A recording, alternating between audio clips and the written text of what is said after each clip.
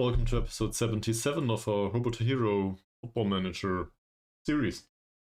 So, I'm always saying playthrough, but it's not a playthrough. Playthrough has an end at some point. I'm not sure if this will have an end ever.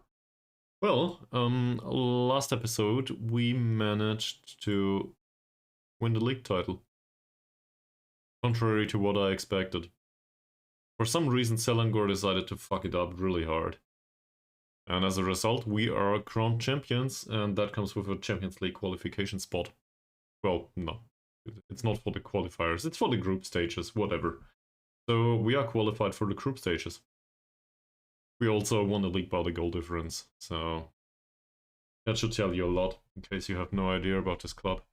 This is most likely a planning episode, to be honest. I'm not so sure how far we will go. Season's over. Maybe, well, we don't have access to much data, but it would be useful to look at it a little bit if we had the choice. Would also be useful to sign some stuff. So I did fiddle with this a little bit, but we can't just, I don't know, pick a physio, I don't care. Here, pick a physio with high physiotherapy skill. Say this one, try to offer a contract. Oh, he still wants 300 euros.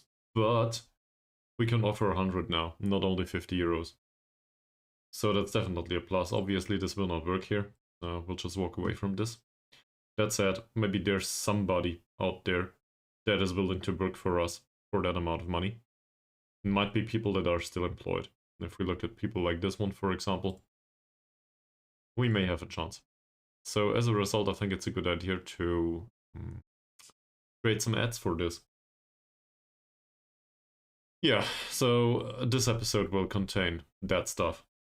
Stuff planning, playing stuff planning, financial stuff, maybe a bit of data-driven analysis, and hopefully a lot of discussions.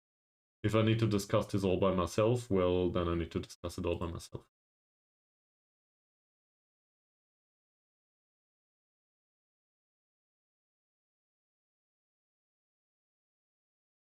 Okay. Sure, now it's messaging me directly. There's a stream chat, man. But sure.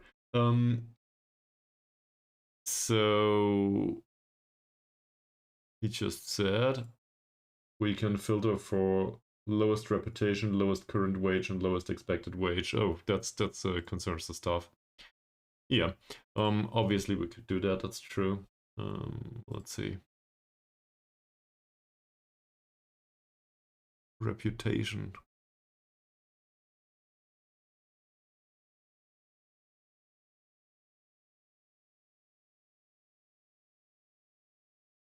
So these all have lowest reputation. That's 280 people.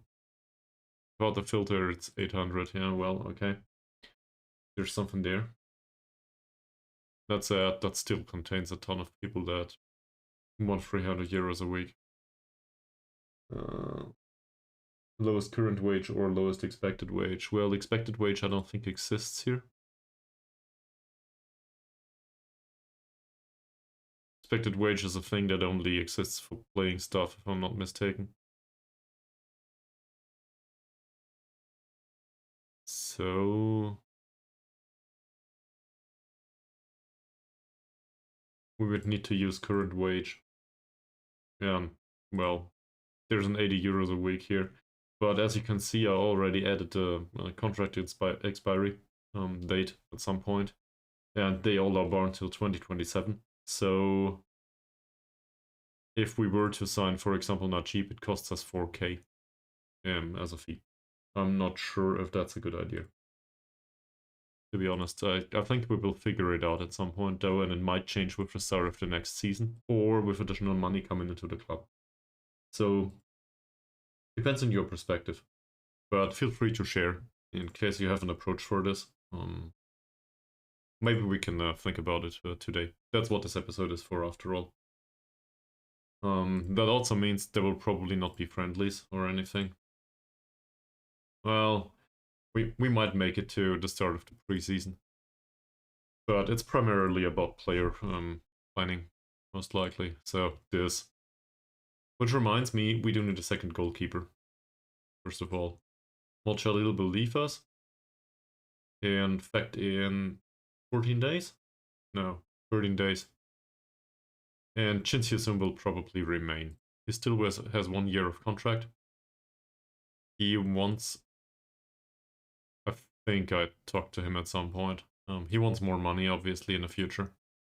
At this point in time, he is rated as a decent Liga Super goalkeeper for some reason. Guess it has to do with performances. Attribute-wise, I'm not convinced.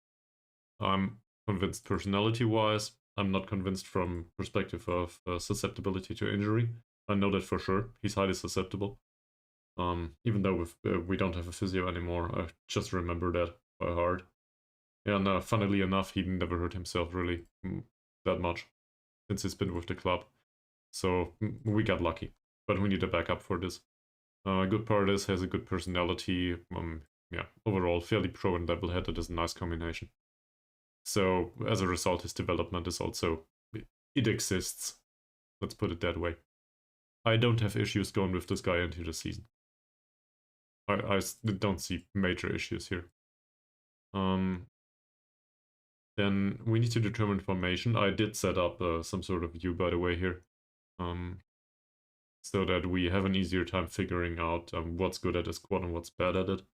I'm not quite sure about the attributes shown just yet. And I explicitly did not include total assists and total goals. I shouldn't care.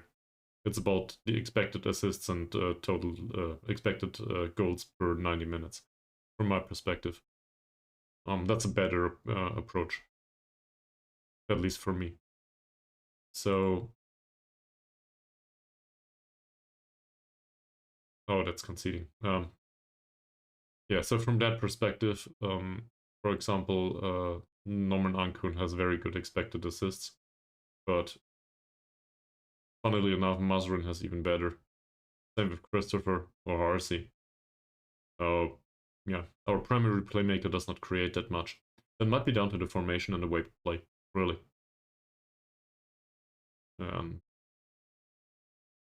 Actually, it sheds quite a nice light, I would argue, for Christopher and Harsey, both left wingers. So their performances haven't been too bad from that perspective. Also, Da Costa Lima, funnily enough. I didn't expect that, to be honest. And, well. So it's probably worth more to keep Mazrin in the squad than Ankun from that perspective, in particular considering the wage. But, you know, we have some wage budget now. I don't want to spend it though. Not on these players. What's for sure is we need a formation that includes Juan Sérvin. Might use him as a winger too, but he can't cross. So I doubt that's a good idea. It says he's a playmaker-ish type. That's true. His passing and vision are low though. The rest of it is good, not the passing and vision. Shadow Striker might work, but he's fairly slow. He does get into opposition area though. To be honest, I think he's a striker-y type. And this is one of these situations where we actually could maybe use him as some sort of inside forward. So a wide striker, in a way.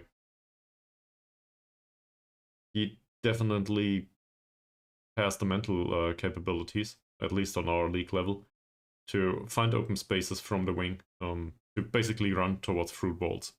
So that might work. But he only knows how to, well, he barely knows how to play it on the left wing. He knows how to do it on the center of the pitch, in a way. So that would be Shadow Striker after all, or maybe some sort of attacking midfielder variation. I don't know. Artista is probably overdoing it, isn't it? He doesn't work enough defensively. That's the same issue, by the way, with the inside forward. Doesn't contribute much defensively. Still, this is one of the primary resources that needs to come onto the pitch and bring a performance on the pitch. So, I don't know, what's clear right now? It's fairly clear that we need Juan on the pitch, we need Chin Sung. These are all on level in the league.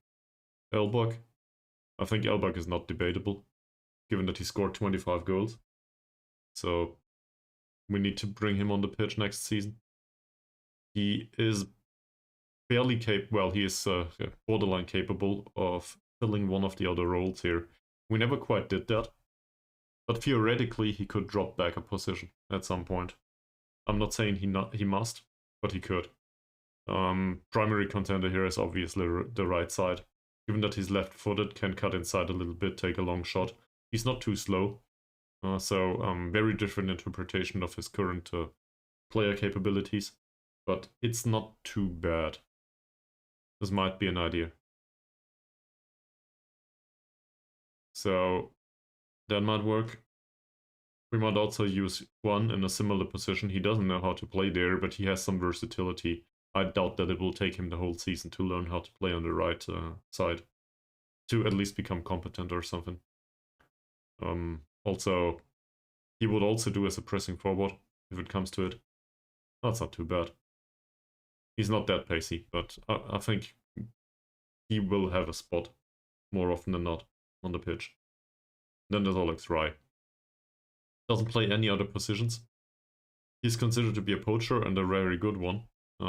This guy comes straight from the youth. He has no playing time guaranteed so far. New contract is already done. We will play him for sure.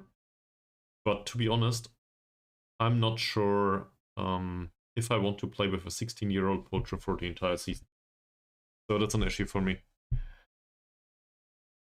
And this time, I think it has nothing to do with the fact that it's a poacher. He definitely has the skill for it, so we might make it work.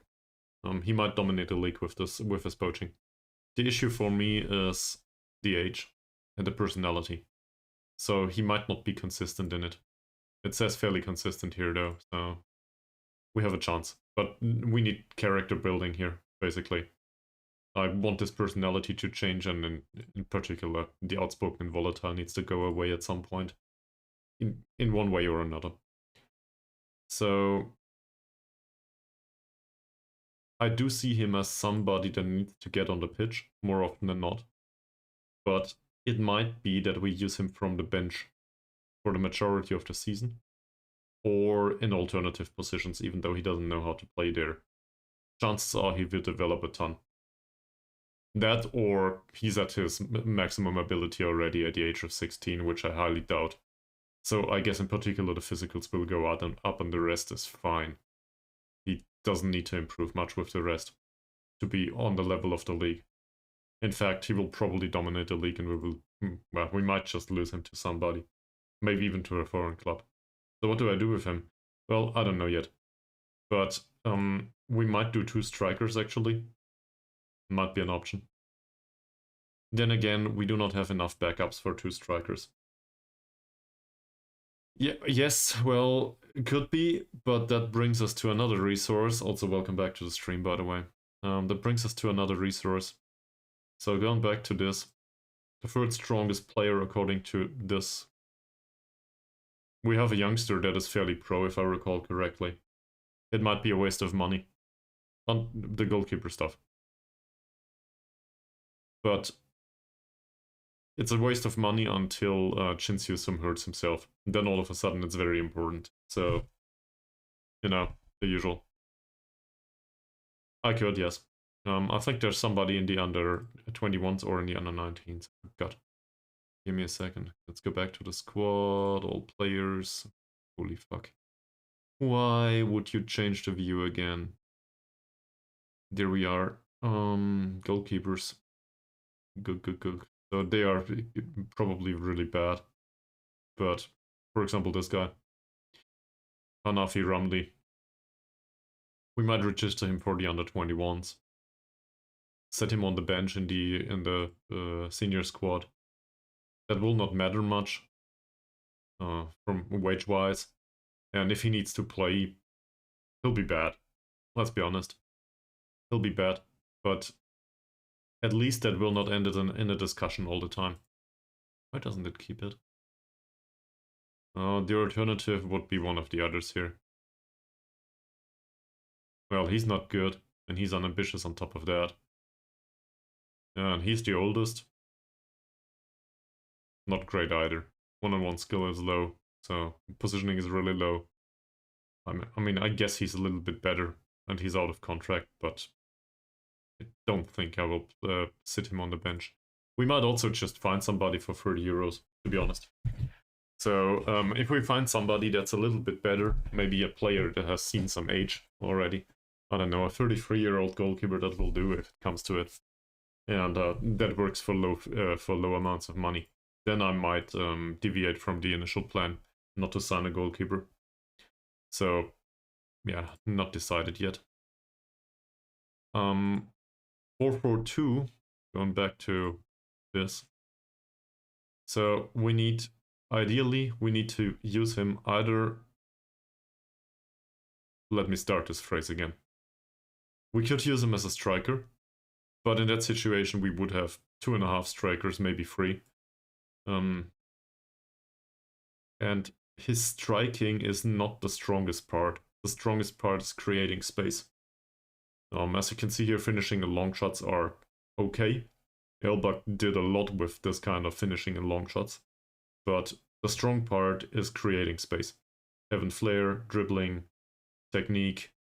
He isn't a good passer though. So it very much goes along well with the going into the opposition area, I think. But probably a good idea to use him from deeper positions too. Because he will get forward anyway, so this basically says use me in any attack duty in attacking midfield. Preferably not one that relies on passing a lot, so a running person. That makes sense. That's what I get from it for now. That said, acceleration and pace are low for a player of his age and capability. So either that improves in the future, or it doesn't. Whatever, it's a mentally quick thing. It's not a quick running thing specifically. He's faster in the head. For a static system like ours that controls possession, that's not too bad. So either we rely on him more heavily than we did previously, using him as an attacking midfielder type. Shadow Striker is not a bad idea necessarily. He has the skill for it more or less. So that's alright. Also the trait fits the playing style fairly well. Or we use him as a wide striker in a way, as I said, inside forward or something. That does not necessarily have to happen every match, and we do not need to train him for it. We might as well keep it at Shadow Striker.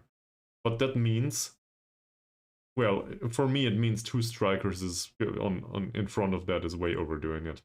So we end up with something like a 4-2-3-1 again.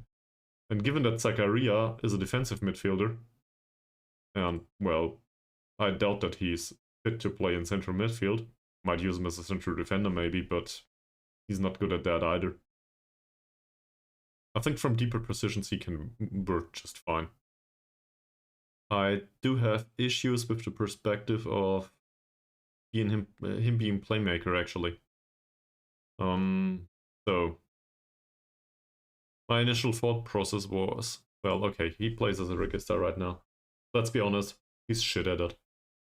Can't dribble, has no flair, no long shots, and the rest of it is okay-ish. He's definitely good enough for this league, but playing him as a regista and training him as a regista will not see him improving anytime soon in that area. And overall, we know that, well, his skill set, it did improve. He's definitely not at the end of it, but it doesn't seem like he's going through the roof anytime soon. So chances are, at least for a 17 or 18-year-old, he's 18 at this point. Congratulations, you can drink alcohol now. At least in Germany. For this kind of skill set, we need to stick to what he has, more or less. He might improve here or there, but I don't want to reshape the kind of player he is. I'd rather use him according to his strengths. So what is that? Well, as a defensive midfielder, he would do. No issues. That's more or less a box standard role, just like central midfielder, just more defensively minded. Not a bad idea. Could use a defensive midfielder. Could also use him as a deep-lying playmaker, more focused on creativity. Preferably, though, not on support duty, but on defend duty. So that might result in, from my perspective, in a little weird combination with a deep-lying playmaker that is deeper on the pitch and is more reliant on maybe longer direct passing. It's not too bad. We have players in the future that can do that. And also, he primarily still has defensive duties. It focuses on positioning and tackling more. So maybe it's a good idea to pair this with somebody that is a bit more aggressive and goes into midfield, but and might support the attack, but is still a defensive-minded player. So my assumption now is something like ball-winning midfielder and support that, or we use him as the ball-winning midfielder. That's also possible. It's not too bad. In fact, he can be used either way, support or defend. We just need to decide what we want him to do next season. Anchorman obviously would work too, but he's, in comparison to all the stuff he has, that would not use most of what he's good at. Segundo Volante seems like something I want, but to be honest, I think I reconsidered thinking about it. A Segundo Volante is somebody that goes forward, creates space. His off-the-ball movement is rather bad. He's not that fast. And a Segundo Volante also is prone to take the shot from time to time, from deeper positions. He has a shitty long shot and he has no good finishing either. So I have my doubts here, if that's a good idea. So far, I think DLP on defend, and I rarely use that. Or maybe the ball-winning midfielder role, actually. Which leaves us with somebody else for the other part. And now I'm not sure what I should do about this. So Norman Ankun, for example, he's better in a playmaker-ish role. Well, in support duty, so a bit more aggressive. His balance shit though. Segundo Volante, well, at least he has the long shot and the off-the-ball movement in comparison to Zakaria. Not the strength, not the balance, tackling slow. So I'm not convinced here. But I'd rather let him do it than Zakaria. To be honest, at least he can shoot. At least he can find space. This though, the focus on the defensive side is not that high. Or, put another way, I think Norman Ankun is not a defensive-minded player. He's a regular central midfielder at best. So that's a bit of an issue. Also, you know, the usual stuff of the contract situation and so on. Maybe he will reconsider at some point. We also have Lee McManamy. I do not have a strong opinion on this, but as a playmaker-ish type on defend duty, he has no tackling. He's basically missing all of the stats that would be needed for a playmaker-ish type, other than maybe the vision and the decision-making. So I doubt that this is a good idea. We need to find something else for him. He can run, so that's decent. Off-the-ball movement's not inexistent. He has a long shot, so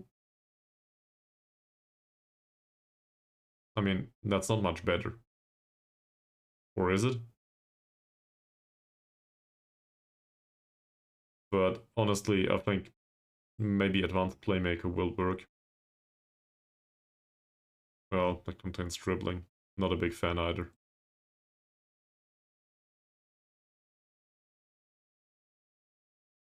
Something like this.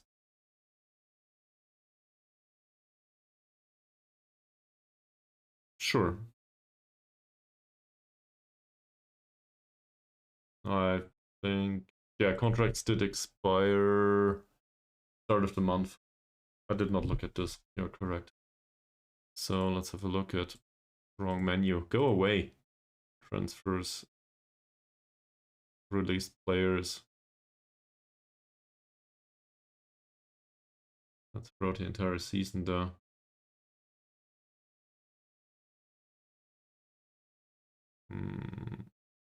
It is sorted by date. So this is at the start of 26 and this is at the end of 26. Okay. Yes, these are ours. So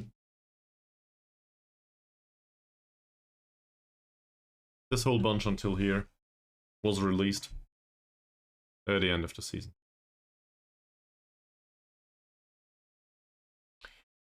Yes. I think though I will let them to the shortlist or create a new shortlist.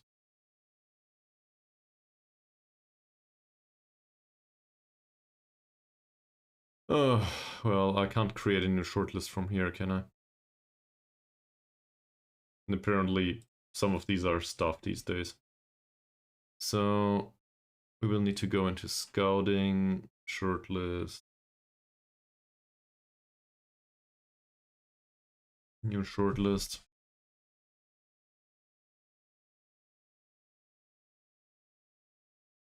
Released in 2026. Don't keep them up to date. Go back from here. Use all these players. It's fine. We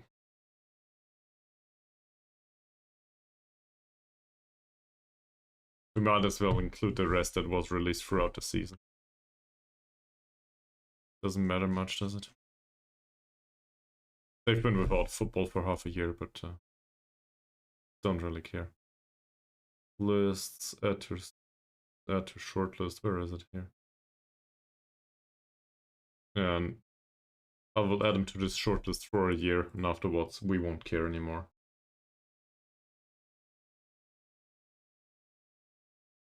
And now, given that training is no longer important, we can spend trials again. Yes, I can. Was strictly speaking about the Malaysian one, right?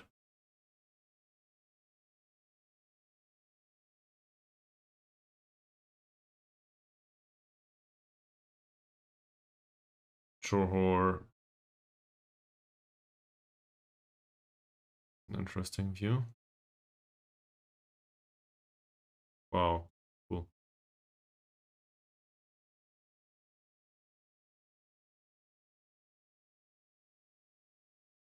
True. He was released by Kedah.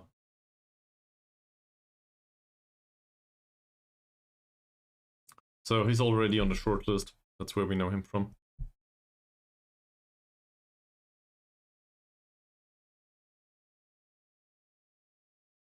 And there's somebody on a month-to-month contract. Summary. Striker, that's not too bad either. How about the younger teams though? I think this is more interesting. The other ones will be way too expensive. We can try it, obviously. Oh.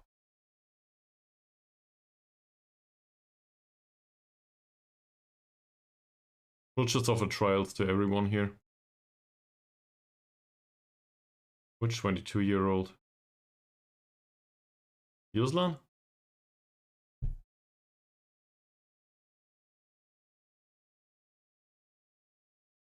I'm not sure about the rules for Champions League.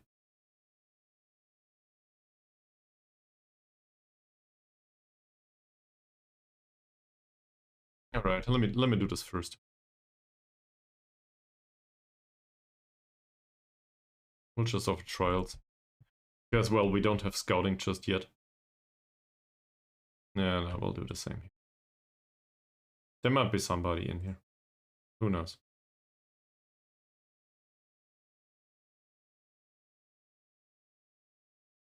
Even all of these. I need to know the league rules. Well, not the league rules. The Asian Champions League rules, that's true. So, the only way I know how to find out about this is this. Rules. So we are in the group stage. You can't read this. Sorry. Well, it takes too long to get it away. Okay, terracing is permitted. Next here. Let me just show this to you under the picture. There's a maximum of 35 players to be registered on. I guess we can register a player for every one of the group stage matches or for every one of the matches. There's rules that some players can be swapped, but it's not that much. There must be 3 goalkeepers in the squad and the minimum squad size is 18 players. There's a VAR. General competition rules, 1 match ban for every 2 yellow cards. Yeah. And then red card stuff.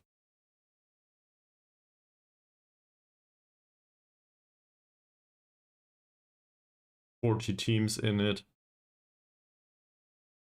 Match squad, it says here, above my face now.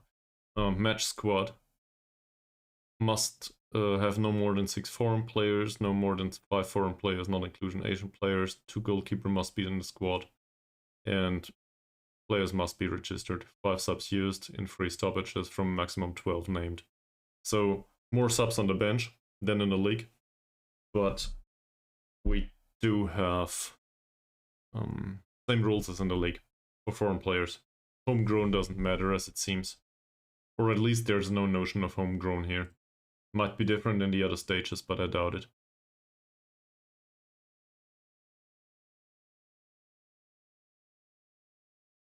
No, this is very similar. No homegrown rules. So it seems like 6 foreign players, 5 foreign players, not including Asian players. That's it. So same rules as in the league. I hope that answers the question to, well, to the extent that you wanted it. Let me grab a Coke. And by the way, thanks for watching. I hope you take your work seriously. Sure, not at this point in time. But I will try to be careful with signings and so on. I think it's not the worst that can happen that we are stuck with this squad and need to play the Champions League. Which under 23 player?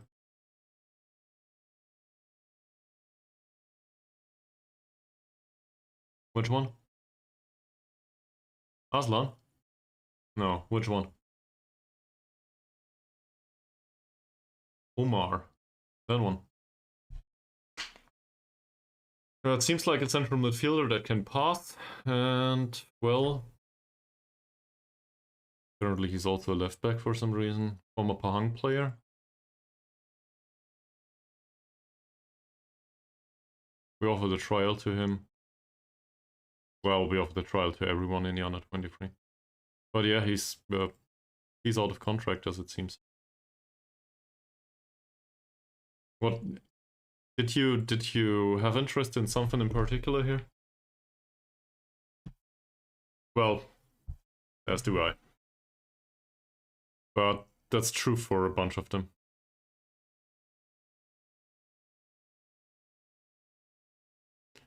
Most likely it's a 16. Maybe even 15.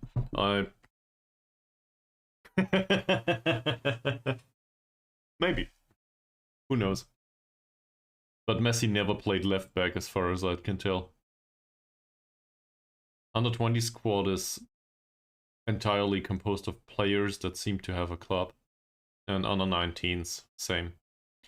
But we are not stuck to international players these days. And chances are they are too expensive for us anyway. So, let me go on record with this. Financial situation. So we know that the wage budget for the new season, or the one for this season actually, ever since it got increased, is 4.7k. We know that staff wages went up a little bit, the ones that we can offer, theoretically. We also know that this is entirely useless if we do not find that one player that will get us a win. So say we spend another 500 euros a week. I'll just slap this into a calculator. Say more or less 500 euros for a player that gives us 1 win in the Champions League. That's obviously, in German we say Milchmädchenrechnung. So that would cost us approximately 26k for a season. So that one win would make it worth it. The risk, obviously, is if we sign him for more than one season, then he doesn't get the win. So we can, for one win in the Asian Champions League that is derived from signing 2 really good players, we could basically pay them 500 euros a week for that. And it would obviously also make the performances in the league better. But the risk is that we don't get that win. And then we are stuck with the financial, negativity of the deal. So, seems like it's well worth the risk. But it also seems we should spend it on a player that really makes us better. I think 20k or something. Not that much. 23k, that will be gone. Because we have running costs, obviously, like the wages, staff wages, and, just running the club. Yeah. I do expect sponsorship income to be similar or better, but that still means 66k sponsorship income. That's not that much. So, on one hand, I want to spend money. I really do. On the other hand, as long as players like Juan are available for Olex, not spending it might end up in a new training center.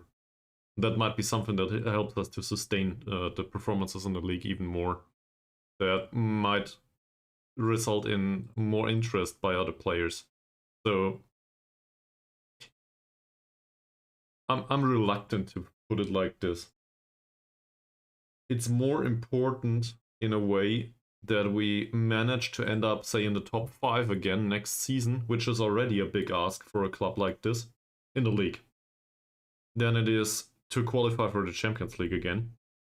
Sadly, I can't wave around with the Infinite Game, the book, right now, because it's still it's still delivered. It will probably arrive tomorrow. I need to read this thing. But it is an infinite game in a way. We want to repeatedly challenge for the league title so that we qualify for the Champions League again and again. Because if we qualify again and again, it will be guaranteed that we will get the additional money. And it's not only the win prize money, it's also income, it's reputation, income from, additional matches. It's reputation boost, all of that stuff. So, funnily enough, even though we're qualified for the Champions League, I think it's more important that we perform well in the league. That might seem a little absurd to you, but in a way it makes sense, long term at least, or medium term. Short term, obviously, we have the goal to win as many matches as possible in Champions League. And but for example, say we have the choice to field our strongest players in the Champions League match, but rest them in the league match prior to that, and that league match costs us the win in the league. Then it's not worth it. Because winning the league is more valuable because we qualify again for the Champions League next season. So, yeah, weird situation. It also means that being responsible defensively is even more important than last season. Last season we were fighting against relegation at the start, at least we thought we did. But if we want to keep the momentum going and make this a sustained process, I guess, we need to make sure that we do not concede much. Which means if we switch to a 4-2-3-1, for example, that these two players need to be defensively better than what we had previously. Because we played with a midfield 3 here, with a defensive triangle. That's not a defensive triangle, this is. But we played with a more defensive-minded triangle in the middle. So these two need to compensate for the fact that Juan is on the pitch. Or Juan needs to outscore the whole league, more or less. But still, that brings some randomness into the equation. I don't like that randomness in the equation. Not on the defensive side. On the attacking side, it's fine. But defensively, that means that these two people should be good defenders. And preferably also good passers. So something like this would work. Zakaria going back to ball-winning midfielder, maybe also defensive midfielder, I don't know, or deep line playmaker on defend duty. And we put another player that is also defensive-minded right next to him. That could work. Might also even be less aggressive with the wingbacks, and well, we have an additional player in attacking midfield. And we know from the perspective of the skill level that these two will probably be good enough to be threatening to the rest of the league all the time without the additional players in the box. Obviously, we need to figure it out one by one. That's also always the opportunity to be, I don't know, from a perspective of skill level, to use Olex at some point, rotate him in, let him replace one of the, well, maybe not one of the winger positions, but something up front. He's 16. He will learn. And same as Elbok, he's not that slow in comparison to Juan. Juan Sérvin, he's a slow guy. Elbok, funnily enough, might also work on a wider position. He even played there at some point. That's not to say I want to play him there. Obviously, he's our primary striker. But things change sometimes. So that also means we could identify deadwood for next season. In particular, the deadwood that is too expensive. So, hitting it from that perspective, we know that these players, however they play and wherever they play, they are good enough for the Liga Super. So our new standard now is basically we need them to be decent players for the Liga Super at a minimum. I will not get that done. We don't have the money for it. But with these players, we can afford it for now. Who else falls into this category? This guy. This guy for sure. And he's cheap as fuck. That's why he has a contract until 28. So he will be on the pitch for sure. If he doesn't hurt himself, obviously. Mahazir is also... I figured this out recently. He might also be acceptable in a defensive midfielder role that does not use his passing much. That said, as an emergency replacement, right? Looking at this overall, there's a bunch of stuff there that can go wrong. In particular, the mental side is, well, concerning. So, as a central defender, he does do. He's, how do they call it? Well, in German, there's this word, Fachidiot. So, he's basically... we had this in English. The opposite of a jack of all trades. He's an expert, one job... I don't know. I forgot it. I think Chernal told me at some point. One trick pony. One trick pony it is, right? He can play central defender and that's it. That's it. As a central defender he will do. And considering the development and the training rating, I think he has good character. Even if it doesn't show. So we'll just keep him. Akrula? Well, it says he's a decent player, so I guess he fulfilled whatever I expect from a defender. He has better positioning. He's somewhat pacey. That's needed in this league. He will do. For now. And now we're getting into the territory where I'm not so sure anymore. So, Olex obviously, yes. Definitely. Mochalil will leave us. Amat has good personality, but he needs to play. We need to loan him to somebody. That, or we need to sell him. Is there a promise going on here?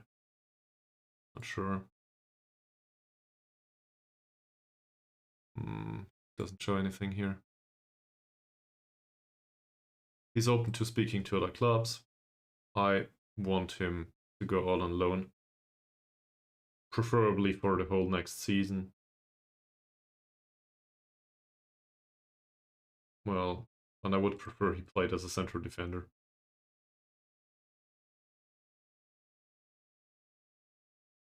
Matnor is very similar.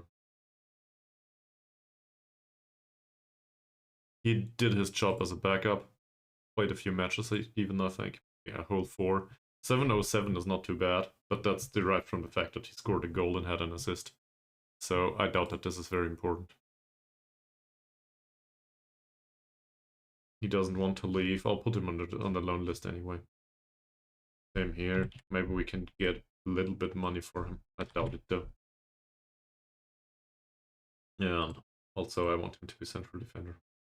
Loan cannot be terminated, it's fine. Can play against their own team. This is all good. I doubt that we will find much for these players. Badrul Hisham is wanted by Bukit Tambun. So we have a decision to make. Obviously, his 2 goals in that one match are well remembered right now. I guess it was a cup match.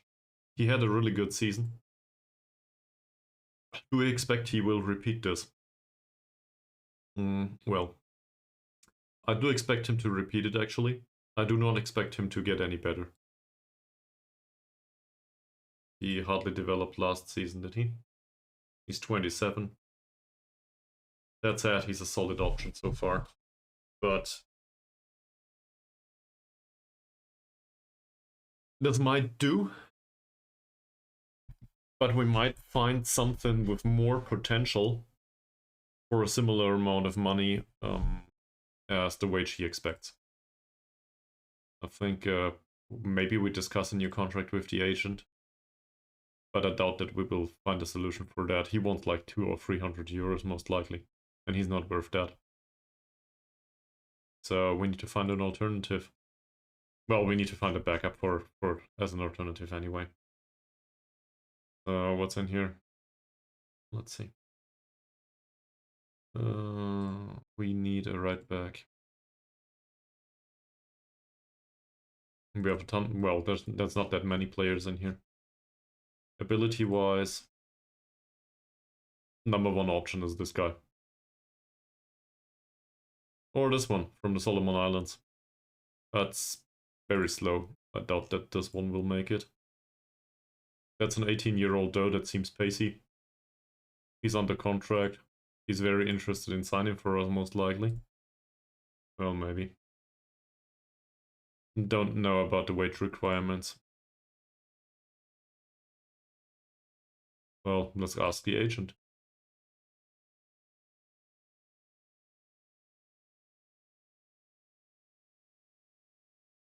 He doubts it will be a good move.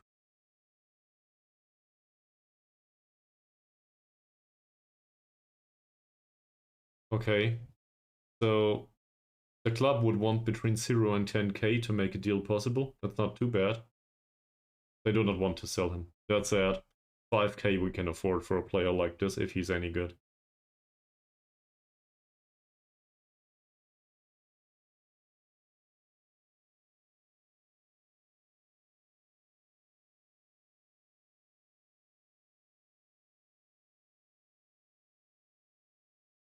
That said, the wage requirement between 190 and 250 seems fine, if he is as good as it sounds.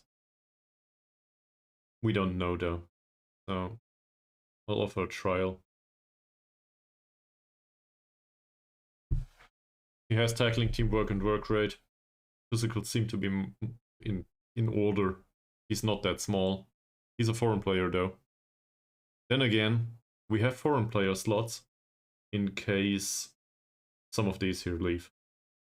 Not saying they have to, but it's a possibility.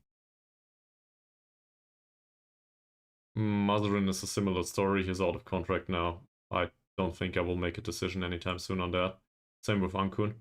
For now, costs are running. McManamy... McManamy is a candidate to leave, to be honest. For me. If not this season, then at the start of next season. That might be on loan, it might be in some other way. Make this maybe 50. Maybe we'll find somebody.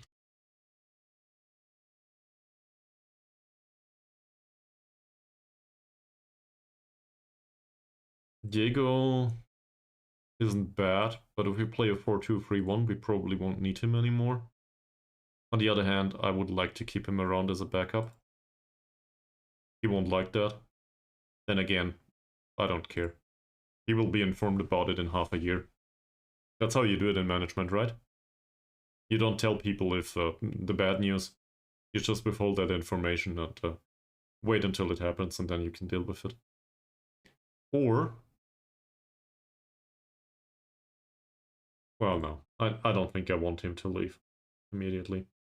Bauru, I will not deal with the situation, I think. Da Costa Lima is set for loan anyway. I don't think there's any interest in him right now. May not react well to being offered to clubs. Well, in that case, we won't do it. What's with Ahmad? Same here. In general, I like Ahmad. But, well, he did develop a little bit recently. I doubt that he has the skill level for, well, the skill level for Champions League there. That's it. Nah. He has good passing. That's basically all he can do. So, I doubt it. He's open to speaking to other clubs. Cool. So, would you be willing to leave for loan, maybe? We don't need to make much money from that. And I don't care about the preferred position. You just need to play. Christopher and Harsey are two that I'm willing to keep. If we do not find anyone that is really good to replace them. But, for example, Christopher is very close to being a regular player in the Liga Super. So, he'll do. And Harsey, I'm conflicted on the whole situation, to be honest, because stamina and the balance are off. But that's it. The rest of it is okay for a winger. It's even, well, it's not great. But he's getting there. Slowly and steadily he's getting there. So, I do not see a primary reason to sell him just yet. It says good player for Liga M3. Give him half a point somewhere and all of a sudden he's a leading player for Liga M3, and that makes him very close to being a standard player for us. Or at least a viable backup option. So I think we can keep him. He's also fairly cheap. So I think his expectation will go up from a monetary perspective, but as a Malaysian player, I think we can keep him. And then there's Van Laupega. Yeah, I think everybody saw this coming but me. Or maybe me too. But I think I would want to let him leave, cash in on this, because the development is not there. He's very prone to injury. He's a decent player only for Liga M3. He might develop at some point, but I don't want to sit here and wait for it. So either he goes on loan, for example. We may find a club in India or something. I don't know. Or we need to sell him. But I doubt that we will get all of the sales done.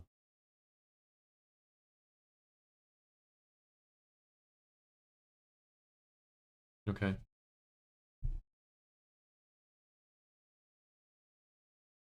We have paid a collective bonus of 19k. That answers the question with the... Oh, we also got some money apparently.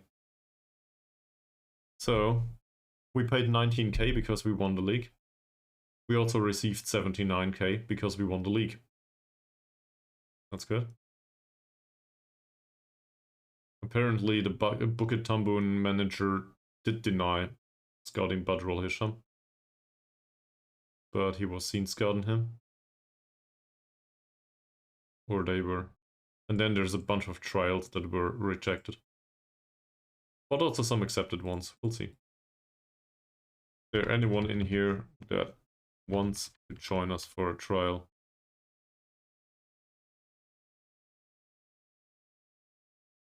We have the time.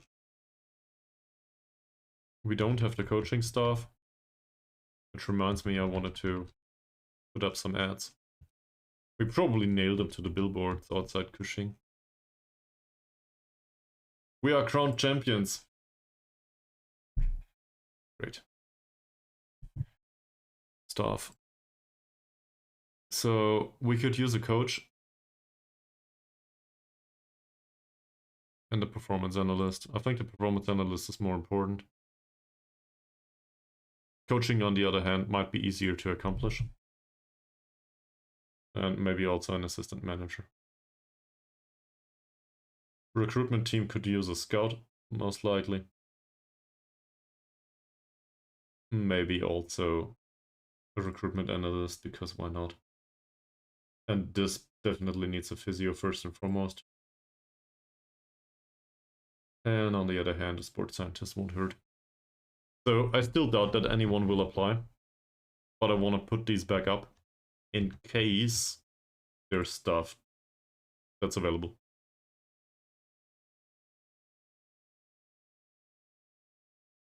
Okay, so Omar comes in on trial. The 31-year-old goalkeeper rejected us for some reason. Same as the 35-year-old left back, as it seems. He's very slow for getting forward whenever possible. Wow.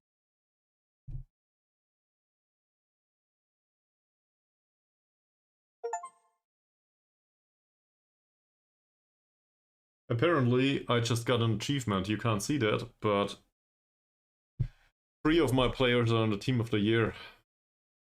Tremendous trio, it said. The record high for us? Well, that was to be expected. Record low number of defeats. We win the title with the fewest points by a champion.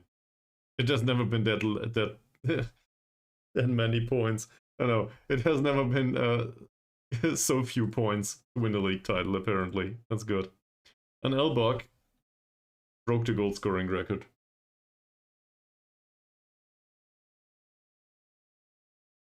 For the league, actually. Not too bad. Planning for next season. Yeah, I've been there. Elbach wins the Golden Boot.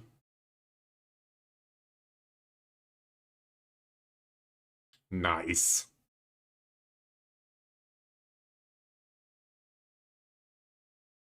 Really good and well deserved. Congratulations, Elbach.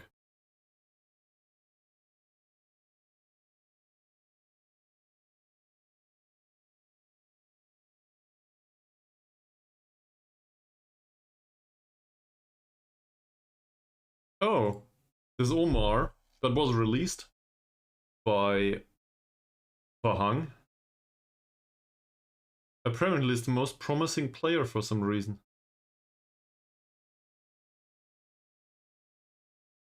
Huh. The most promising player is on trial with us right now. Balanced, fairly susceptible to injuries. Huh.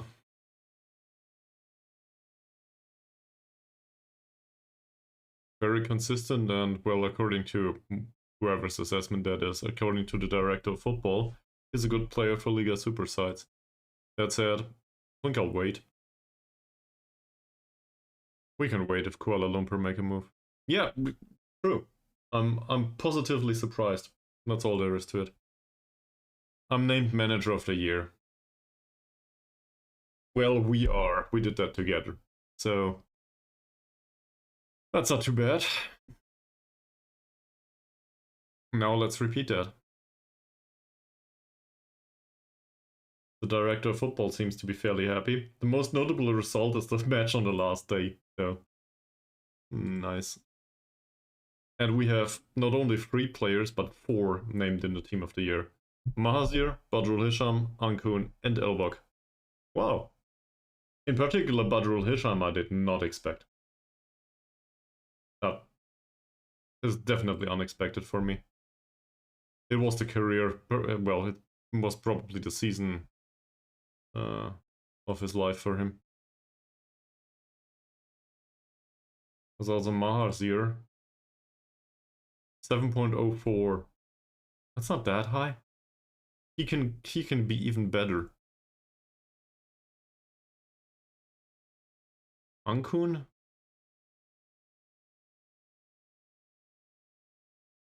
.11, 4 goals, 5 assists. He could be better. For now, the contract situation. Malaysian most valuable local player, Silvarai. He's 30. I think I will not look into that. Malaysian best foreign player is Elbak. Malaysian most popular player is Elbak. Malaysian best Southeast Asian player is Elbak. I think Elbak is fairly liked at this point. For some reason. Cool. Also, Malaysian goalkeeper of the year is Ahmad Dian Mazi Mohammed, whoever that is. The Selangor's goalkeeper, it seems. We could scout him, obviously, but we can't afford him anyway. Neither the wage nor whatever the transfer value would be. Badrul Hisham is defender of the year. Well, the Malaysian one. That's not bad. So maybe he deserves a contract after all.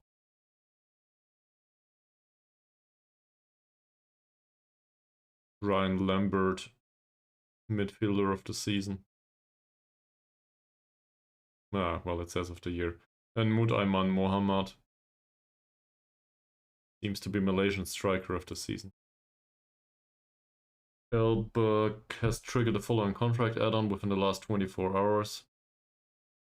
He's in the team of the year, so he gets a bonus of 1.6k.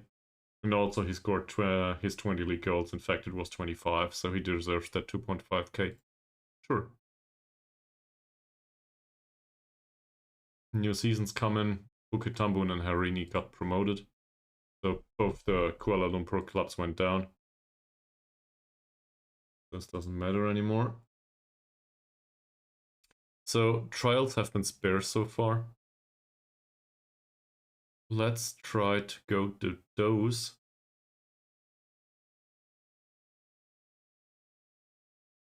That's a good idea. I might also grab a bowl of my food at some point. But you need to eat. Eating is healthy. Well, for most people at least. Some people would probably do better eating less. I might fit that description actually.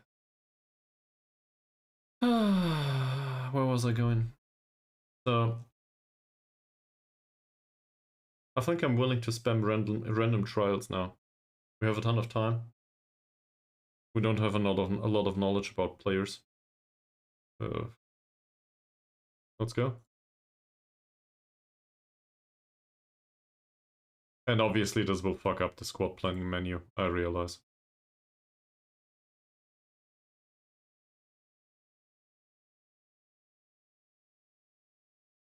I will just need to revamp that again. Zakaria reached his yellow card limit and was fined again. Okay. Let's get in some trials. And there's a few that rejected already. Hopefully we also get a reputation boost.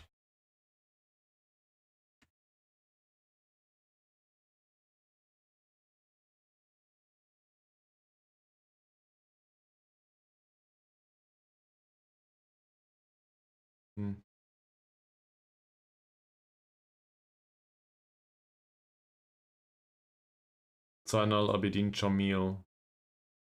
Who are you? Former Terengganu player? Former Terengganu player. Seems a bit weak.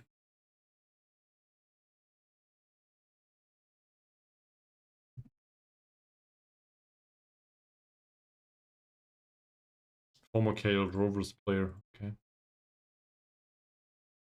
Well, there might just be somebody in here. In the end, it comes down to wage requirements too. So I can't tell right now.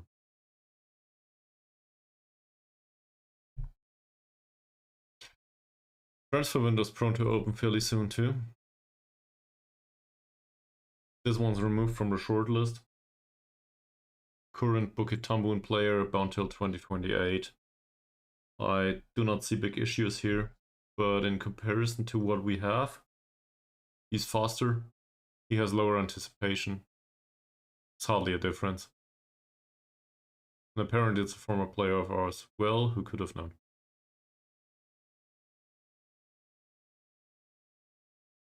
Well, it's fine. I think he can be removed. It's not the level of player capability that we're looking at anymore. Not for now. So let's go back into the scouting menu. These are all on doubtful, that's fine. I want to see overall what's the best player we could afford according to the star rating at least. So it says inverted wing back here. We already did ask for it between 0 and 10k and a fairly low wage. It might be a good idea to sign him. But we would need to find out about his level of skill first. And I don't know how. He's out of scouting range. We don't have enough budget. In fact, that might be an idea. Shall we redo the scouting? Where is it? Scouting center, here. In case we want to scout anyone, we need to have a scouting budget. So we need to shift some of the transfer budget to the scouting budget. And we need it to be a little bit higher than what we spend on a regular basis. So I'll put this to, well, I don't want much transfer budget anyway. I'll put this to the scouting budget here. Now we can afford the lowest at least. It covers our own league. That will help a little bit. I will not put it to surrounding divisions. Wait a second. The 14th of December. Can we do this in January to save some money? Maybe.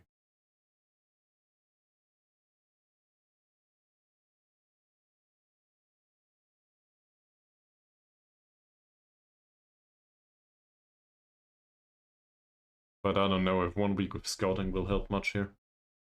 And that will cost a ton of money.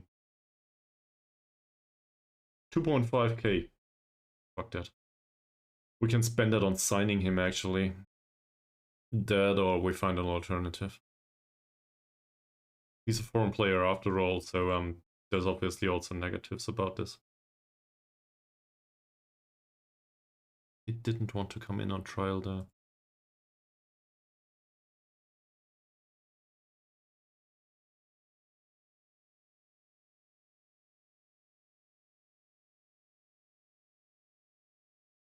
Well, that's unsurprising, that's only my knowledge.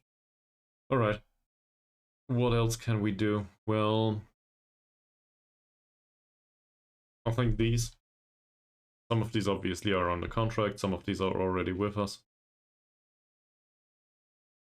Some of these might be perfectly willing to join us on trial at least.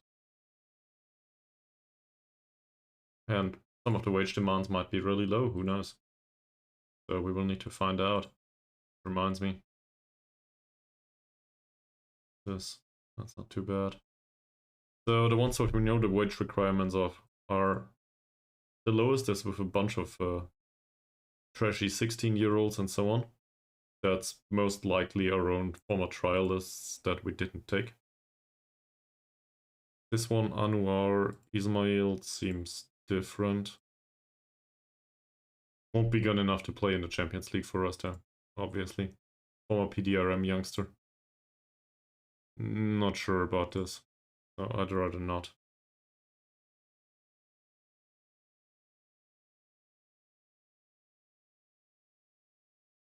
Ghazali, that's the one that was with us on loan. He's listed for transfer for 10k.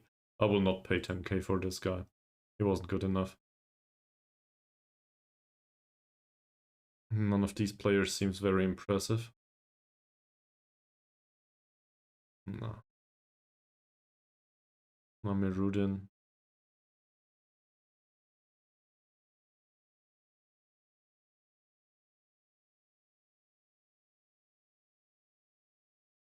That goalkeeper is not too bad as a backup, for example. But in a way, he's too expensive to be backup. This one, Fickle, well, decently fast They're winger. nice. Hi.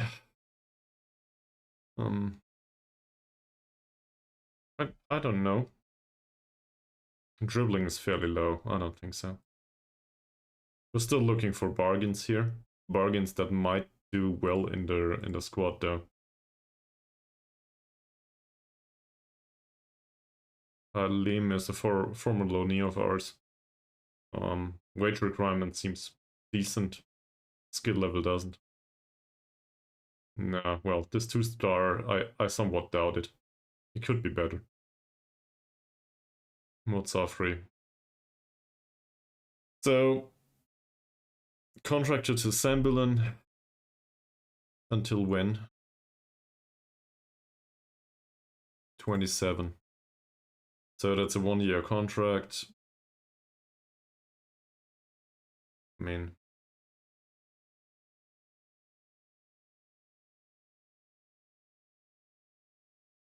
contract expiry date. This is what I'm looking for. Here? Perfect.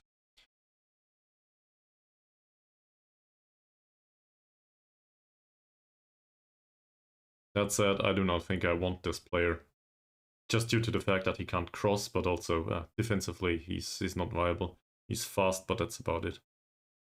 Mutsafri, wingback again. Oh no, that's the one I just had a look at. I'm stupid. Rashid, crossing's a little bit better. I don't think so though. This is not too bad.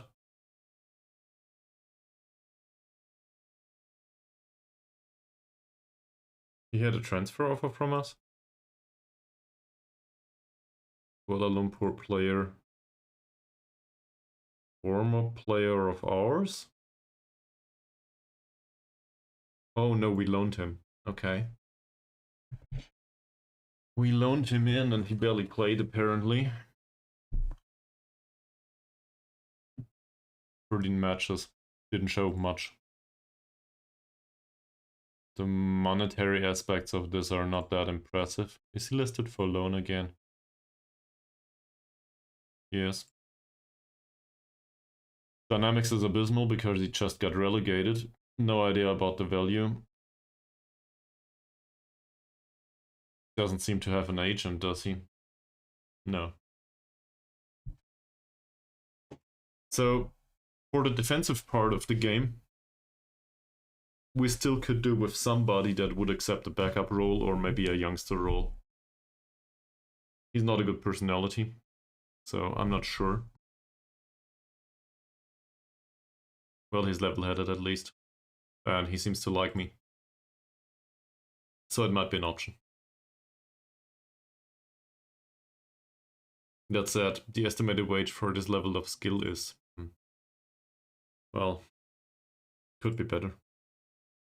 What's his best role though? Why does it say 4-star?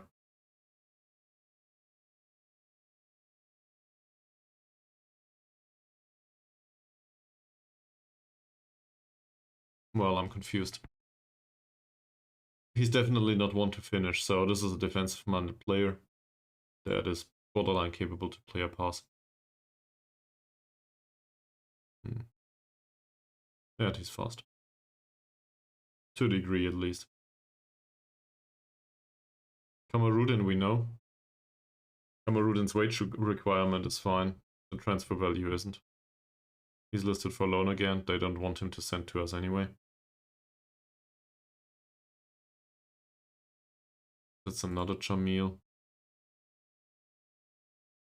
It's not too bad, but the anticipation 2 is really low. Now we're getting into the more expensive territory. So, could be worth it. Not sure about it though.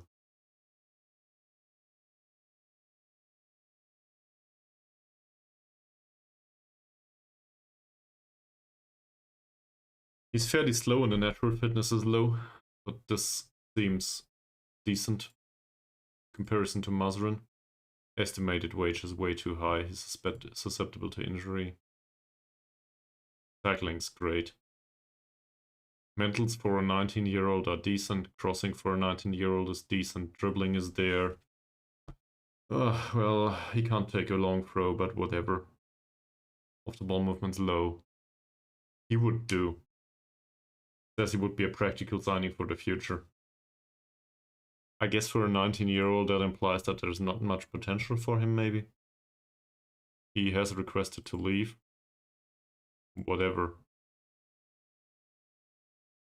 That's definitely the case of a trial for me. I'm not sure if he's interested though. Transfer interest says dubious. Also, would be a foreign player. Foreign player is, well, bad. So I'm not so sure.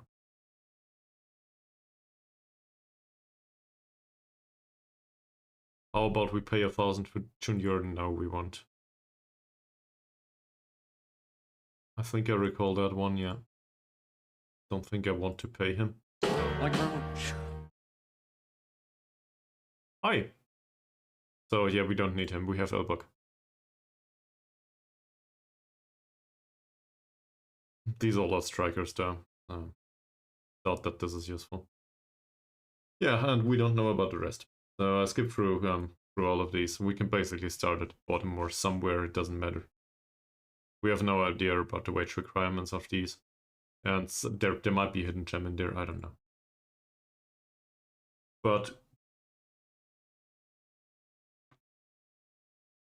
well, he deserves this. And he got some additional money for sure. So, oh, what did he get? Like 4k for it? That's a ton of money for him. Considering he earns 300 euros a week. 4k is a lot. So, it's well deserved. But he also got paid for it. And that's okay. New arrivals. We didn't sign that many players. That's not bad. Yeah, the fact that Mahazir gets top rating, that's unsurprising, isn't it? Welcome back, Mies. Well, actually, both of you. Welcome back. In case you were absent. So, Montnor apparently is also suspected to be a good signing. Okay. Bakrula, Christopher, Van Lalpeka, also lower wages, and Ahmad, well, they are content with it due to the wage situation. But I think we need to let him part ways with the club. Well, that's for sure. That's a very easy suspicion you have there, or you can be very confident in that, given that he scored 25 goals. We might have played another striker, but there was no other striker up to his capability. He also scored, to be fair, he converted a bunch of penalties too. That needs to be done by somebody. And Elbok more or less consistently did it.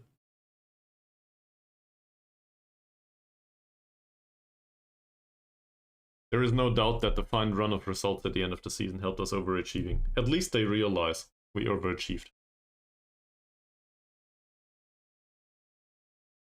Hopefully this will help. Average home attendance is 1,140. That's 2% of the stadium. More or less.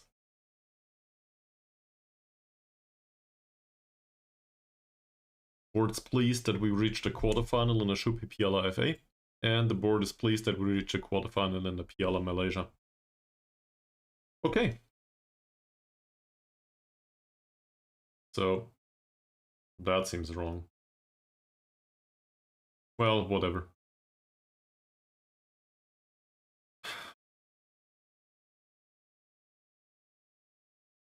Over more than one season. If you can tell me where I find this, yes. But let me go through this first.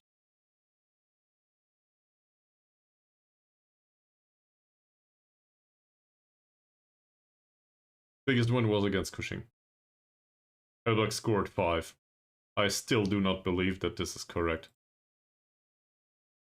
Okay. I'll have a look at it immediately, Mies. Let me just go through this. Financial situation.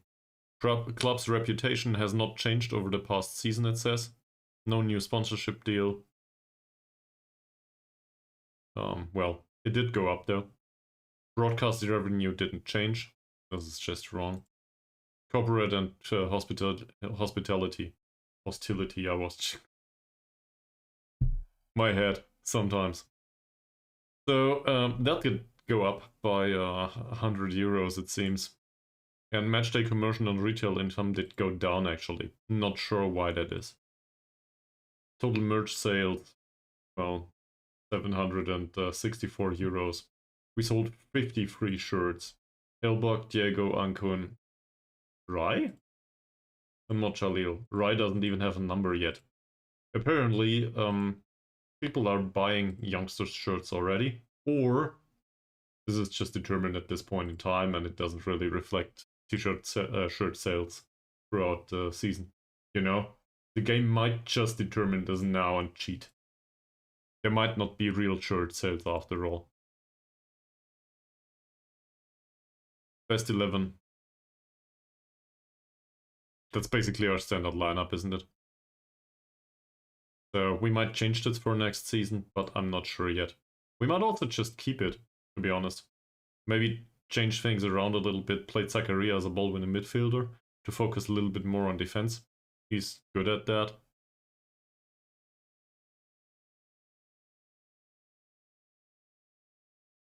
Fair. That's fair. Yeah. Mocha, yeah, that's... that person must be really determined. Must be a hardcore fan. The one leading all of the rest. If you get a Mochalin shirt.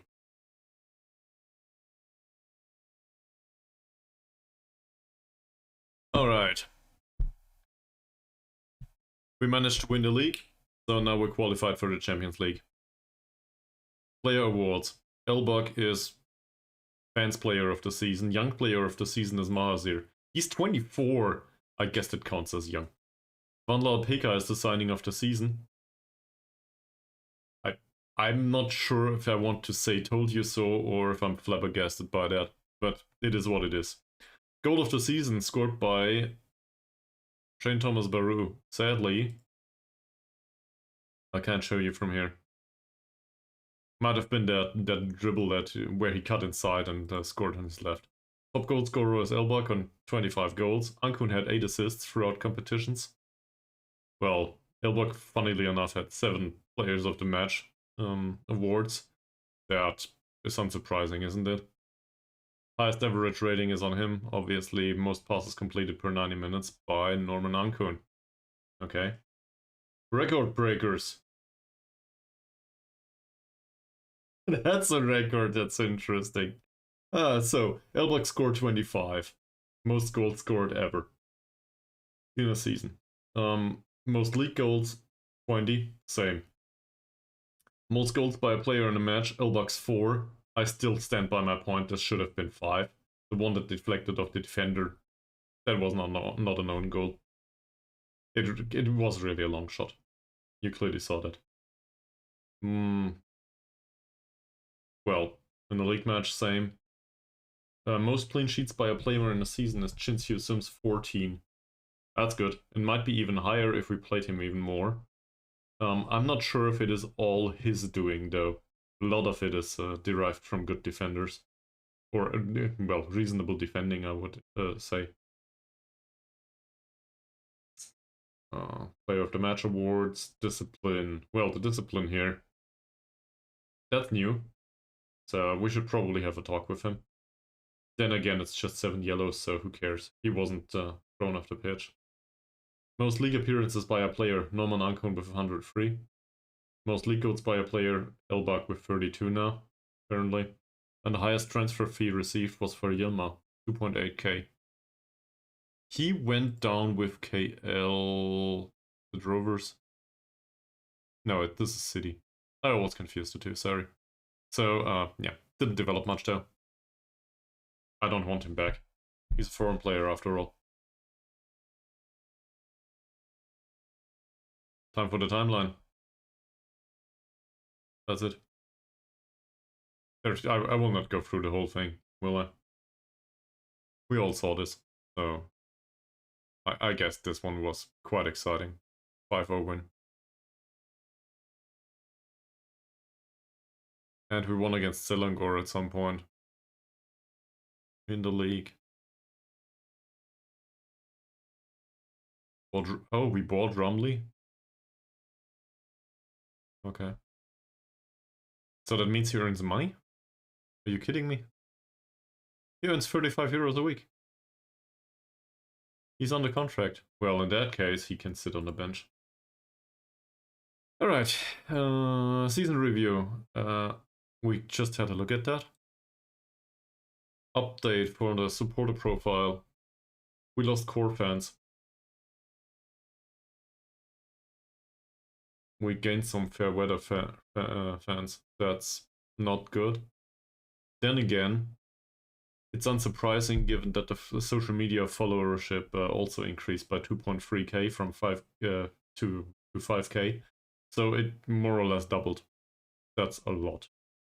Not bad. Wow. And they expect us to maintain a higher reputation than Kuching. Do we have a higher reputation than Kuching all of a sudden? Be competitive against Sabah? I guess we can do that. And avoid relegation from the Liga Super. That is my primary goal. You have that correct. No analysis available. Great. So, the board would like to discuss the club's long-term vision and outline our initial expectations, blah blah. Okay. This is just fantastic. They have no expectations whatsoever. This is the best board ever. Please remain in power for a long time. Play attacking football. Yes, we do. Play possession football. Yes, we do. Well, the attacking football, that's a result of the possession football too, in a way. High pressing tempo. All of this is already in there. Entertaining football. Yes, we did. Sign players under the age of 20 for the future. That's new, isn't it? Do I want that? Well, I guess we try. Work within wage budget, but I'm not prone to signing that many players anymore. And we do have a feeder club now that might bring some 2-star players that are under 20. In fact, I want to have a look at that again. Work within the wage budget, we always do. Well, at least we try. And grow the club's reputation. They are delighted. Well, that means the reputation probably went up. This, though, this is where the rubber hits the road. So we can go into the next season without any expectation, more or less. It's great. They just want us to avoid relegation. It's not fight bravely against relegation anymore, but this we will be able to achieve, hopefully. So I'm just gonna accept this. End of season team meeting. What's to be expected for next season? So they want us to avoid relegation. If I tell that to the team, though, they will be gutted, I think, given that we just won the title.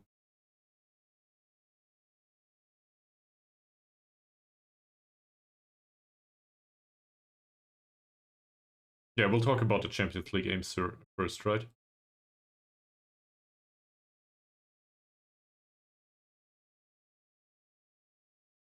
Well, it's just about a good account. That's all there is. Fine.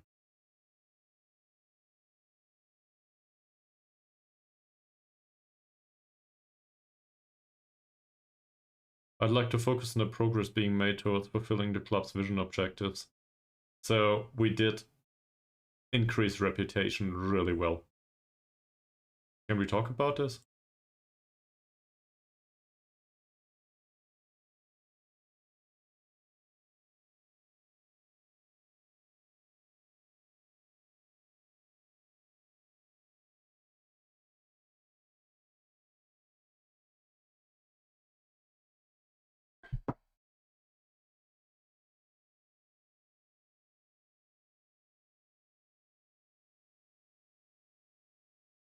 this maybe.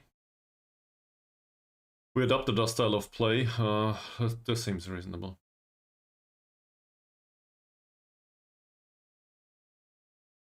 Great. And the Liga Super aims, to be honest, I don't care about their morale that much. I think we'll leave it at that.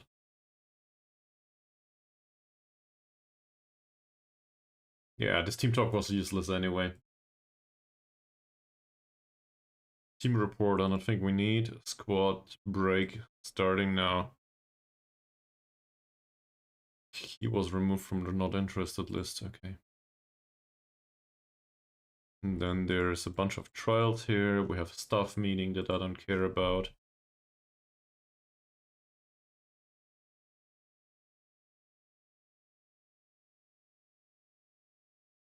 So I forgot something. Misi wanted me to look at club history attendance.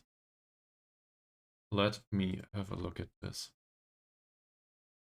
Club history.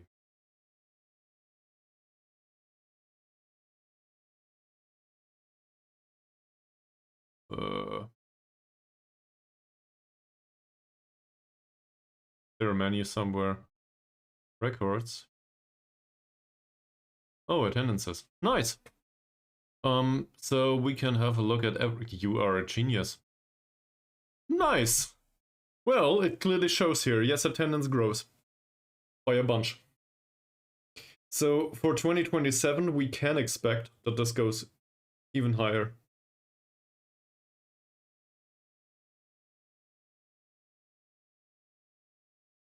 That said, it might be derived from the fact that we played cup competitions a little bit more. So I'm not sure if it will persist in the way it did for now.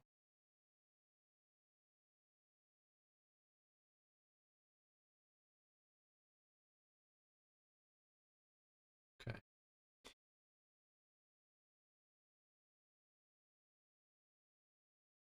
Highest gate receipts were nearly 20k in the Shupi Piala FA first round against Johor DT.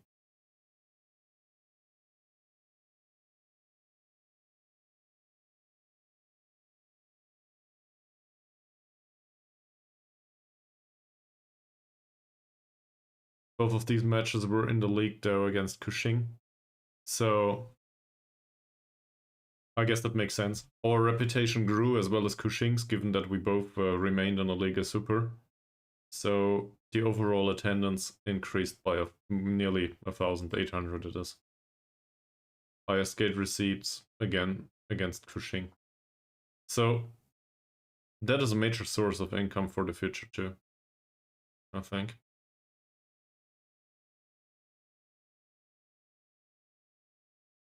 Lowest attendance was against Harini in the cup at home.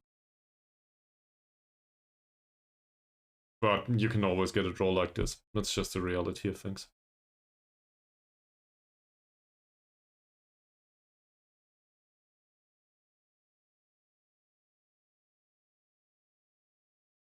Okay. Alright.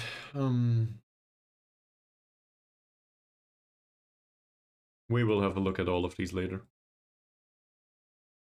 I realized that we just had an ad break. So but I need to go to the toilet anyway. So yeah, I will see you on the other side of the bathroom break. BRB. No ads playing, obviously, it's just, you know,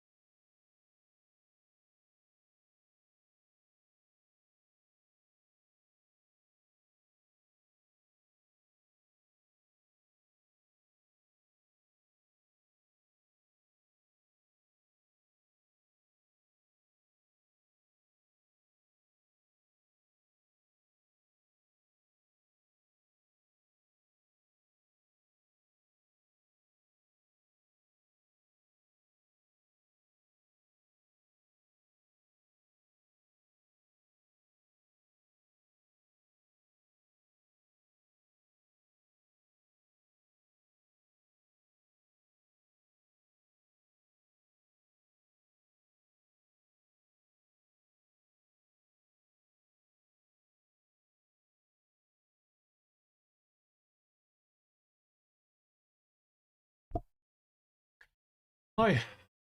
Okay.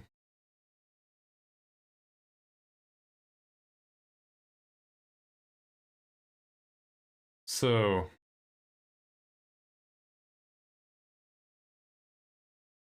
everybody's on holiday.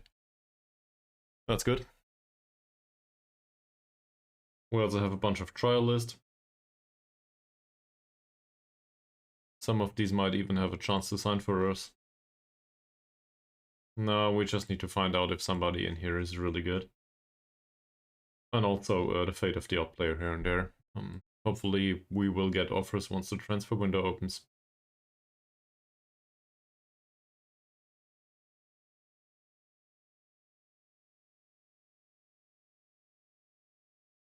I'm also really hoping that we can get the staff situation sorted.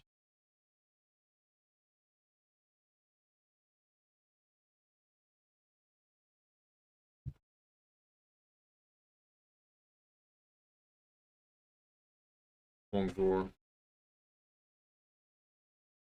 And I also want chocolate.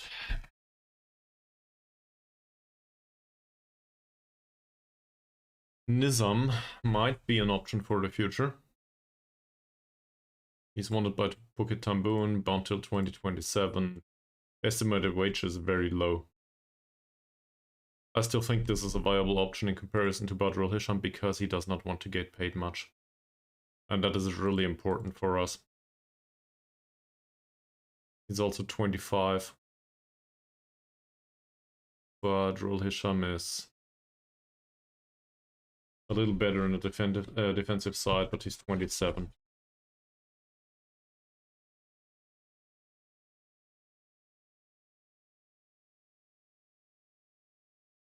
Says his transfer value is 0. And yes, I realize that he very much is susceptible to injury too.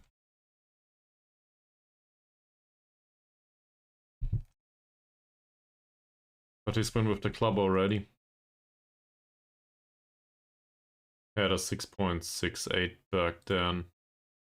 He knocks the ball past the opponent, which isn't that bad.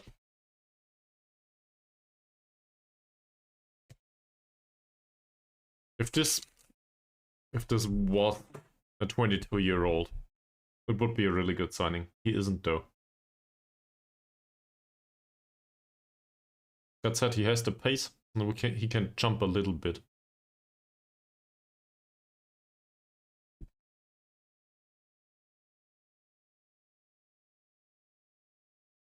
But Hisham, on the other hand, can't. That's really horrible.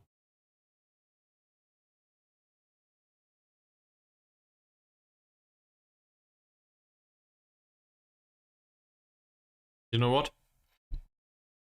So we don't have a backup for the right back, do we? Even if we will not get a really good right back, this will probably do if worst comes to it. On the other hand, from a financial perspective as a backup, he's cheap enough. It seems. He also doesn't seem to have an agent. Otherwise I would ask about his availability. Compensation could be 0. Hell, they might even pay part of his wages.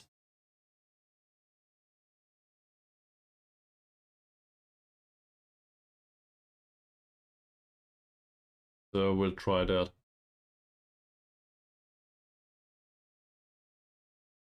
They want 4.5k for him. I doubt that. How about you pay 30 euros of his wages instead? 2.9k now, okay.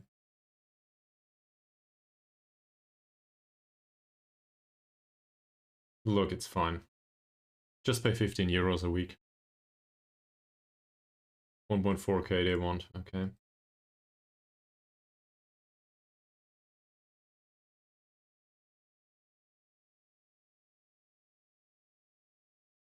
Five maybe?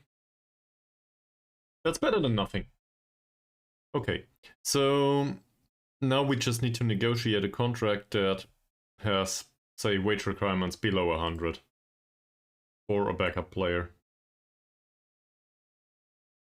We already know the guy. He was on the not wanted shortlist, not due to the fact that I think he has horrible skill, but due to the fact that he was bound by contract until the end of 27. And he didn't play well for them, so now we have a chance of signing him. And he seems to be a loyal guy, given that he doesn't want much money. Might also be that he has really horrible skill, but we can just have a second glance at that.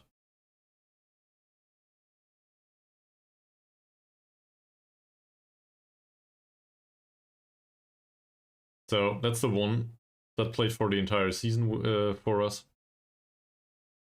And Nizam, well, Ahmad Nizam, is the one that would join us for, I guess, less money, given what I just saw. What do you guys think? They're fairly similar, aren't they? He's a bit younger. He's susceptible to injury a little bit. That's obviously a big risk. But as a backup member, he will do. Stats obviously are on Badr al-Hisham's side because, well, Ahmad Nizam played on a team that just went down. Positional roles is exactly the same. He's a decent fit for the squad apparently, hates big matches, so there's a difference there. It is considered to be a terrific domestic signing for some reason. Well, he's 25. I don't want to hype that too much, but sometimes a signing like this might work. What do you guys think? If you have thoughts on this at all. If you don't, that's fine too. Fringe player would be okay. That wage requirement would be okay.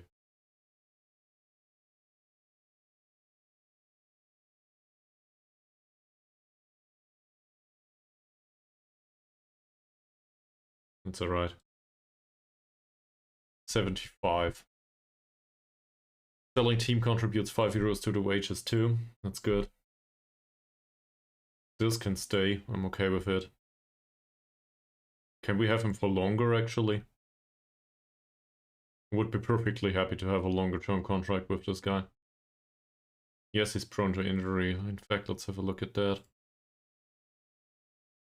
Doesn't really show, does it? He got lucky. With how much should we start? 50? Signing on fee, that's barely money. I doubt that this is meaningful. And I want to include a clause after a certain amount of league games, I think. In the final season without not getting relegated. So that way it triggers in the middle of the season and we avoid the Malaysian weird ruling. Well, just the way the season is made up. It's 25. He will probably keep his pace until he's... I don't know, it will probably not decline prior to 30, and even if it does, he will compensate in mentals. So, I don't think it's a bad idea to have him for an extended period of time, not at that amount of money.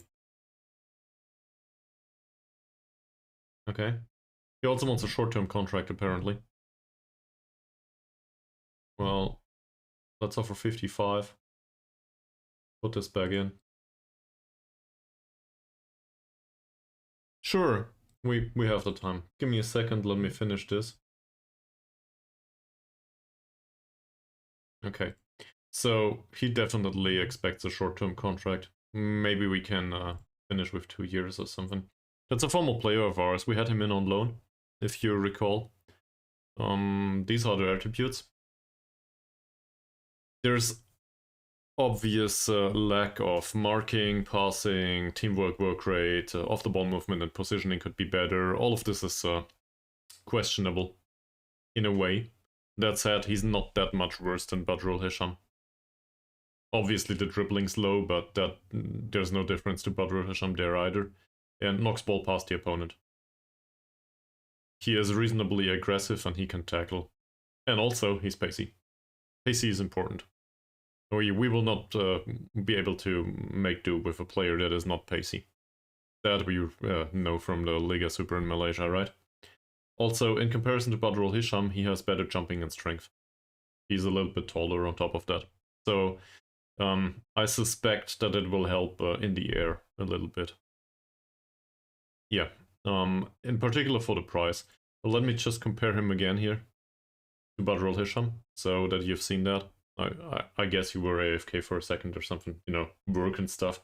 So it seems like he's not as well as a defender as Badrul Hisham, as good as a defender, as good as a defender. There's no verb in there. Anyway, so I think there's a difference here. But if we look at it in aggregate here, for the role that Badrul Hisham did for us, he's a little bit faster. It will not help much. Stamina's a little bit lower, doesn't matter much. Work rate is a little bit lower, but 2 points is not that much. He's 2 years younger. Ooh! Well, in that case, concentrate on that. Honestly. Like, I'm shooting my own leg right now, but, you know, forget about the stream. Concentrate on the interview. If you need to prepare something, I don't know. Please don't fuck it up for me. Honestly. Also, obviously, fingers crossed, and I don't want to make you nervous or something. No, I probably failed at that already. Nah, you'll get it done. And enjoy your lunch.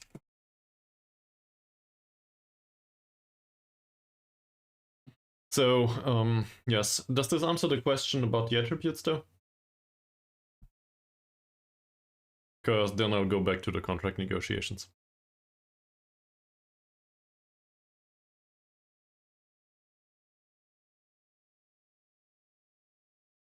Alright. Thanks for caring, man.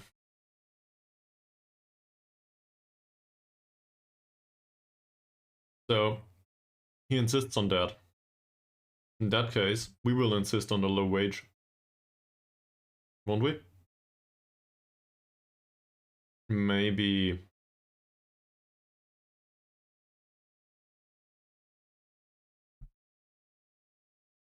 But honestly, does it matter? Not really. We can also offer him 60. Maybe slap in that extension again after 15 league games.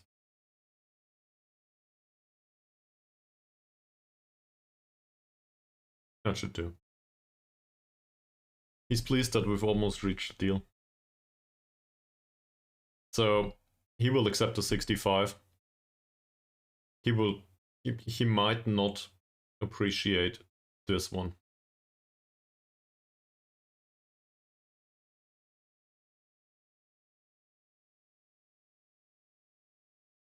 Let's gamble a little bit. I'm not sure if he will accept this.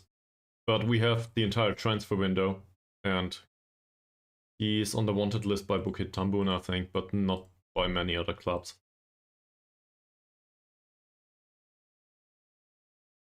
2 years plus a 1-year clause. That's not too bad for that amount of money. I gambled.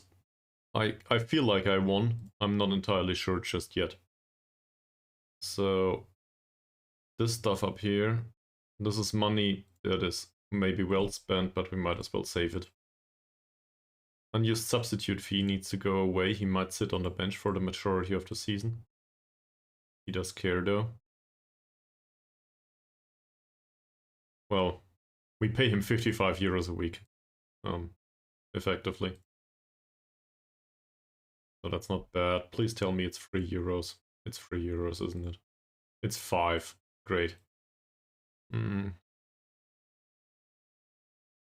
Clean sheet bonus. Obviously, I'd rather keep in last, but I just feel he might not care. He doesn't.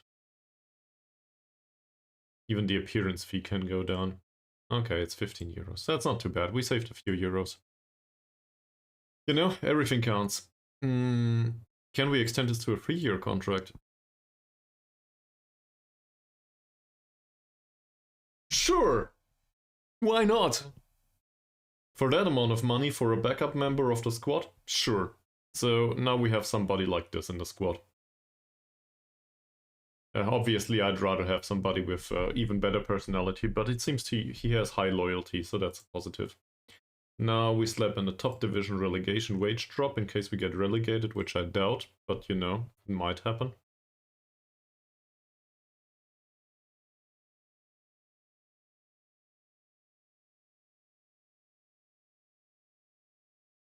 Does he care at all?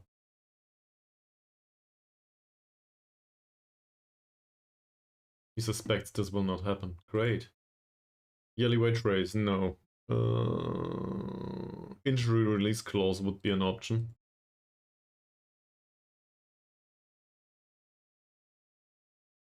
It allows the player's contract to be terminated for free should they pick up a serious injury. It allows. So we don't have to. Okay. That's to be expected. Not too bad. Let me have a look at the personality again. It says media friendly. So I do not know. Either he has a really low ambition or high loyalty or both. Combination of those most likely. So it results in a really low wage.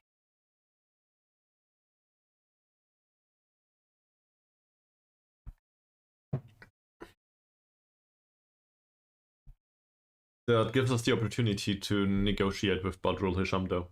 Because we have a backup if worst comes to it. Obviously one that is not fit for the league. But he'll do. And they sold him and even paid €5 of his wages. It's alright. Next up, I forgot about our feeder club. So, let's have a look. We always have to remember that Zakaria, which is one of our better signings, I might argue. You know, this guy. We always have to remember that Zakaria's start was with our siblings club at Sarawak, actually. So, we found him there. We should have a look.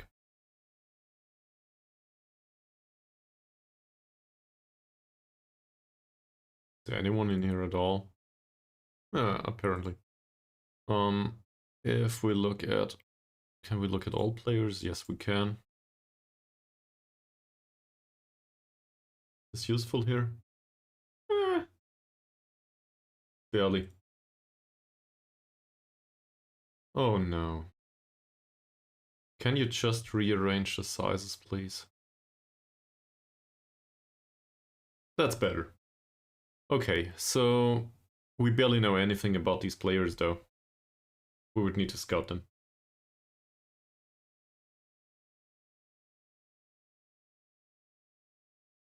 But there might be somebody in here that's useful. In particular, the younger ones. Then again, how should we know? Should we know? He is wanted by Kelantan. 17-year-old winger. Thanks for keeping the view. God damn it. I'll just offer a trial to all of these. They will probably agree to it, and then we can just throw them back at their current club. I don't think we will need anyone specifically, but there might be an opportunity, you know? You can never be sure prior to having a look. I can't keep the name of SSTMI in my head though. Then again,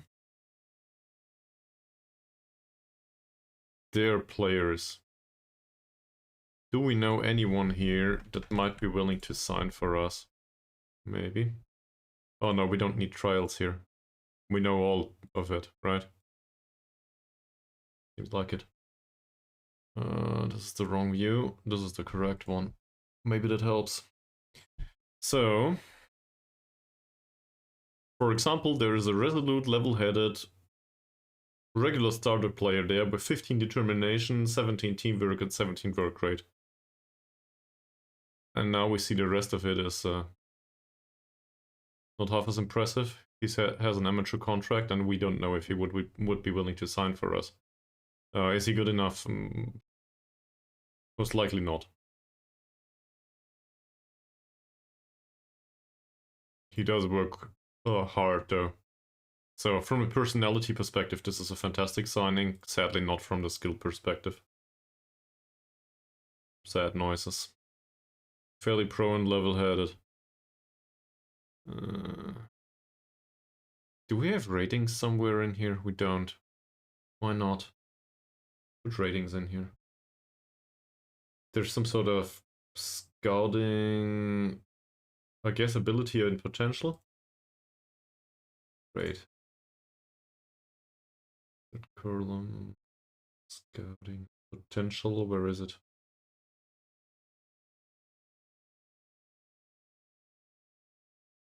It's unknown. Huh. That's better. Well.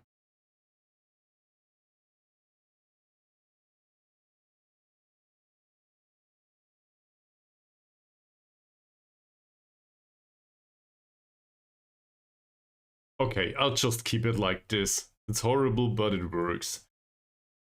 So, we know about Hardy.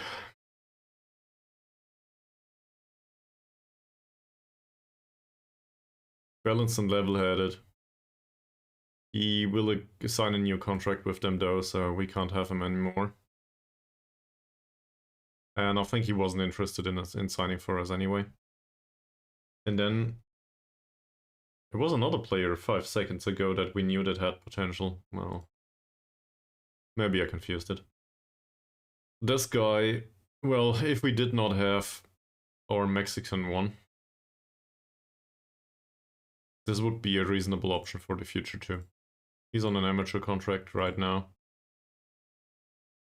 I think I'll offer a trial, he might decline.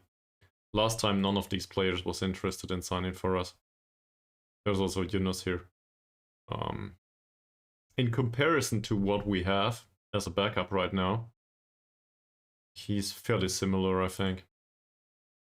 So it depends on the money. For the rest of them, I don't know, I don't think so. We can get a team report maybe. Can we scout them? Apparently we can't.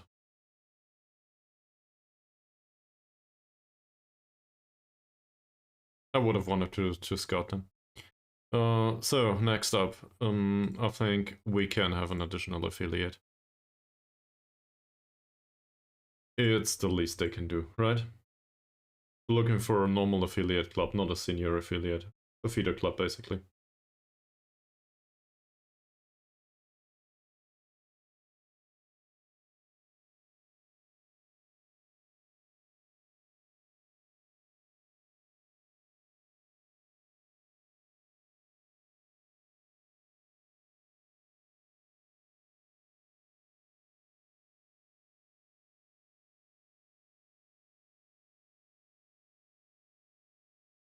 Great. They will arrange a meeting with me. If... Okay. And we can choose a club immediately.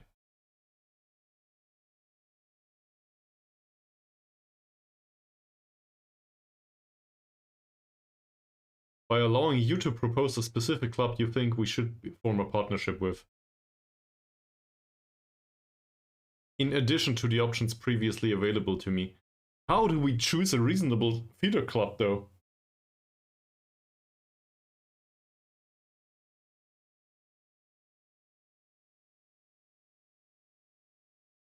We should recommend one?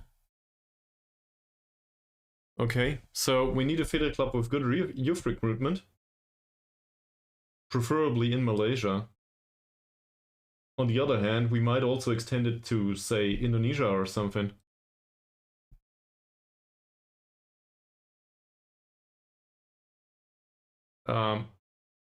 Well, I'm torn. On one hand, I would want to pick a low-grade club all throughout the world just to get scouting knowledge there.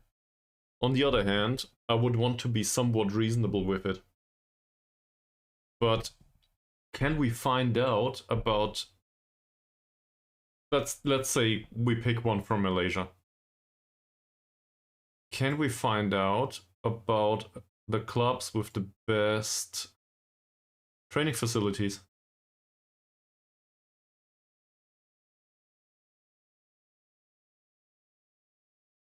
Is this visible somewhere?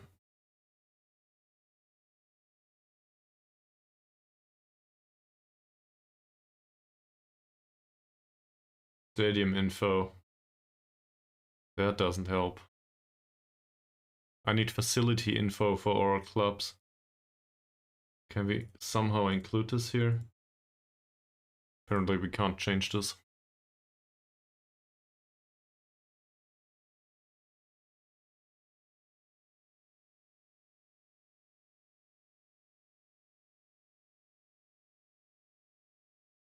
Anyone's got an idea? Honest question. How can we find out? I don't want to Google.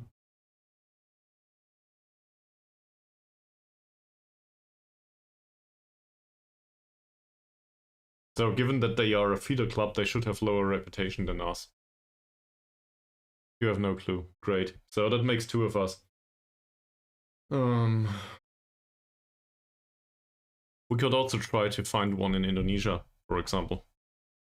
Well, or, so this is really annoying to you, but we can obviously do it.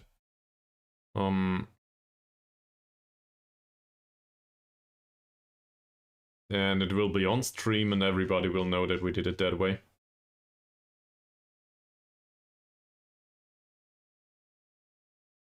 Facilities. Your facilities is poor. No quick flicks here, so I guess we continue it like this. Poor.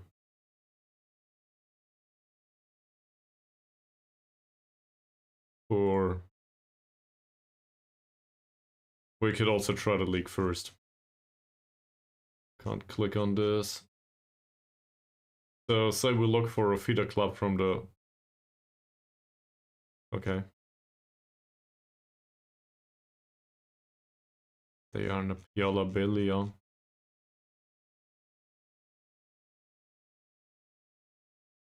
Interesting. I guess this does exist too. Cool. Is there anyone else? There's other university clubs.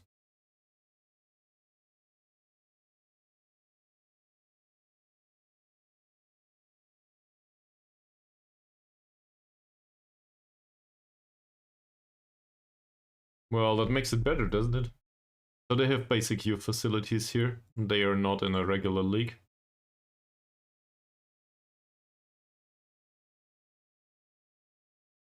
They have poor youth facilities.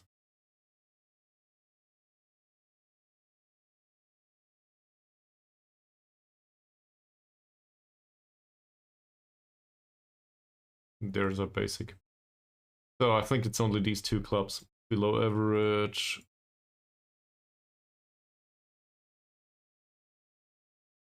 Johor DT have adequate youth facilities. They will probably not be our feeder club though.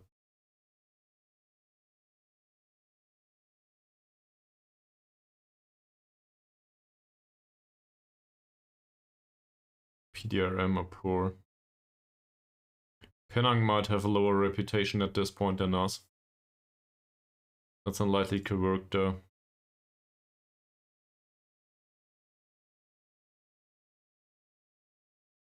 We might also just ask Kushing. That would be... at least that's close.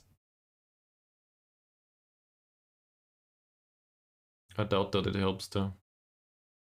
And preferably, I would love to give some to get some scouting knowledge that way.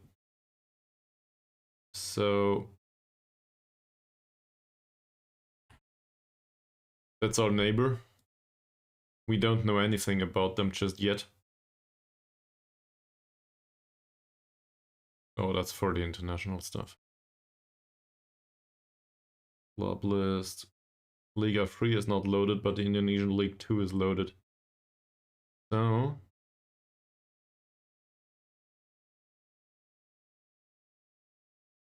from my perspective, can we just get a list of all clubs in here?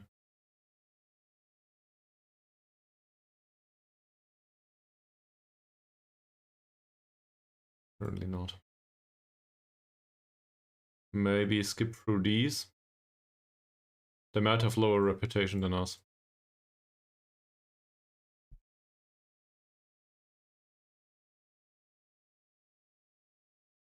Okay, that are all of them.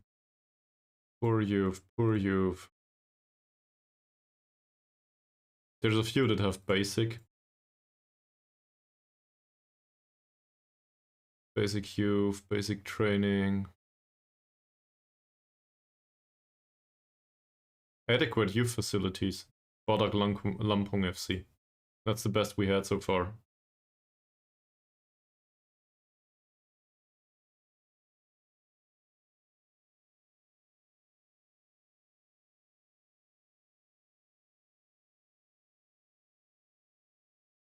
The board will probably laugh their backside off. Yeah, that's the only one. So, I'll recommend them. Badak Lampung FC. No idea about them. There seem to be players here. They are Indonesian. So that counts as Asian player for sure.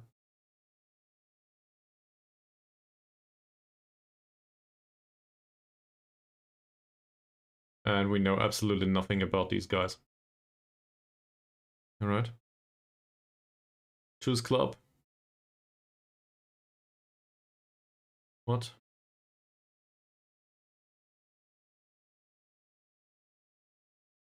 That's all the choices we have. Let me add one.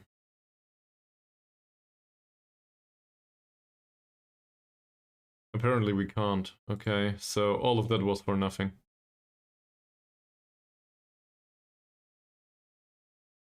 Academy. I see.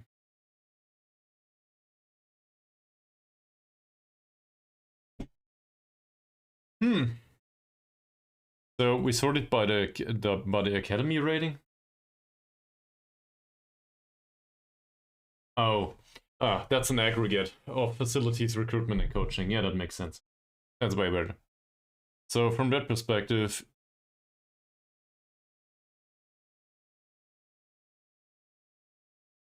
these would be better.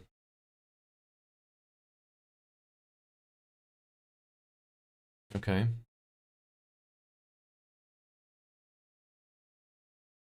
We know nothing about these players just yet. So it might be an option. There was a 16-year-old right up there though. In the senior squad, under 21s is fairly small, I'm not sure. Never heard of this club. They are in the Liga M3 though. Police on the other hand, I know that.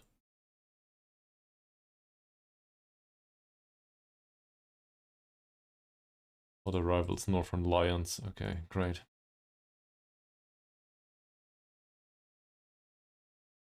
But alright, fine.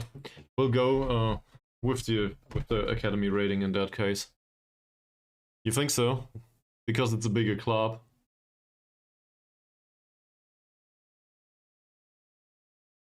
Police are 8. These are 13. Are they newly promoted? Yes. They were promoted last season, I guess.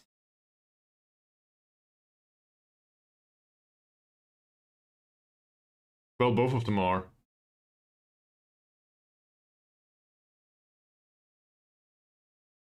But Perlis have been in there for a while. Squad personality is also fairly professional. The other ones, squad personality is fairly loyal. So given that professionalism is more important to us, I think choosing Perlis might be a good idea. We also know the club already. How do I use this? Choose as affiliate club. True. Thanks for saving me. So let's pick Pearlers. There's also the option to use immigration, but you know, they're not in the league anymore. So we'll use it like this. Okay. I have selected Pearlers. Do I need to press choose club now? Apparently not. Oh, confirm maybe. Okay. Maybe they'll accept it. Bunch of trials have been rejected. What was that? Oh, an intermediary suggestion. For a fullback on the left. How much money, sir? Would want a wage between 775 and 1k per week. Yeah. Thank you very much, no.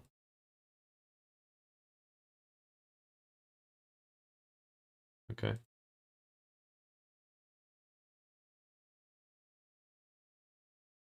Müller unveiled as new Philippines man.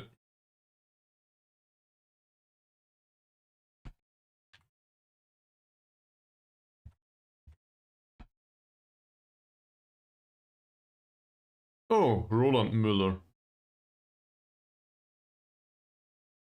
And apparently he's Filipino. I said nothing. I was like, Thomas Müller might have retired, and now he manages the Philippines? You gotta be kidding me.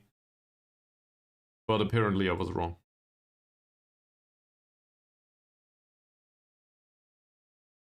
They are happy with their current senior affiliate. Okay.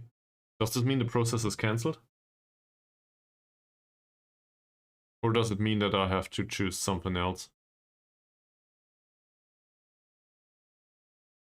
Television, board. It's been completed.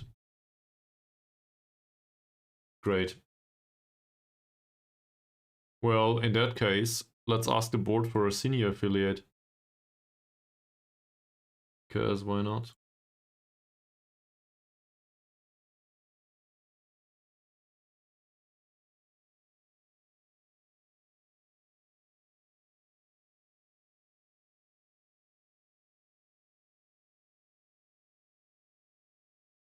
Okay. They're looking for a senior affiliate. That's new. Maybe they can find one. Hopefully it's not Johor DT. And hopefully they will find one that is a foreign club. That brings some scouting knowledge. That would be perfect. Just imagine all of the scouting knowledge that we can get from that. In theory, at least.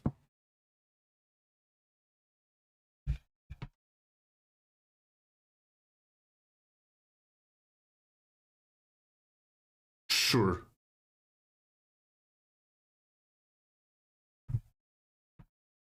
Also, no news on the staff side just yet.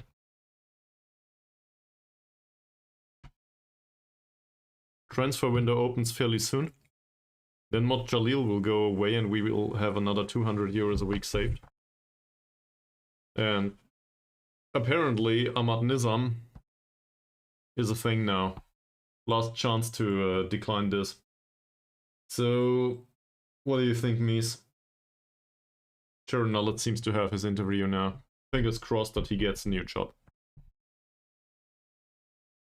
Well, fingers crossed he gets the best job for him. Let's put it that way.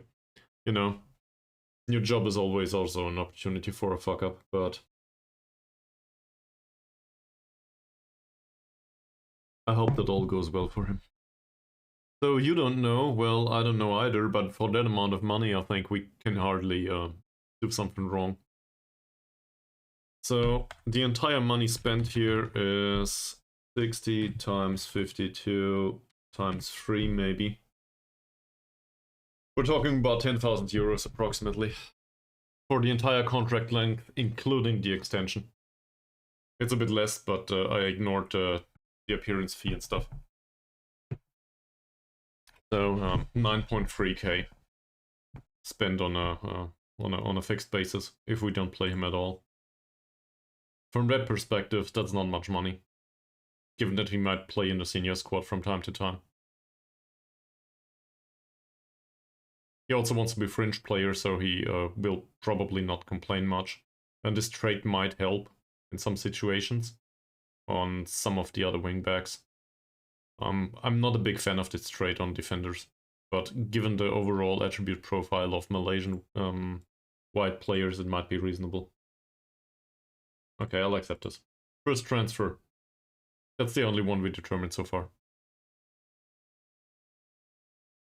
Safri. He's fairly pro. He's a left back. He's not good enough. Thank you very much. No offers for 5 players. Okay. Speaking of 5 players. Is Van Pika willing to leave on a permanent basis?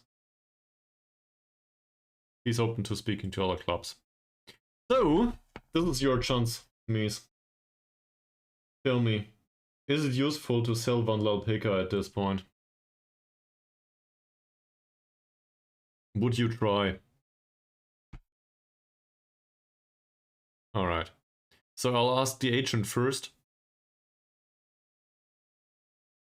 Okay.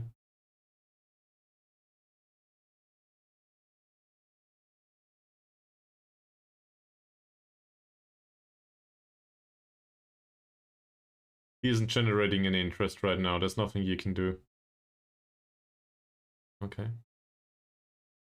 He doesn't know any clubs. Well, that's still better than nothing. Now we will offer him via transfer room. Not specify any clauses. I will not transfer list him. I think that's too much. But I'll offer him via transfer room. RC, what do you think here? He's 25 right now. He did have a 6.92 rating in the last season. 4 goals, 2 assists. I must say the assist side is rather disappointing in a way. On the other hand, we don't have a replacement for him. And just the color-coding of the attributes probably says we can keep him, right? He also earns 100 euros a week. So considering that, he made 18 appearances, I think he can stay. That's okay. Christopher, very similar argument. He's really cheap for now. 23 appearances. Yes, the performance could have been better. Yes, he's 26 years old. I don't think he necessarily needs to leave though. Not for that amount of money. Amat. Amat made 23 appearances, most of them from the bench. Scored 2 goals, had 1 assist. Funnily enough, he has a 6.86 rating. I wouldn't have known. Didn't develop much though, but we didn't play him much either. What do I do with this? He has agility but no balance. He's not pacey. He might become a wide player at some point. I never really thought about the pace. Theoretically he could, but he can't cross. He can't take a long shot. He has no finishing whatsoever. Would we be willing to part with him? In general, I like him. I like the personality too. I like that he's not a negative influence on the remainder of the squad. Problem is, he will probably not do on the pitch. And if we can make him into money, it might be useful. Given the guide value, whatever that is here. So, we can ask the agent at least.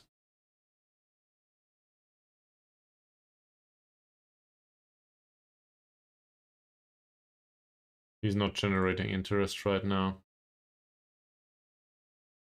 Same here, we'll try.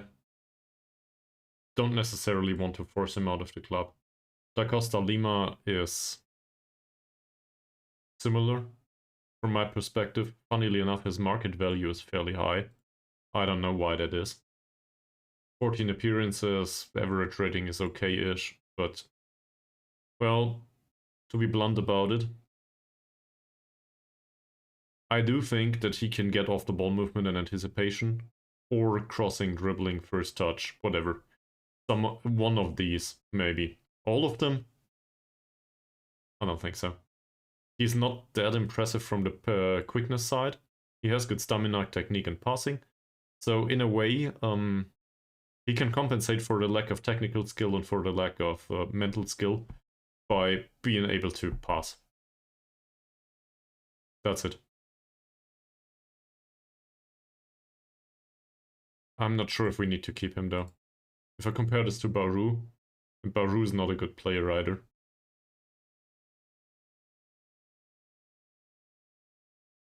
I have doubts, in a way. He has better vision, funnily enough. Is that just a flare? That's a teamwork. Maybe. Winger on attack. So Baru is better.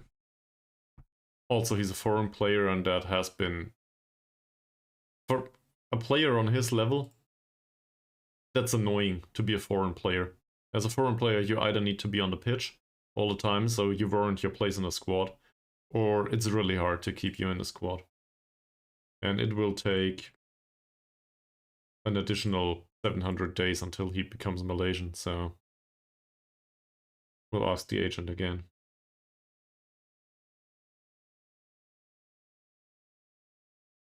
He isn't keen on having his name circulated in this fashion, so he can't help.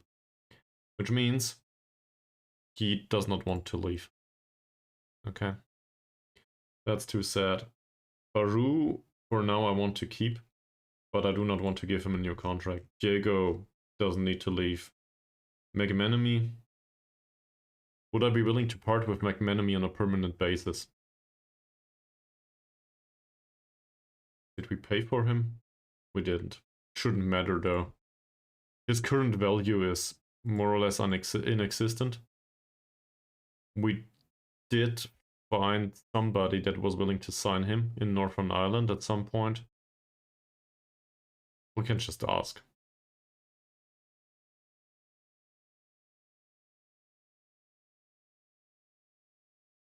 No interest for him. He's open to speaking to other clubs. Alright, let's have a talk.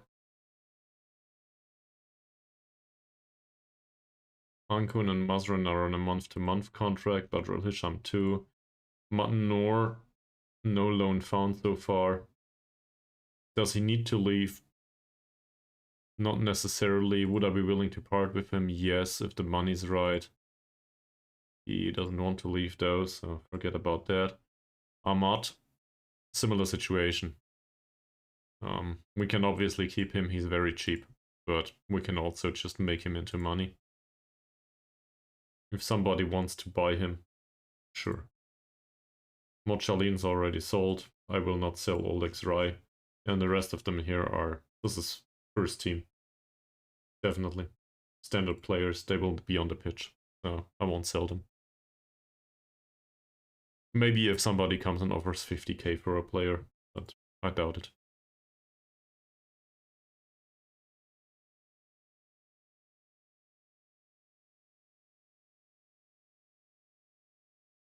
Sarawak United's 18-year-old central defender, Dodd, has left his agent.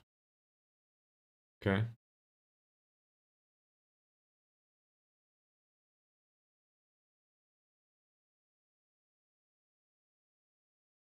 So, he's without an agent now. He's without an agent now. He's listed for loan already. Wanted to get rid of him anyway. We should offer the job of an assistant manager to this person. I don't think so.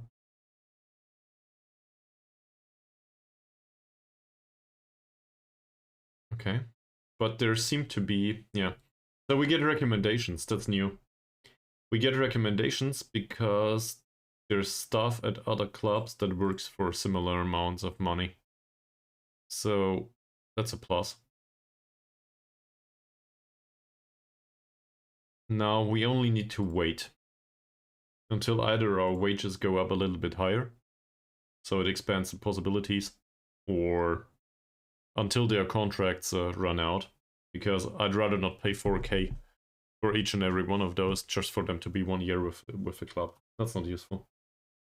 And well, in particular in the coaching department, we know how to coach our players ourselves these days. So we're somewhat okay.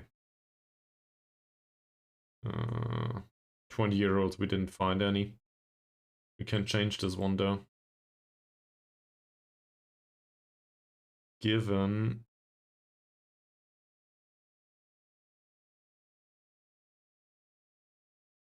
we can remove this.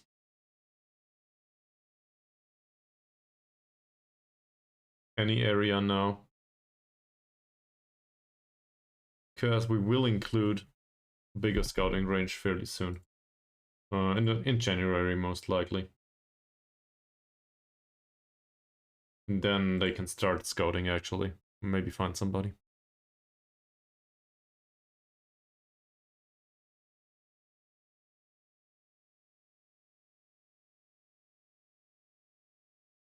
Just another way to say we need more money, by the way. This is the Mies message. Sarawak United have managed to increase their stature significantly in the last year. Significantly. You hear that? So now we are... That's the wrong one.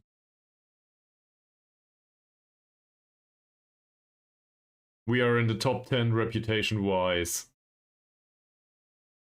2, 4, 6, 9. Well, we are... Yeah, number 9, right? That's not too bad. Kelantan are next.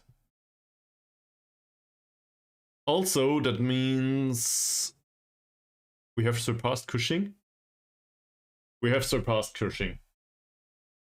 We are number 1 club in Cushing now. Wow. Not bad.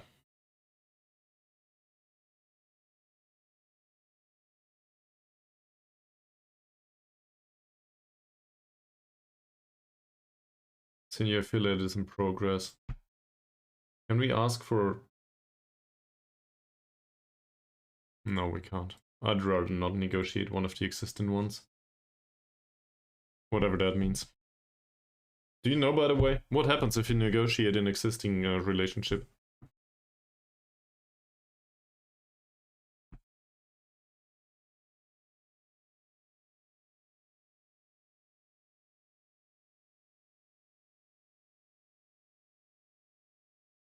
We are the biggest overachievers, unsurprisingly.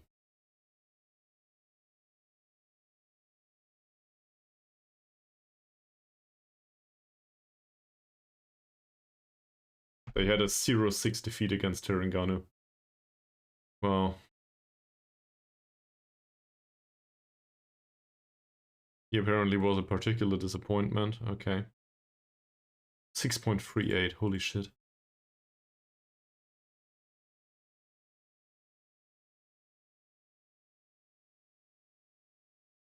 Liga Super signings of the season. Well, one of these is ours, Mazir. Signing of the season was this guy with an absolutely unspeakable name, at least from my perspective. 7.12, that's not bad. Good passing, good first touch, strength is decent, interesting. He's a striker, we don't need a striker. He's a goalkeeper. That's not bad, but well, wow. Conceded 42 goals, never mind.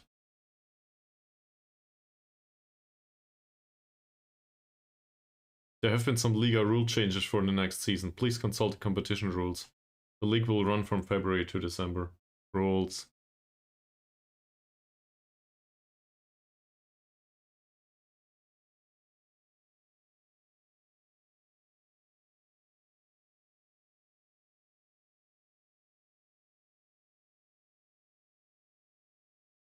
Next season apparently will not have the AFC Champions League playoff spot. Squad registration. There's a maximum of 9 foreign players registered. Okay. Yeah, and apparently the stuff with the not including Southeast Asian players and so on will go away. Great! So that means nothing, more or less. Well, it expands our capabilities to sign foreign players, doesn't it? That's good.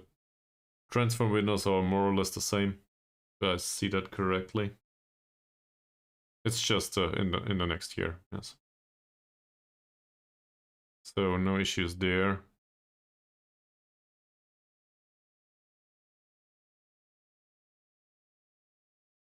25th of December. That's what we knew already. Yeah, so no issues.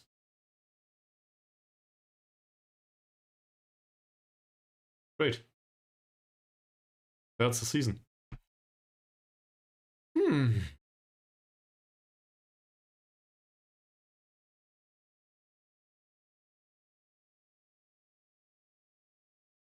What is this? Yala Sultan Hai Ahmad Shah.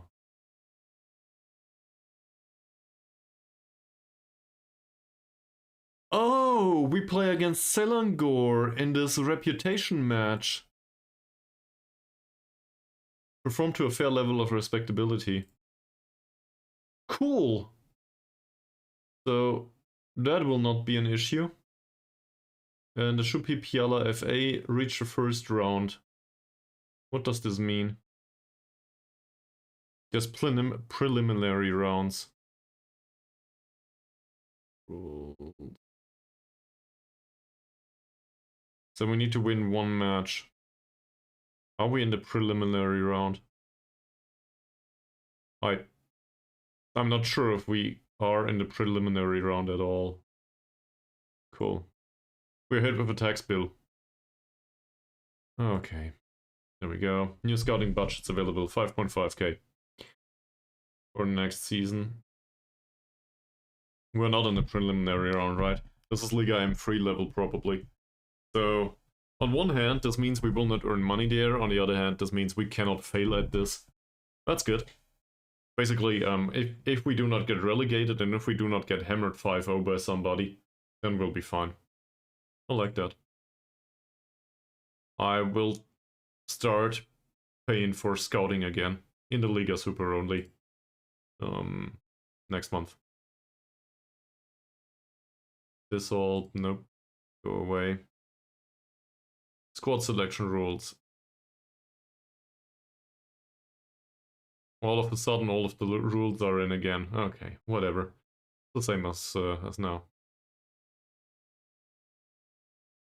Current squad size is 35. I want to reduce the size of the youth department too. I just don't know how to do it. Probably we will need to wait until all the contracts run out. Yeah, no, well, in particular, until the transfer window is open. We definitely will not find anyone as long as transfer window is closed. Youth players have been promoted to the under-21s. Okay. Well, whatever. Haikal Johari left the agent that hates me. This news? I'm not sure about it. Does he want to leave? Maybe, maybe not. We receive 72k in transit TV rights. This is new. Income, TV revenue. Apparently last season was 69. So I guess it's minor loss. This is interesting, but not really. Fixture list has been released. We will start with the match against Selangor.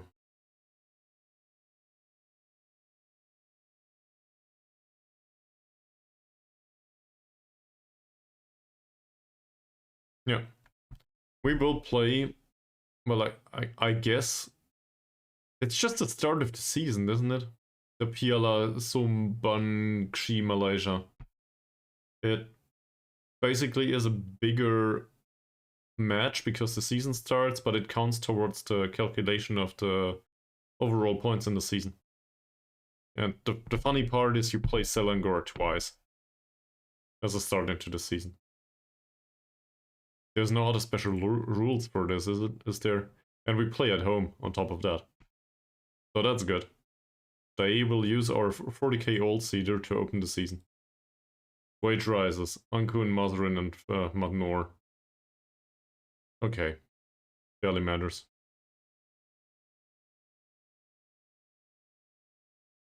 Five days left until the wage budget gets corrected a little bit.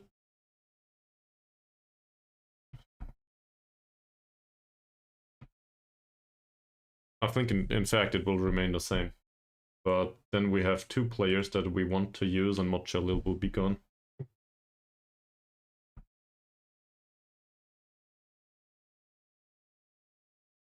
I don't consider this bad business, but it's not impressive just yet.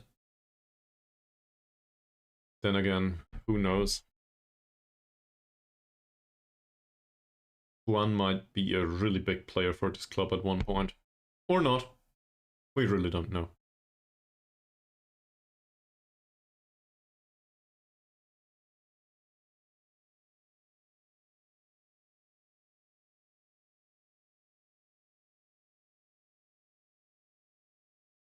Do you by any chance know of a physio?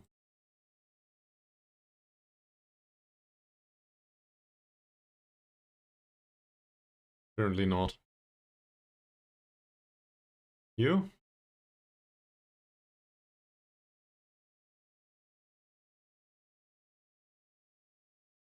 Oh! He knows somebody.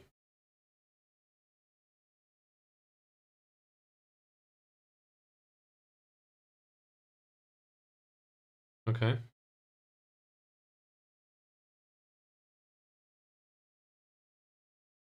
So now he's on the staff shortlist. One. Head physio of PDRM. Okay, that's not news. Is it? But physiotherapy 8, that's not too bad. You know what? Let's try this. We need a physio after all. Says 130 here. 6k in compensation though. Let's start with 90.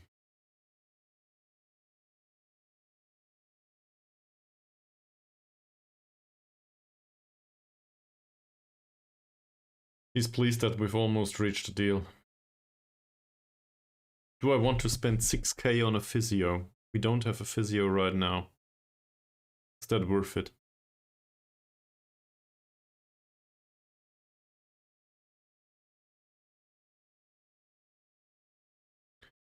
Well,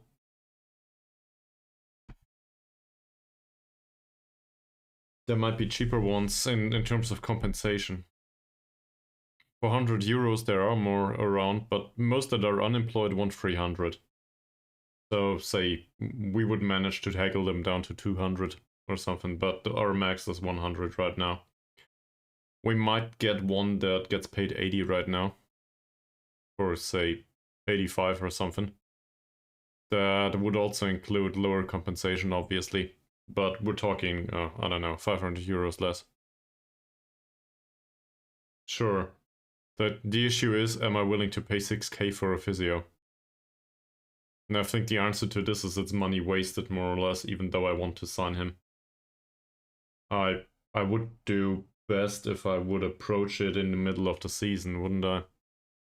So then we can still have the positive effect for half of a season from this, but also only pay 2.5 or 3k. So I'll walk away from this because I can't spend the money right now. Who is that? Oh. Oh. So this is basically Choo Choo, but with scouting knowledge in different. Krasniki played in the Baller League?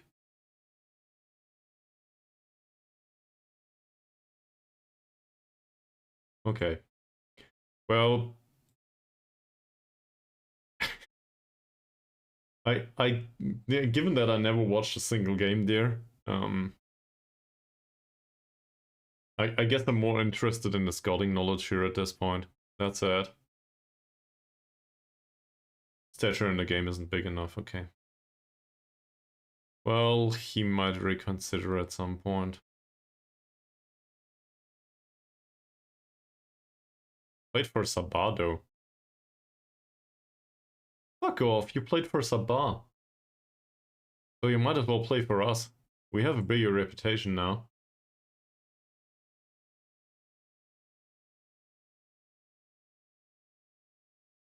It would be great to have somebody like this in the club.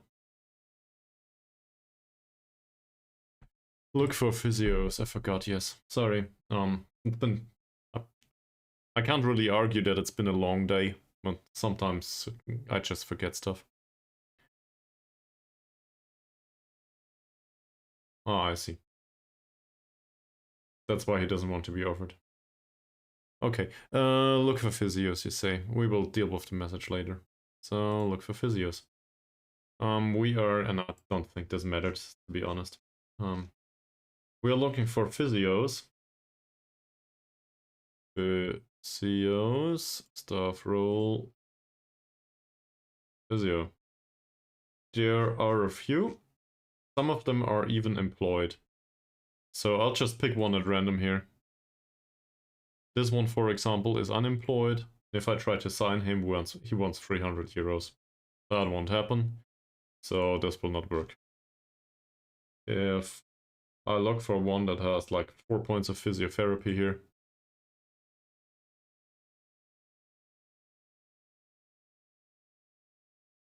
Oh, okay.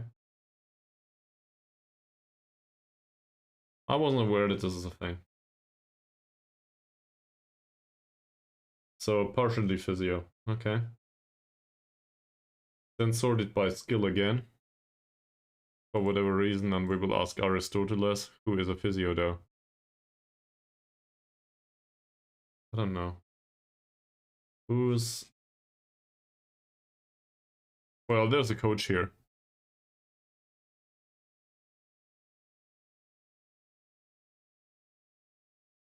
The not available wage are amateurs. I think they have similar requirements as these.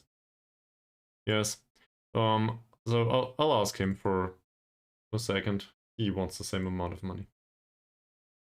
The not available sections here, this is... So at least they do not get compensation. Kelantan, for example. He wants to be under 19's physio for 110. If I increase this to regular physio, it might go badly. That said, let's have a look at the others. He has a 7. I know. So I was looking if one of the others has better physiotherapy skill before I agree to a contract. So let's say I put this to physio and put it to 100.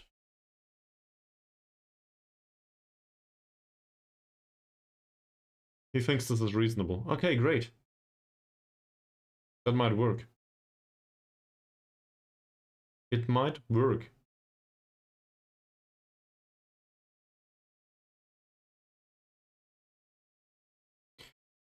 Mies, you're a genius. Do we want to keep him for longer? Does it matter?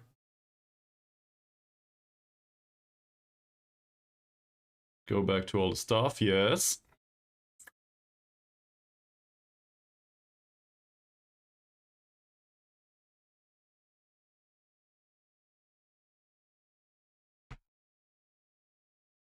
The top right. Include those that are interested in working for the reserves on the youth team. Oh.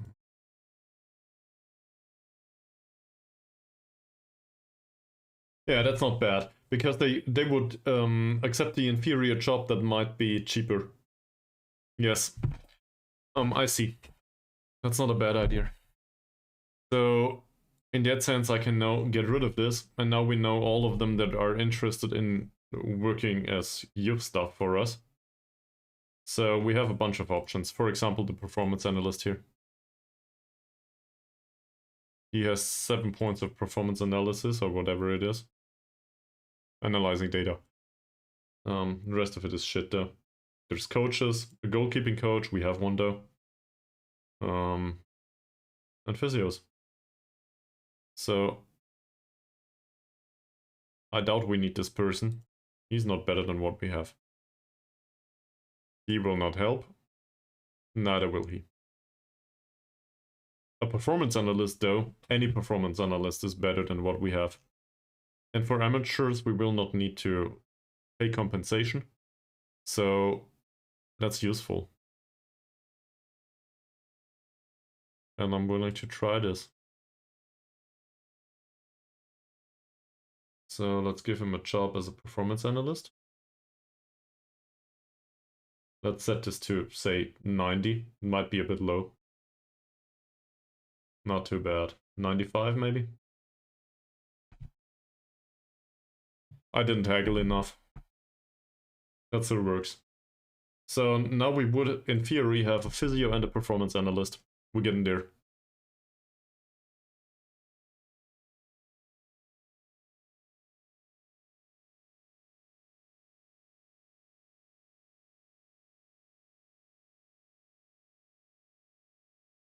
Problem is, skill-wise, they are bad. But in comparison to having none, that's still better. So that helps us a lot. You helped a lot. Thank you very much. That's great.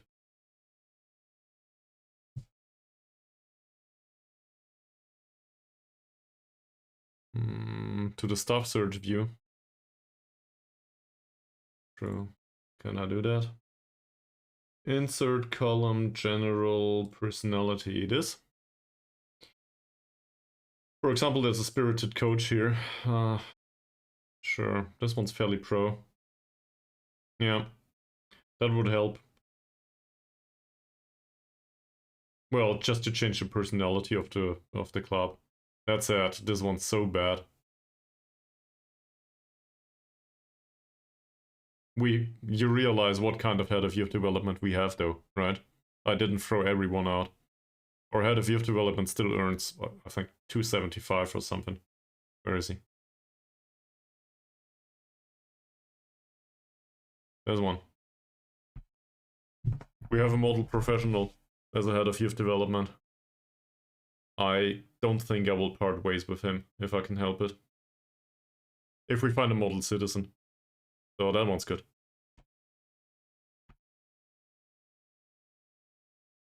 He's also bound by contract till 2028 for some reason. And give it a double dipping, we will. I can send him on a coaching course, can't I? In fact, can I do one myself?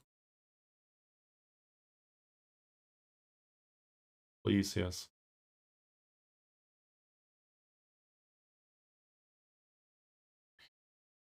So, doing the coaching course myself might help.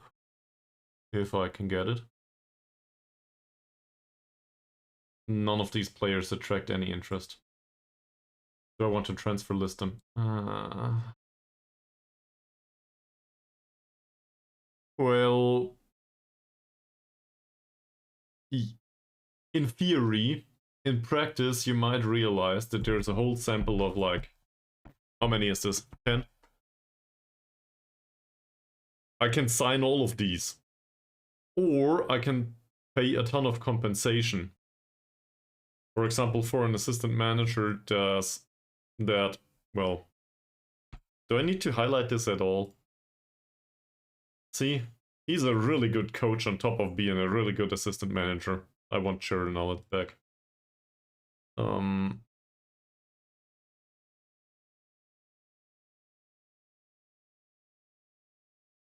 Oh. Well, let's just try this. Another physio. Never mind. It was a good idea, but I don't think this is how it works. Yeah.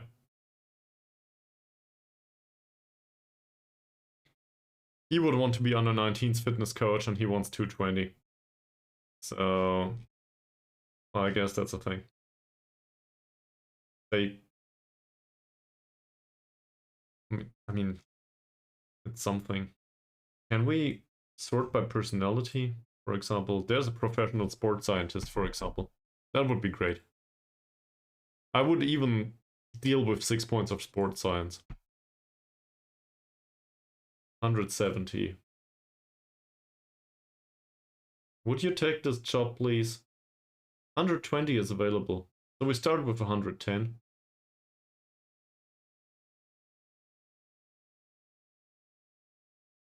Yeah, I think it's early in the negotiations too, and we cannot afford this. He's a leprechaun. How's it called? You know, the ones with the clovers, the Irish ones. It's just masked in here. Lechumanan Shashi Kumar. I would very much like to sign him. We will even add this. Can't afford it. He will not go there. Well, this goalkeeping coach is trash. I don't think I will do that. Son of balanced guys. These two are fantastic. Not. The ambitious ones are probably way too expensive, so I'd rather not. Mercenaries, lighthearted would be decent. There's a sport scientist here. He has no idea what he's doing.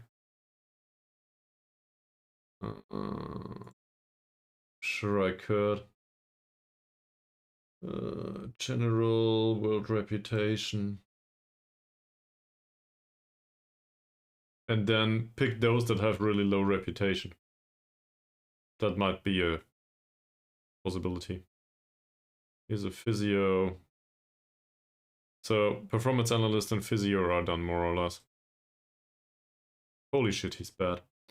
Yeah,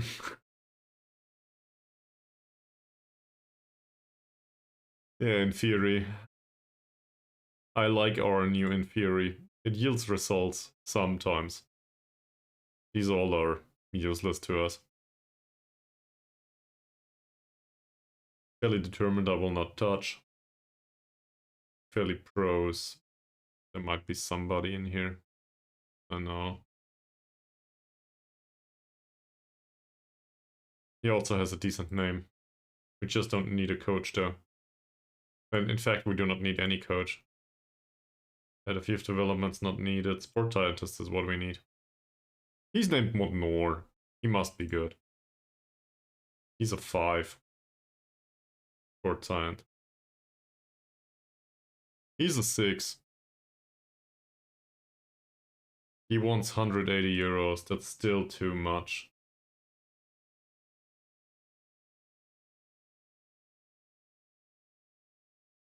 Cool.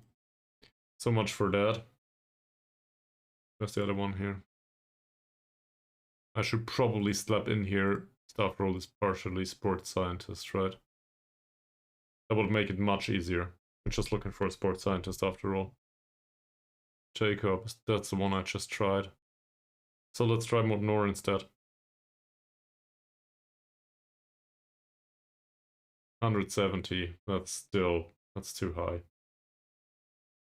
I don't think he'll accept this. I'll start with 120 immediately, but I'm really great at negotiating. Thank you very much. He's fairly loyal. He's a 6. Ooh, that's not lower. I was hoping for lower wages.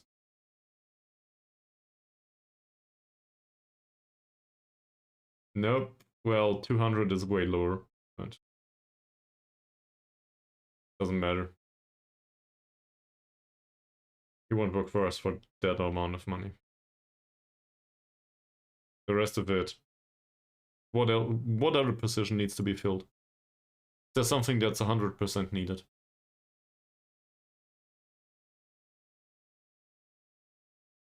Scout? Any scout?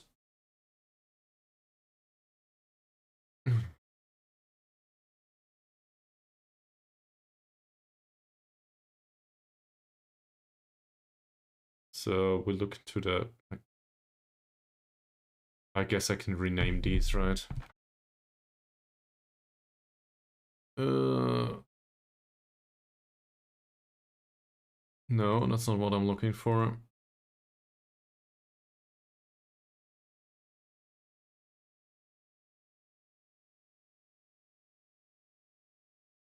Right. So I guess we skip over to the next one. We're looking not for medical, we're looking for mental attributes. What did we add? World reputation as well as third column. Current wage maybe? On the contract.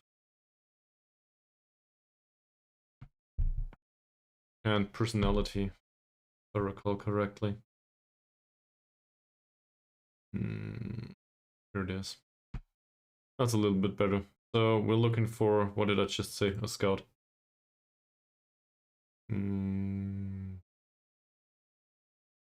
That's probably in here.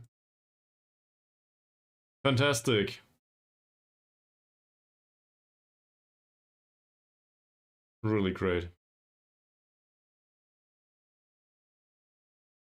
So nobody wants to do our scouting. I should have kept Chucha. But not really. We can also try to increase the wage of the scouts.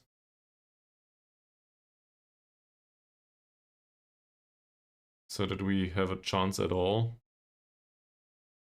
Dear board.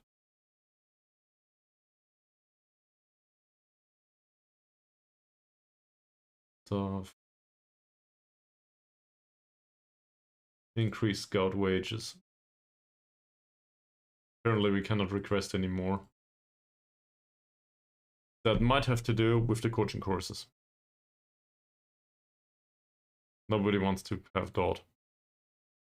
Coaching course has been rejected. Well,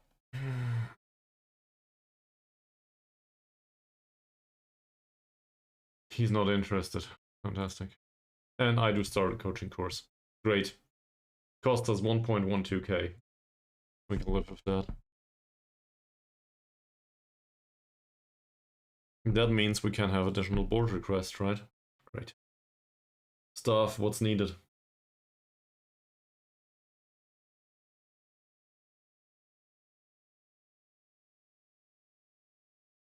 I actually don't think we need better coaching right now. Well, we could use it. And what would be the primary concern here? What would we change? We have a fitness coach, so that's not an issue. So we'd need a regular coach that has really good attributes in one way or another. I guess we can try to search for one. Let me get back into this menu again. Yeah, there's also... Nobody's helping so far. So workload might be horrible from time to time. Okay. So I guess we ask for better wages for the coaches after all. So I've increased coach wages. We do have money now. So might be an option. We can also just ignore the fact that we do not have enough coaches and increase training facilities. Because I will be around the club after all. Juan... Yeah, he completes his trial because the transfer window opens. We will have a physio. A physio? Of course. Insert party memes here. Great. That's fantastic. We have bigger wages for the scouting department now. And the coaching wages increased too. Thanks, man. Thanks for reminding me. Cheers.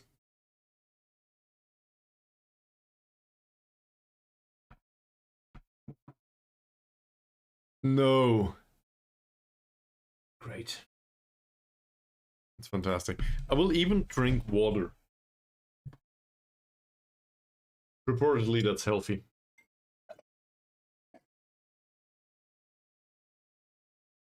Well, this looks weird.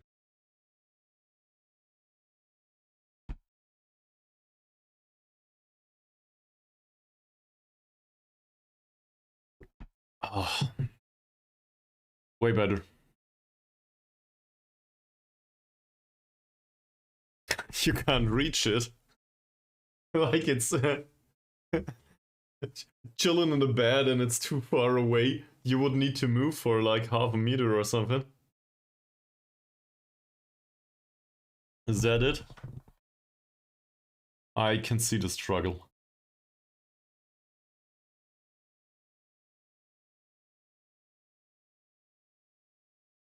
The fridge?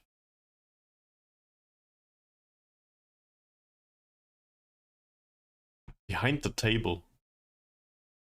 Well, the only occasion when I put the water behind the table was back when I tossed a glass of water all the way over the table. And it went all the way straight into the multi-plug or whatever it's called. So, I had a really bad experience that day. Funnily enough, all of it survived. Thanks for German electricity systems. I don't think I want any of these assistant managers, to be honest. I'll continue this until a reasonable signing shows up. Transfer windows opened.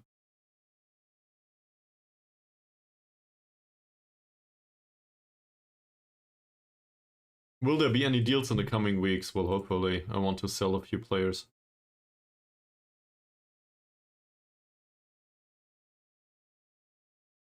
I'm open for business. I always am.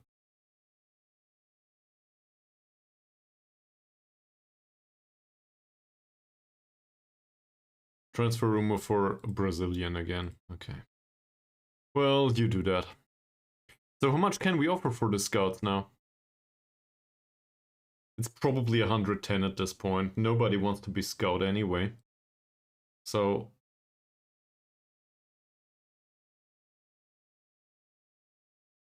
How do you know that? No. Can offer 120 for the coaches. Scouts get 100. 100 they get. Fantastic. That's with the increase, I might add.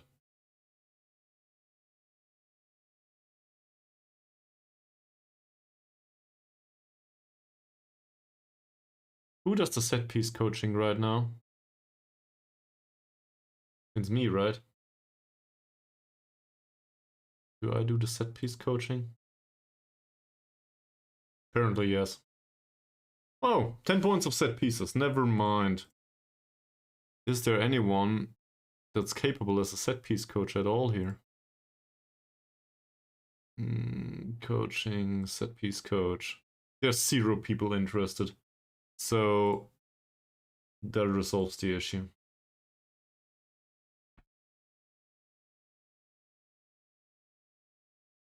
Transfers.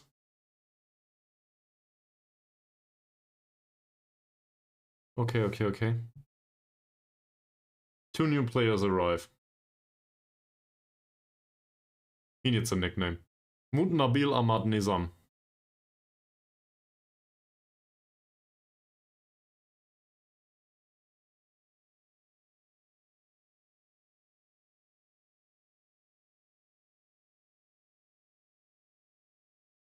I really missed that menu. Now we only need a sports scientist. But don't we have one arranged here? Oh no, there's a performance analyst. We need a sports scientist. Well, that seems like a good one. So, I have a question.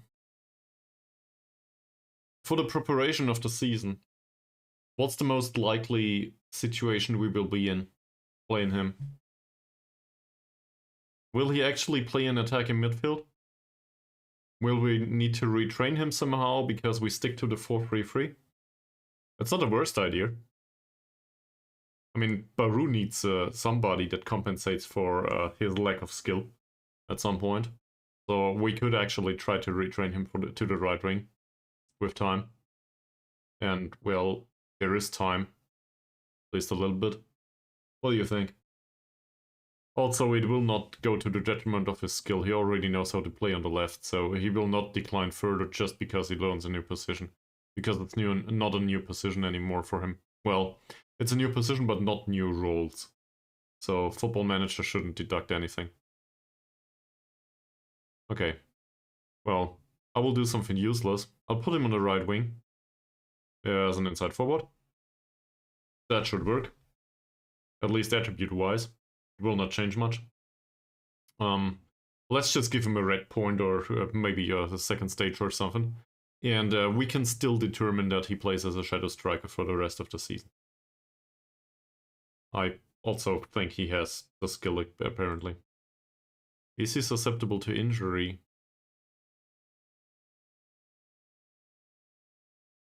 My prayers have been heard. Apparently God is Mexican, though. Well, not that it matters much. He could use some quickness, so we'll put him on that. Kalantan have signed Mod Jalil. Fans are not sure why he's been sold, I don't care. Kuala Lumpur have made an approach for this guy. Ah, that's why we don't have him. He tries to play way out of trouble. Well, to be fair, he might be able to pull that off. Physicals are also...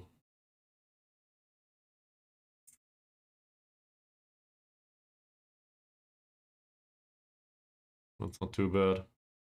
What do you think? The star rating might be a little bit misleading. Let's compare this to Ankun. Also, by the way, forgot about it. It doesn't seem like he wants to sign for us. We could try to offer a contract to him, given that he's already been offered a contract by Kuala Lumpur, and see how much he wants. Yeah, that's what I'm gonna do. He wants to be an important player, okay. He's barely interested at all, sure. 325. I'd rather not.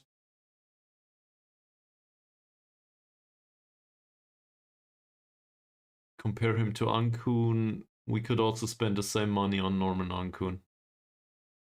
More or less. Okay. He's better. Gotta give him that. He's definitely better. Problem is on the physical side. Well, Ankun is just even worse on the physical side. I don't know. What would I use him for, though? We don't play with central midfielders anymore.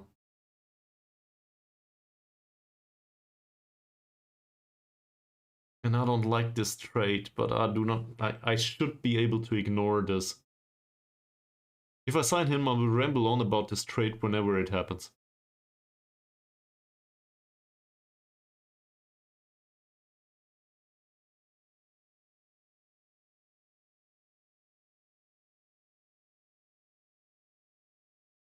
He also doesn't really fit the personality of the squad. He is a good player though overall. But he's not cheap.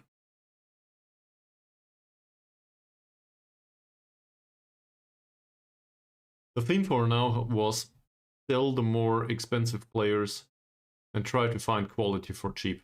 He's not cheap. Is he enough quality to warrant, what was it? 325, so say maybe 275, maybe 250. Is he good enough for that? Might also have a bad personality. I'm conflicted on the issue. From a Pahang player. did do fairly well there. We do not necessarily need to get rid of Ankun, but could be an option. He's better than Ankun.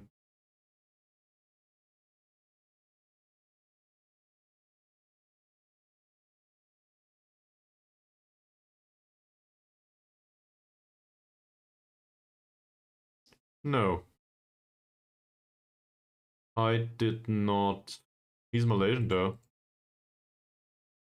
So he's been trained at Man City. But does this make him a better choice or does this alienate him? In my eyes.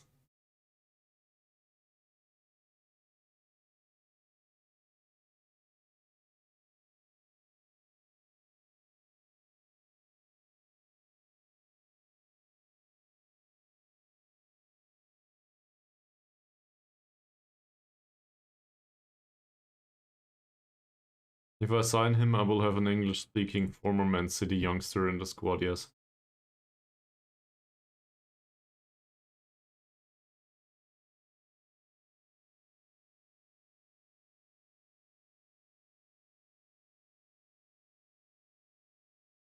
Well, to be fair, he was born here probably, wasn't he?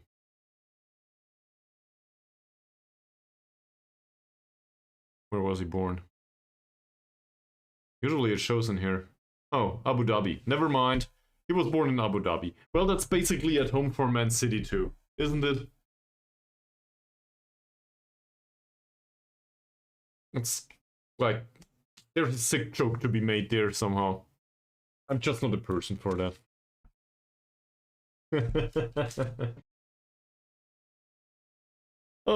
He could also double as a left back. Even though he's slow. But with that skill set overall, he's very dangerous, even from left back position. You see a draw in the Champions League, or even a win.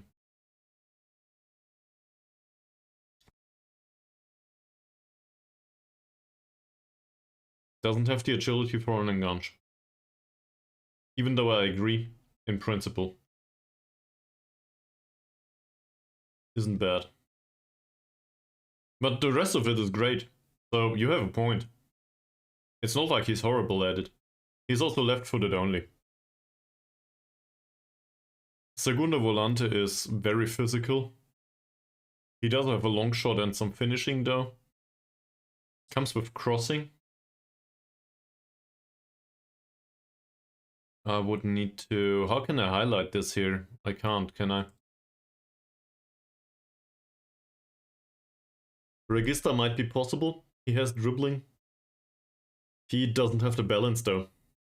So playmaker's roles, funnily enough, seem to be a bit of an issue due to the lack of agility and balance. Segundo Volante also needs other physical capabilities. That's not to say it's impossible. And he has, well, I guess for Malaysia, he has an acceptable amount of physicality. It's not really shitty. Most players here have issues with that. So he's just similar from that perspective.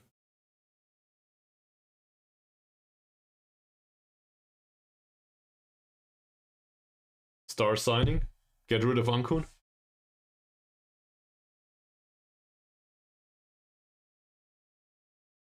Might even double down as a captain.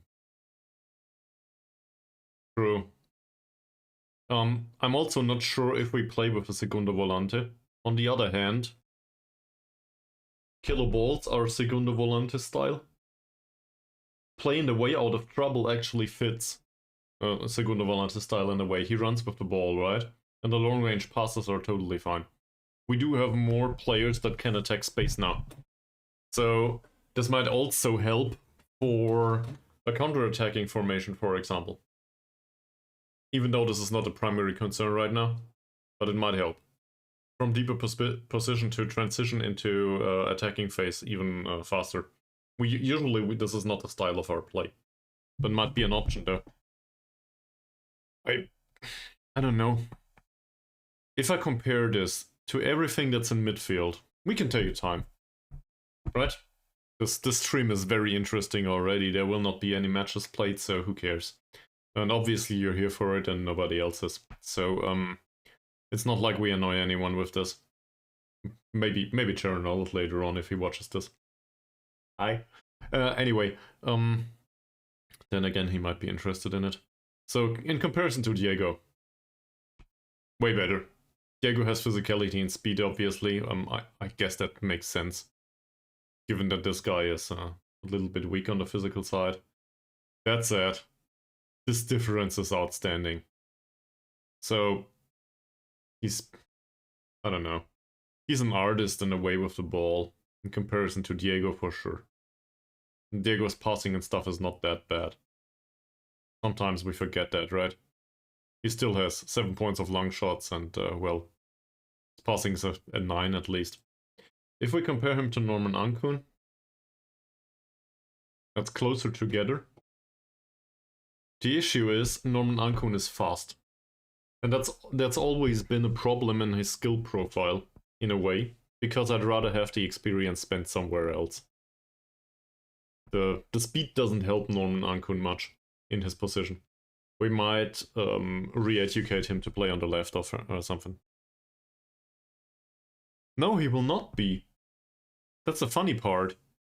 Oh, Norman Ankun or Aslan? So Aslan wants 325. Norman Ankun right now earns 275 plus outlandish bonuses. He wants 325. So the assumption is that we can negotiate him down to Norman Ankun's current wage. We already have the menu open, so it doesn't matter. I didn't do anything right now. The bonuses are way lower. That's a wage budget cost of 375, and I didn't even negotiate yet.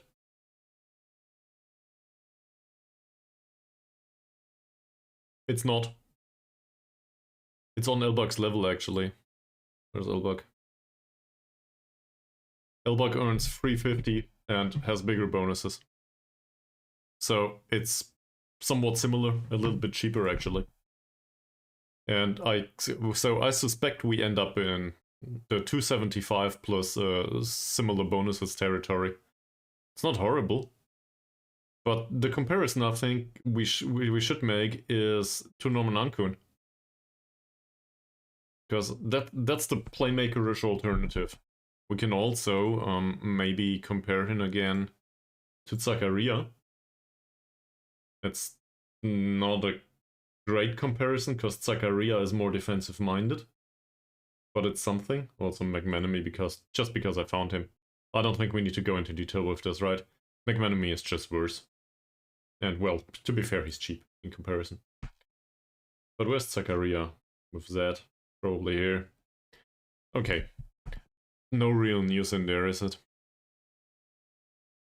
Zakaria is the better defender, has better physicality. Can also look at the attributes. What kind of role would we compare them though?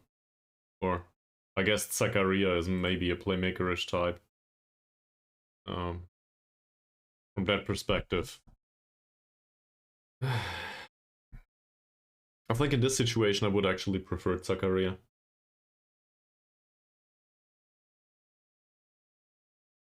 As a playmaker. Just, well, as a DLP. Just because Zakaria has the balance.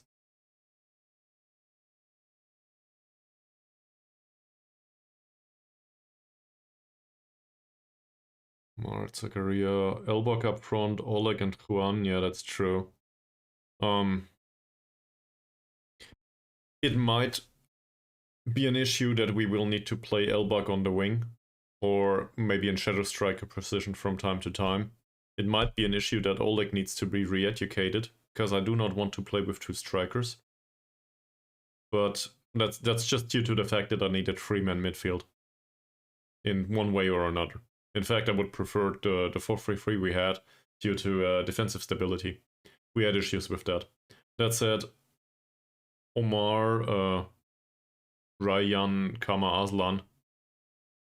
So, whatever. We need to find a nickname for him. Just like with Zakaria.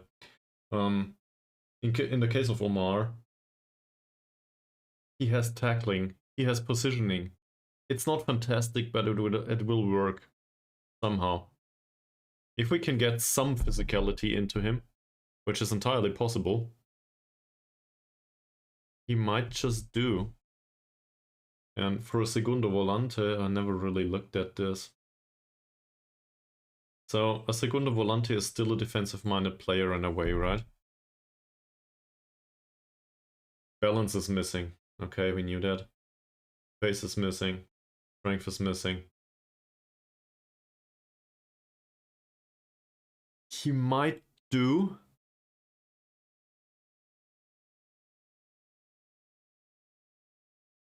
It's not the best idea, but it's not horrible. That's definitely a very different playing style. And then Zakaria can go all the way back to ball-winning midfielder or defensive midfielder. Just retain possession. Then again, Zakaria is also a very good deep-lying playmaker on defend. So, what's a role for Aslan, say in defensive midfield, that will use his reasonable passing and so on, but doesn't necessarily relinquish the defensive capability, well, the defensive duties, I might add. That would be a second playmaker-ish type, right? And is there something in defensive midfield that fits that description?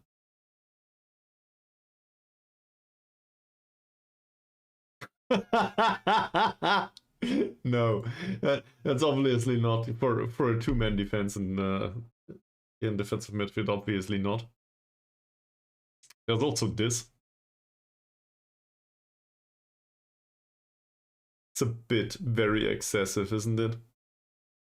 But theoretically, Zakaria could also do ball-winning midfielder-ish or something, and we could use Aslan as a roaming playmaker. It certainly fits his traits. Physicality, though, is an issue. He barely has the stamina to pull it off. He can dribble. No, I think Zakaria on a defensive, more defensive role, and Aslan maybe on a creative role. That's not to say Zakaria cannot play a creative ball from time to time. It certainly is threatening.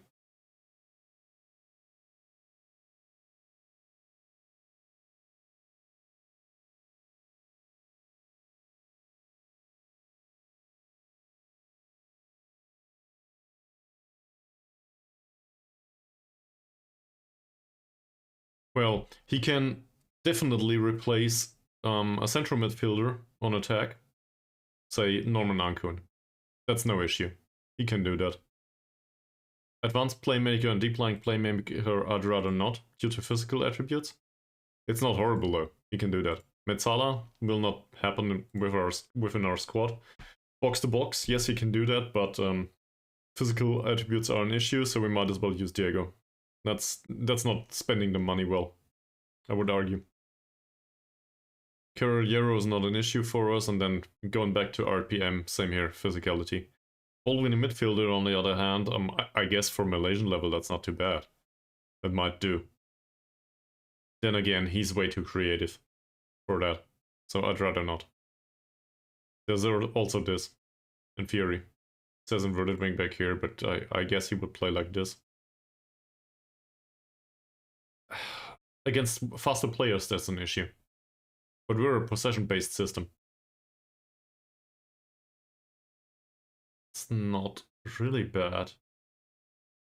He has everything he needs for a left back, more or less, with the exception of some of the physical attributes. But he can well compensate for that probably with the rest of his attributes. Yes, we might concede a goal or two. He might also create a chance or two more per match. So, could be a thing. And in comparison to what we have in the squad, for that amount of money, I think this is a good signing. I hate to admit it because I despise this trade. Tries to play way out of trouble.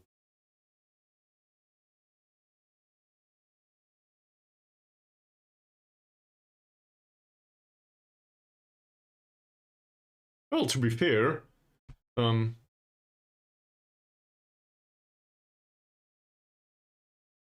that is a reasonable trade for him though. he tries not to lose possession. So in particular in deeper positions, that's exactly what we use. Or tactically speaking, that's what we use. 4-3 asymmetrical there. I'm not sure how to use him other than as a central midfielder on attack, if he plays in central midfield. I realize that he has the capability to pull off most of this in some way or another, but I'd rather use him in a way that adheres to his strengths. And that's probably from a deeper position. Probably in some sort of in some sort of ball carrying role. So Segundo Volante is not the worst choice. It fits. He can run with the ball. He has some stamina. Playing the way out of trouble is reasonable given that he opens up play. And the long range passes are totally fine. That's okay. So he tries not to kill the ball, but to find a long range pass that might end up with the opposition anyway. But that's more constructive. I think I convinced myself now. And then Ankun can fuck off. And we will have him replaced with somebody that is way cheaper. Well, cheaper than Ankun's, current wage as well as the one that he wanted. So, with how much do we start here? 250 is probably too much. Let's start with 230. He can keep that. 2-year contract is fine. That's okay. And I don't care about the bonuses either. That's all alright. Maybe add a clause here.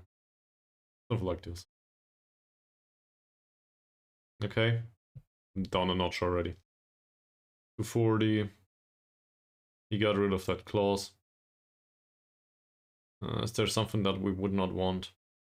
I think we can add a bonus here. Clause maybe. If he makes it to 30 combined goals and assists, which is entirely possible for him. In theory, we offer him 1.5k. Okay. Close to reaching a deal. For 240, that would be a steal.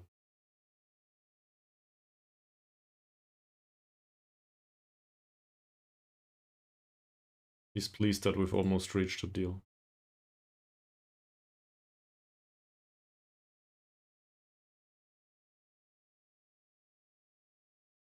No.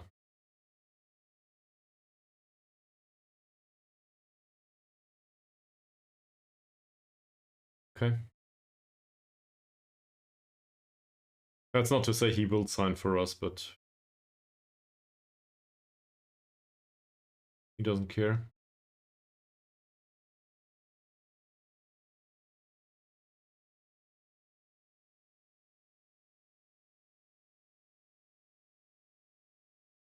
Okay. So it's somewhere in between.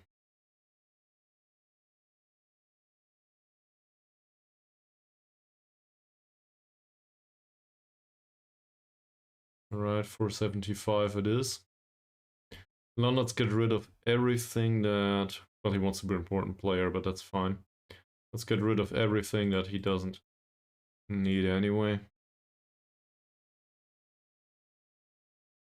There's no go bonus in here, by the way.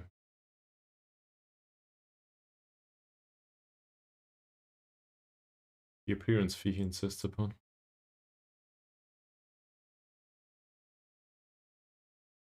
He insists on, I think it is. Alright. Okay, so I guess it's the performance-based fees after all. Do you insist on a clean sheet bonus at all? Yes, you do. So I'll haggle a little bit. That's not a bad contract, is it? For 2 years. Actually, he wants the 30. Do you care about the assist bonus? That's weird. So the assist bonus, which he's more likely to get, is less important to him. Do we want a clause that says we extend the contract? Yes, we do. One. Discord. I played a formation like this. It's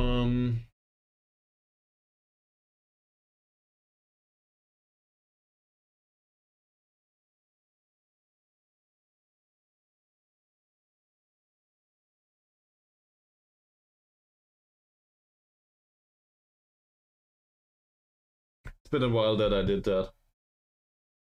The way I usually use it, well, Christopher is an inverted winger, so that would work. I'd probably shape it the other way though.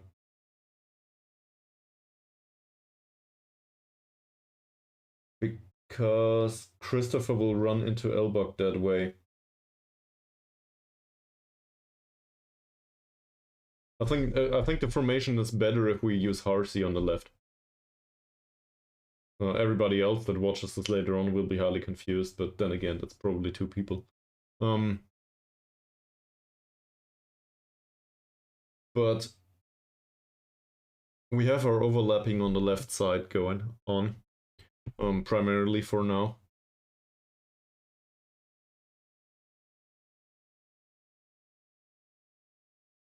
I'm not opposed to the idea of an asymmetrical formation. Prior to starting the streaming, actually you can't know this, but this was my go-to formation for most of the installments of Football Manager, say 2016 to maybe 2020 or something. Most of the time prior to starting streaming anyway.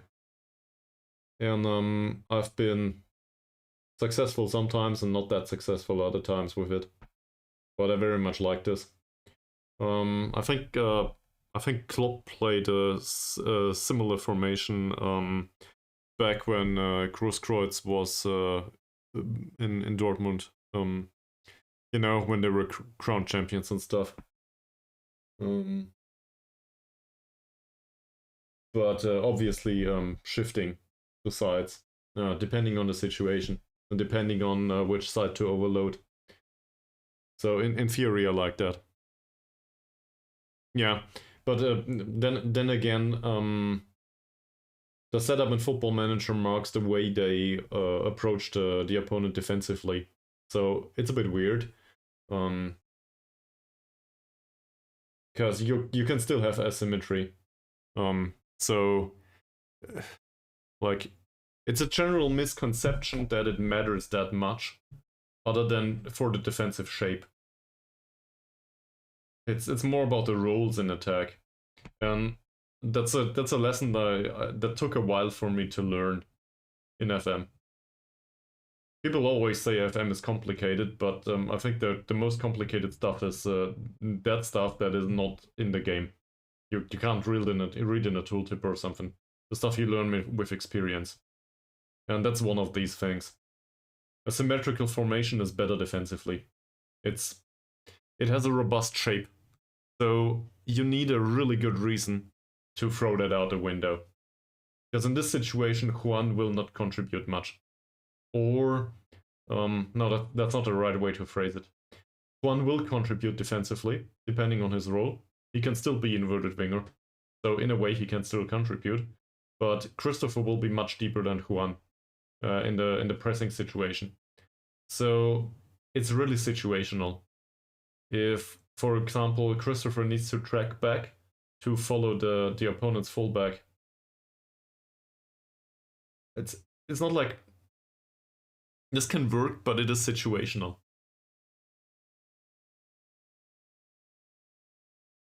But I do like the approach to use Zakaria and Omar deeper on the pitch. I also like the fact that we have an attacking department. Well, Juan is left-footed though. And Juan does get into opposition area. His passing's not great. Juan has 7 points of passing, if I recall correctly. That's entirely fair. Like, he has other attributes that make up for it, but he's stronger from the right, even though he doesn't know how to play there yet. But basically, I can see Juan in every position from the leftmost half space up to out way right on the wing, cutting inside, because he gets into opposition area. So he needs to be close to that. And he can't cross. He has no idea how to cross a ball. I think it's 6. And he has good corner taking. So in comparison to what we had, he's way better. But I still think Juan does not deserve to play on the wing, I could say. He doesn't belong on the wing. Not specifically. He needs to cut inside, or he needs to be in front of the goal in some way or another. So, I think you have it right with the inverted winger or the inside forward there. That's a better choice. But he might also be a very reasonable shadow striker, despite being slow. He has a really good off-the-ball movement. He might find space even in these congested areas. Then again, cutting inside from the right is totally fine. No issues for me with that. And getting into the opposition area, he also can jump, if I recall correctly, in a way. So he's also a goal-scoring threat if he just runs up together with Oleg or Elbak. Oleg, by the way, has issues being a striker these days. And that's down to the fact that he has physical problems. He's not developed that much just yet. So I actually see Oleg out on the wing, or maybe in a deeper position, more than Elbog. That, or he's just a poacher. That might work too. No issues there. But I think it's more likely that Oleg will come from the bench most of the time. That's not a big issue though. You still have a lot of other players that might do. Well, anyway, I think this is a good signing overall. Did I forget anything? Yes, this. He doesn't want this. Okay. Cool, so that's it. Keda offer for Hussein. I don't care. Who's Chekasim? I don't care either.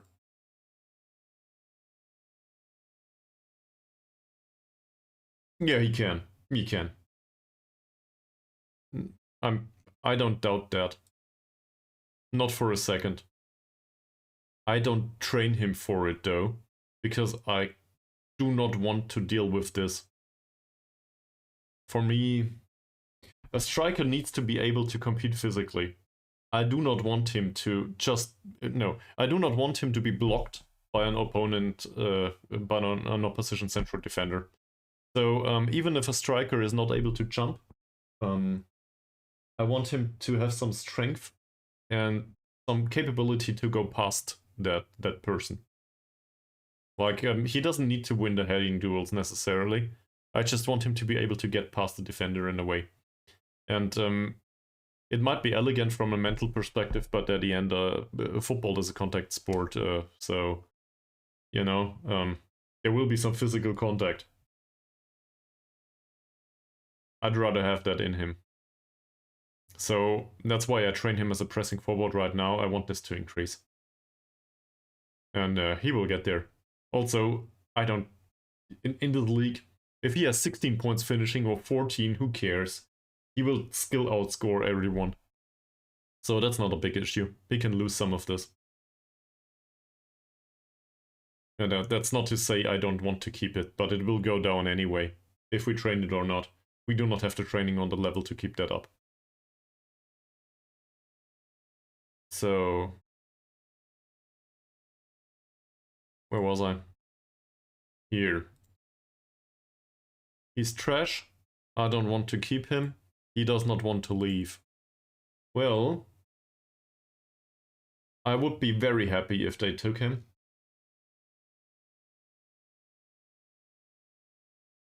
And they can have him for whatever. He can play against the own team. It's totally fine. I don't care much about this. How long's his contract? Until the end of 28. I'll negotiate this down. Hopefully they will accept it. Or maybe even just pay part of his wages.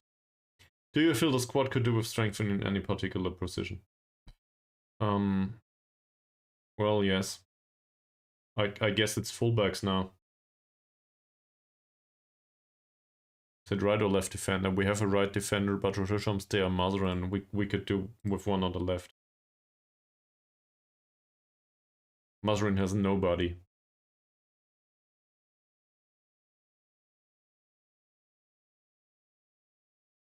Can you study why this move was made? His performances were shitty.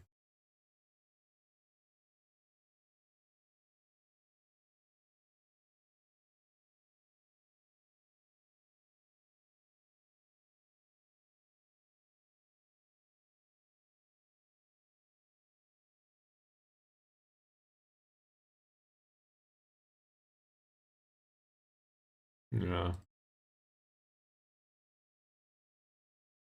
We can talk about it, no problem.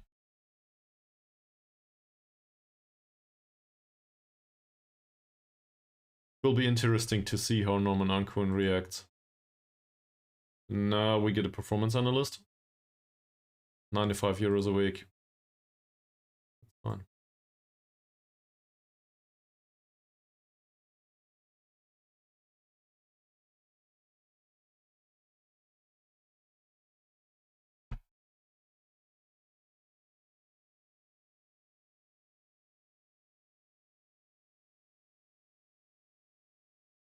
Recommend a signing, please. We have a performance analyst. Squad registration window opened. I don't care. His trial finishes.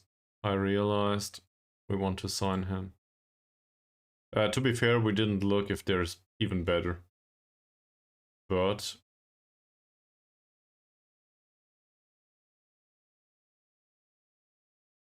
at the time speaking, he seems to be one of the best players here.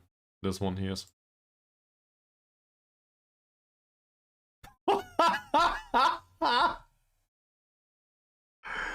Holy shit.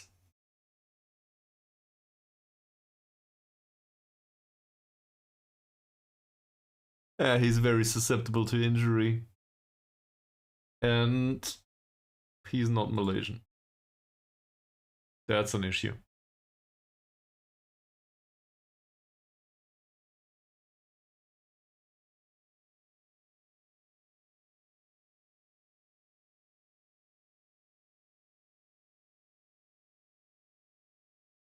Well, he certainly would be worth that. But the amount of money he wants... What did you earn previously? I don't know, do I?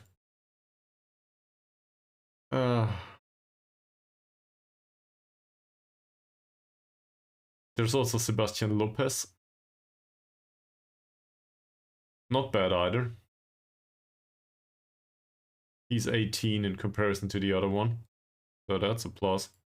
Personality is also really shitty.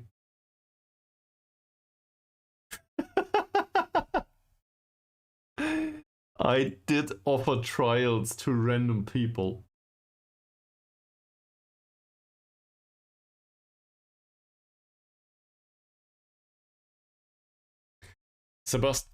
I don't know how this is pronounced. Sebastian? Sebastian, probably. He's from Argentina after all. My Spanish is inexistent. So probably Sebastian. Sebastian Lopez. Maybe. Left-footed. Oh, that's Uruguay. Never mind. Sorry. Sorry to everyone in South America. I could have made it even worse by declaring that Uruguay is in Africa right now. Then I would have hit American geography levels. That would have been fantastic in a way. In another, I don't want to insult half of the world. So... But let's think about it for a second. His crossing's not that good. So for a winger, this is concerning. He doesn't have good finishing. Passing's a bit low. If I compare this to, I guess the closest is Harsey.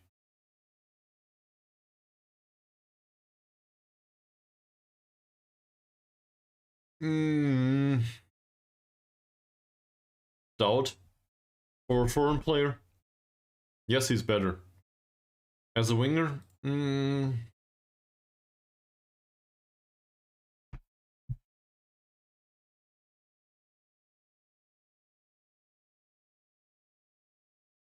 He has the pace that Parsi lacks.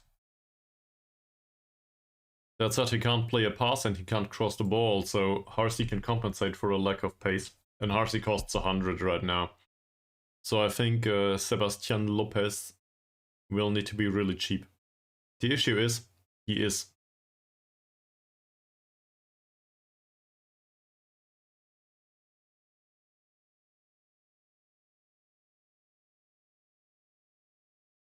He will expect to be star player though, so yeah, no. I think that's too much. I don't like that. This one, same wing, balanced and level-headed. Again, a foreign player. He's a bit slower, but the overall composition of attributes is outstanding. He's also very susceptible to injury. I don't think I need to compare him to anyone, to be honest.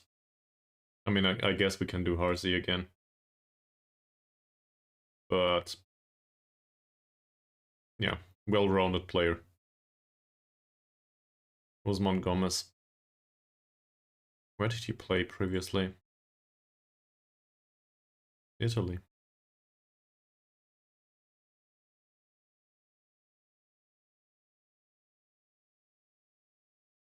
Place of birth is unknown. Great. Oh. I can't sign everyone though. Then again, if this guy is available for 100 euros, I need to sign him. Whatever we do with him.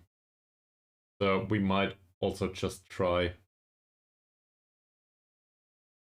Where's Christopher again? He's way better. Even if we re-educate him for a season, if he comes at a low wage, it might be a good idea. So he wants to be star player. No issue there. This is an issue though. But I suspect he will want 500 euros. Yep, never mind. It was nice having this talk. Yeah, it's done though. That I will not spend. And I can go as high as 500, but still, it's not worth it. He's well-rounded, but I won't do that. That's too much. I think it's living beyond our means in this situation. The Omar situation is very different because he also was cheap. There's a few other options here, so we might as well go through them. Like this one.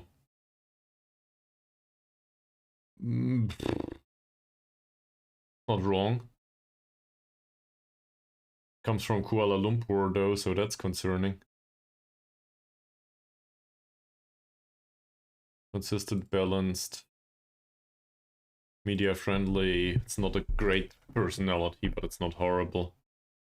I do not like the lack of dribbling. I have issues with that. Abedin Jamil, balanced and media friendly, it says. Central defender. If we had issues with that area, that would be a good idea. Decisions is a bit low. Strength is a bit low. He's fairly pacey though. Comes from Terengganu. I think he would be a good addition to the squad. So it all comes down to money. And, well, playing time. But I suspect, if we compare this to Mahazir...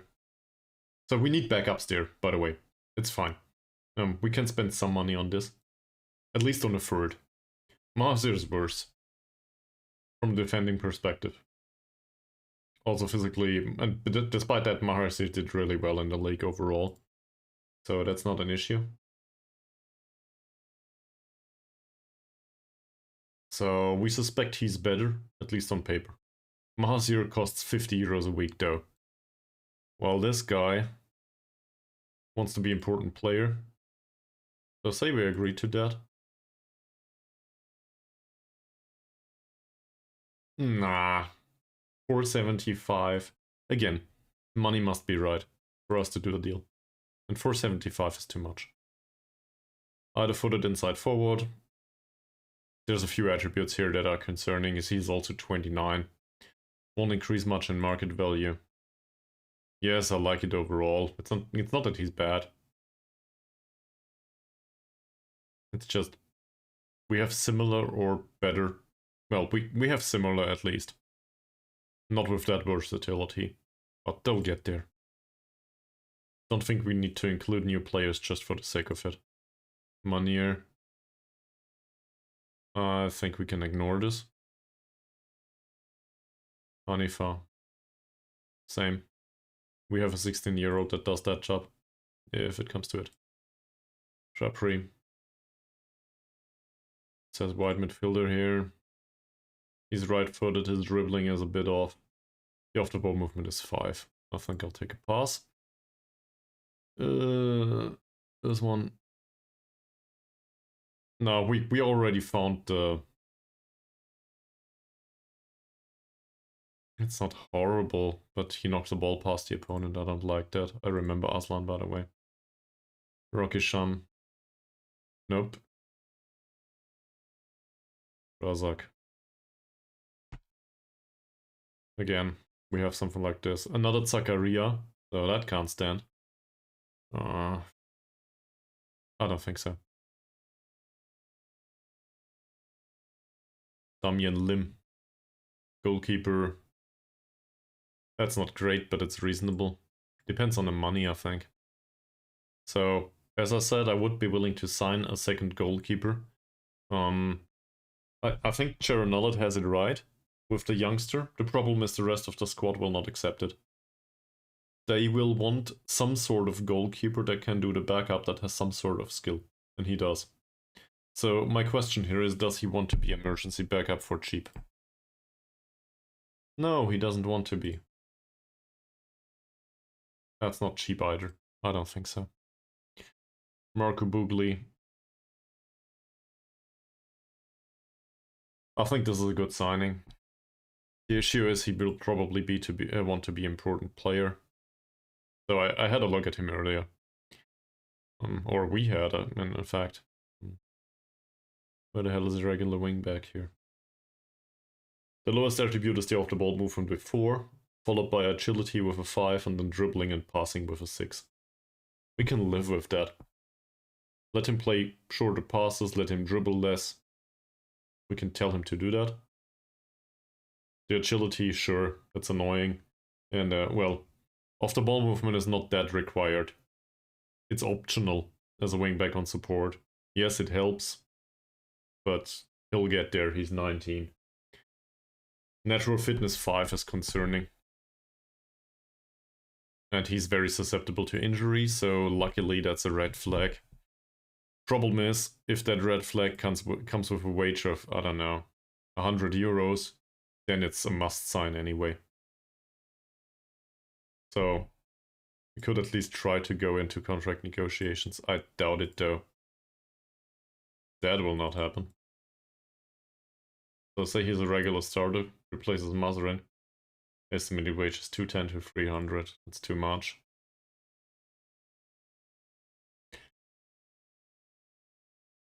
Let's not show the middle finger to the screen just yet. Okay.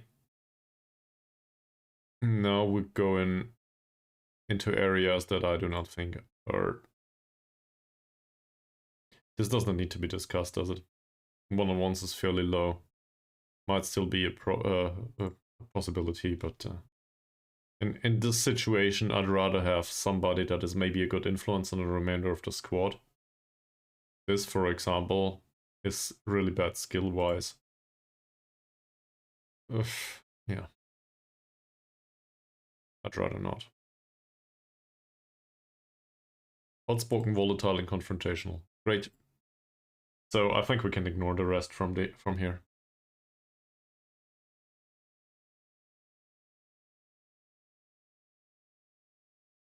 Oh, Ahmad is wanted on loan. That's good. Take him, please. Preferably for some money.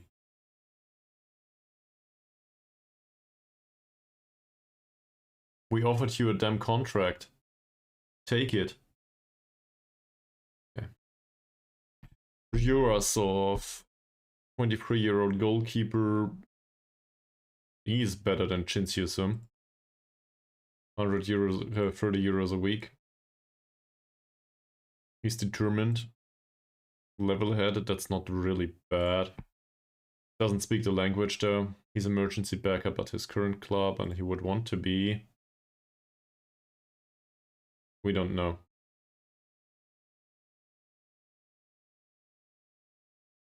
But I mean, we can't just throw a regular contract at him and see and find out. Okay, great. Nice having this talk. So that resolves the issue. Is Vandy. I think we've been here. And I do not think I want to keep him. Joffrey. That one's somewhat cheap.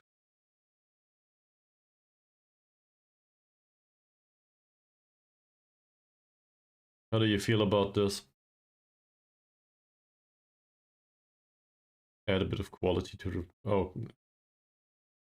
This might have been the one that wanted to be a first team player though. On the other hand, he's 26, he will not improve much. We have similar, don't we?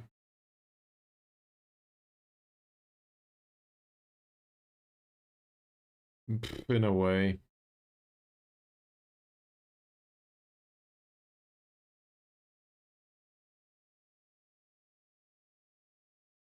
Let's ignore this for now. Azar. No dribbling. I don't think I want him. Coogan. I don't know. Shapri. That looks decent. No jumping whatsoever though.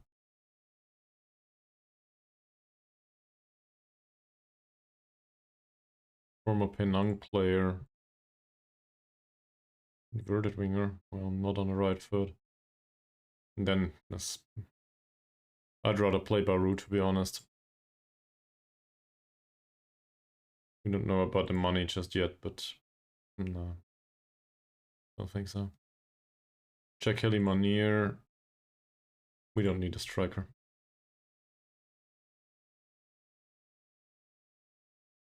And what are you? Center back. Well, we could use a center back. Come in on trial, please.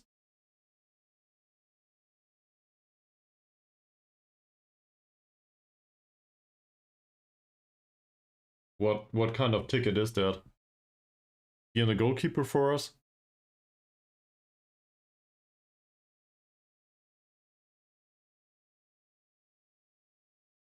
Oh, you're talking about your save. Well, there's a break going on right now.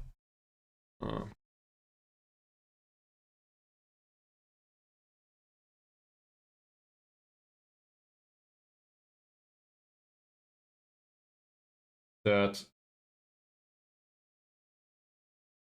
Not sure how to comment on that. What do you want me to say for this? This has this human rights tone to it a little bit. So in a way it is really funny. In another way, I'm not sure if I should comment on it on stream. And I have the slight suspicion that you're talking about your football manager save and you found a job in the Netherlands. Den Haag is not in the Netherlands, is it? Or is it? It's in the Netherlands.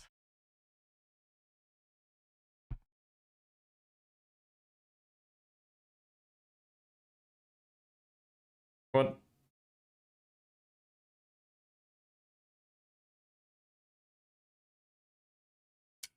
I'm a little confused. This will go somewhere. I know it. I just don't know where it goes yet. Sure. Come in on trial. Maslan. Same.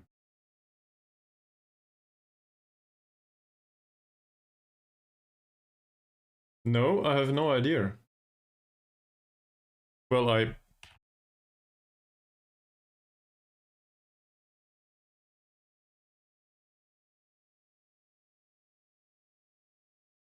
I just know the thing in Berchtesgaden. I've been on vacation there. Well, I didn't visit it, but I know Adler's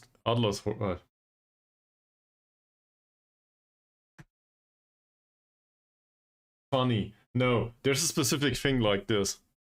Yeah, but there's also this thing. Give me a second. The Kilstein house. I'll just link you the article. No issues with that. So, you might want to be careful with that. It reminds people of stuff that they do not want to be reminded of. I think you can visit it though in the summer. Oh, I was not there back when I was in Berchtesgaden.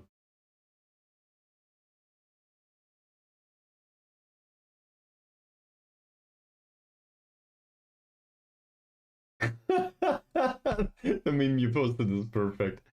Ah, great.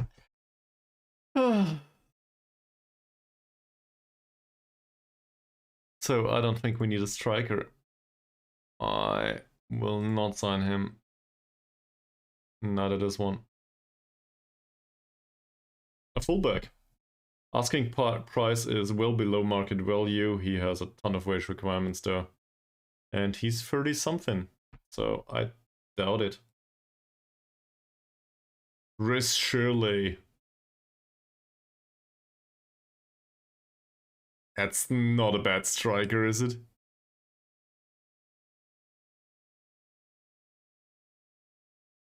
If we did not have Elbok, maybe I would be interested. No through balls. I guess that makes sense for him.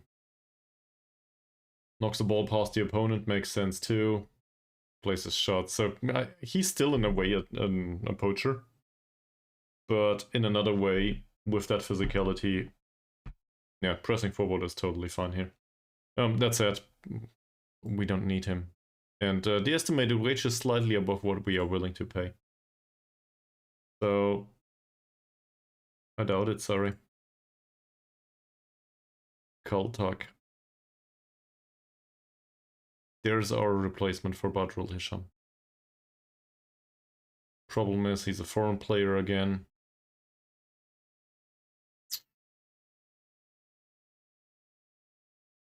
And too expensive.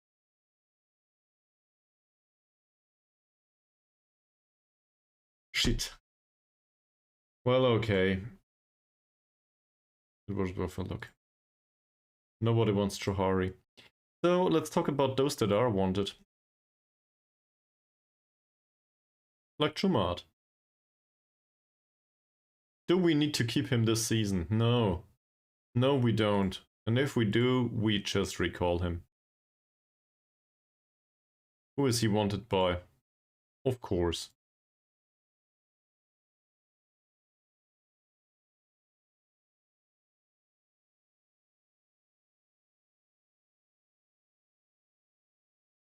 Go ahead, Eagles.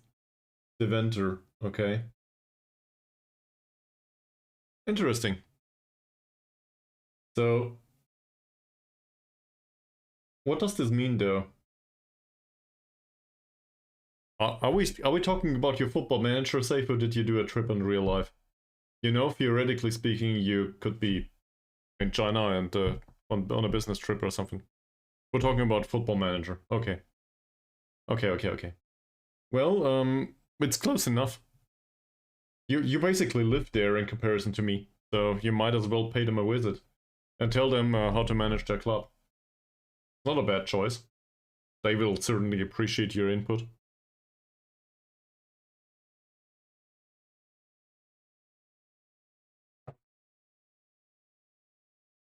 In case you do, you might want to film that.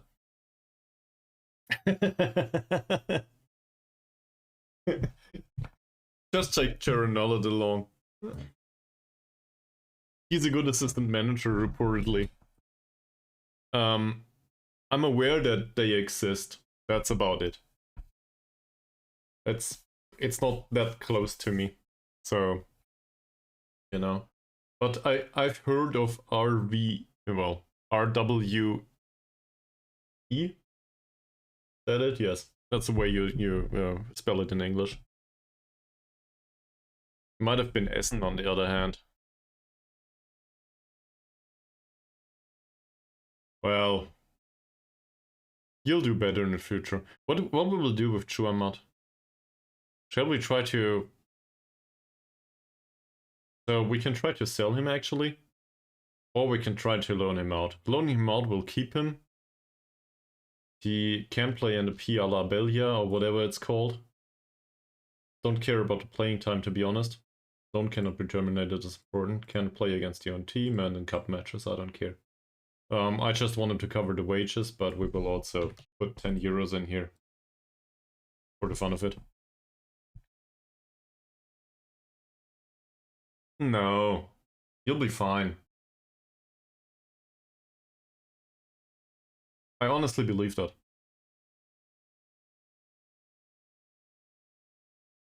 Mahathir Abdul Malik. Do we keep this guy as a backup?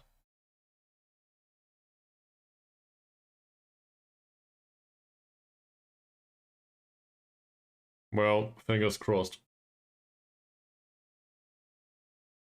By the way, Chernout's interview should be over.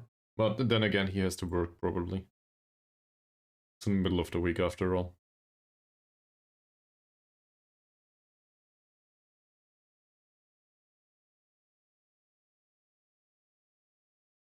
He could also do it with some match experience. He's 17 years old after all. Did we get money last time? No.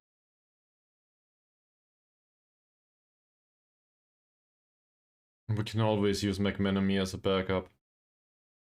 I think I'll offer him out on loan again. This time though, I want 75. Let's see how it goes.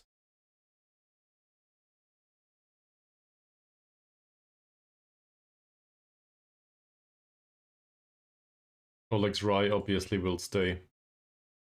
Dodd is listed for loan, nobody cares. Is anyone here wanted? Bahrain doesn't want to leave. Abdullah. Well, that certainly isn't an option for the first team.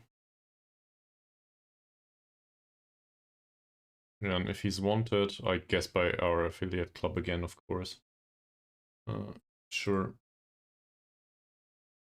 Give him to them.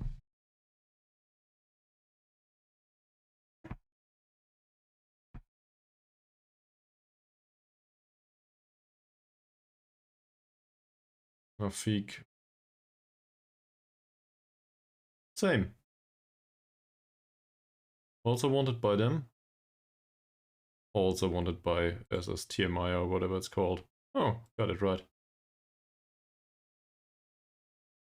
If we get any money for these players, that's good. And as nobody will buy them, might as well loan them out. The rest of them, there's also Amran here. What the hell's going on there? He wanted as a transfer or as a loan. Currently working with loan. Well, he's fairly pro. So he needs to play. He wants to develop. Same here. Pay 10 euros. Pay his wages. You can have him. We'll just offer a few. Nobody wants Trahari apparently.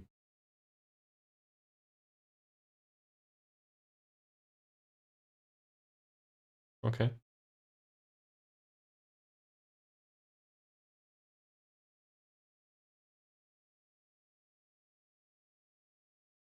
Okay. But I will not loan him to you for free. At least pay his wages. But for this amount of skill, I cannot really afford to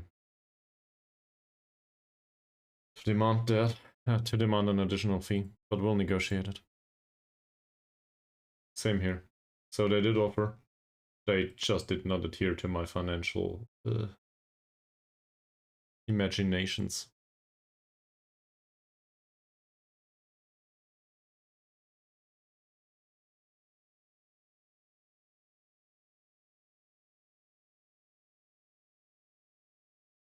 Okay.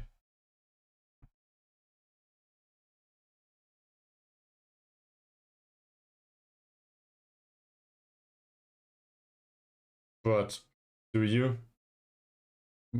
Maybe maybe it's not a bad idea. Sometimes you can just replace important players, right? And to be fair, that might be somewhat realistic. You usually don't get a job in a club where everything is fine. Yeah, sure. But you can work with a new squad. Players are a dime a dozen in a way. There's always new children and new players produced. So you can also phrase it like that. It gets you to the opportunity to design the squad in your own image. That makes sense. Well, I don't know yet. Nobody wants to be sports scientist. Let's continue this. Poor response to recruitment analyst. Okay. Well, that's new. We want him to be recruitment analyst though. That's really shitty. And this one. That's not much better. He can analyze data though. What's the personality? Doesn't show. Balanced. Very loyal isn't bad, but he's really bad in at his job. I don't think it's worth the money.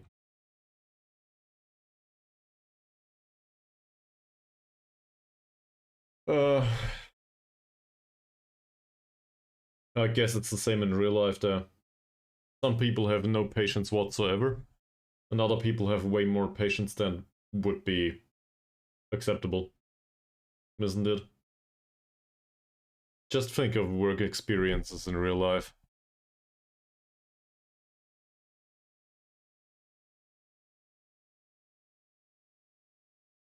I have no issues with that. I don't know the guy.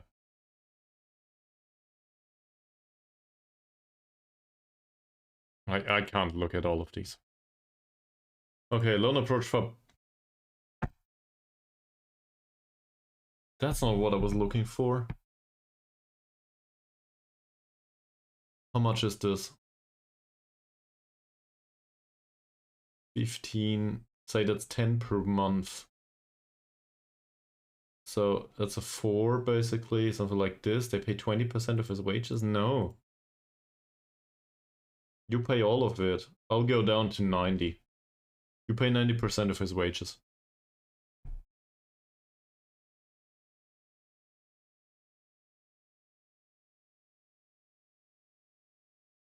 He's not interested anyway.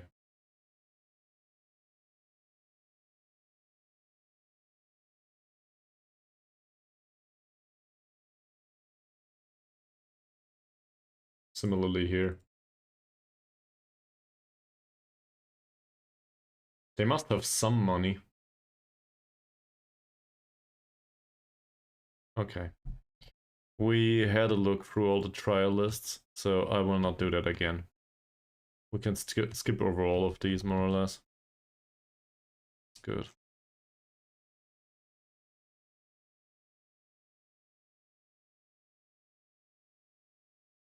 "18 trials finish." Hmm?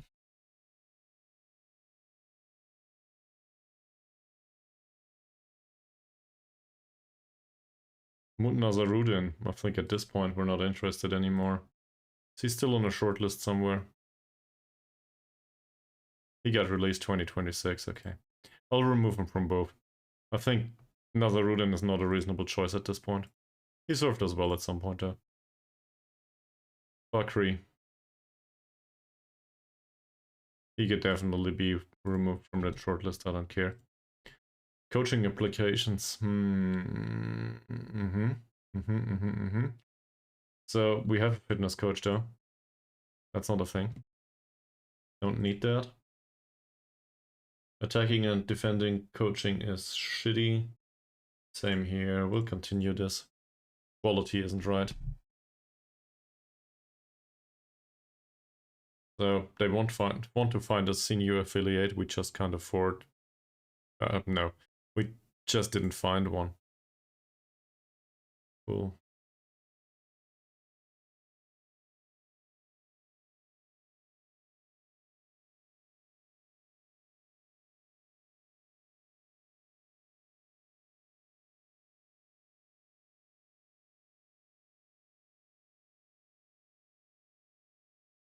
This is really slow, by the way.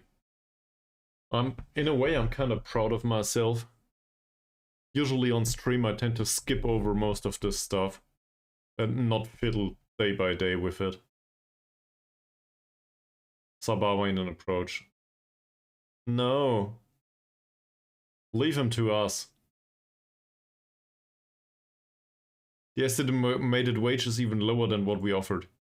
We might have wasted money. Oh, hopefully we'll get him. Even though he's a former Man City player.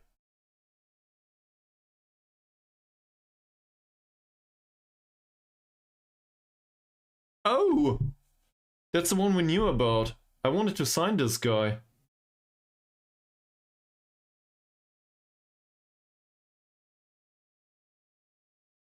Ah!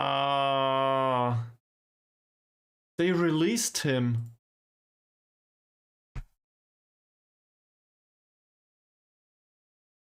But it is the correct player. He's not a shortlist.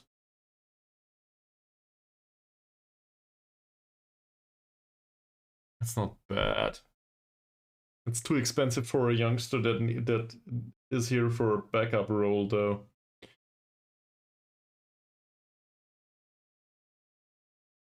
I think he was fairly pro or spirited or something. I don't know anymore. I'll walk away from this. Offer a trial to him. Maybe he comes in on a trial. If he wants to sign for Pahang, then so be it. Don't care about this one.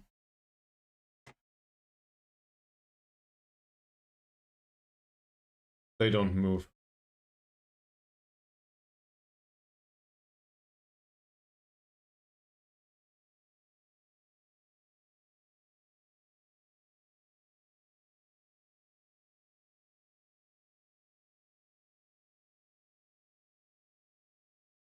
It's semi-negotiable.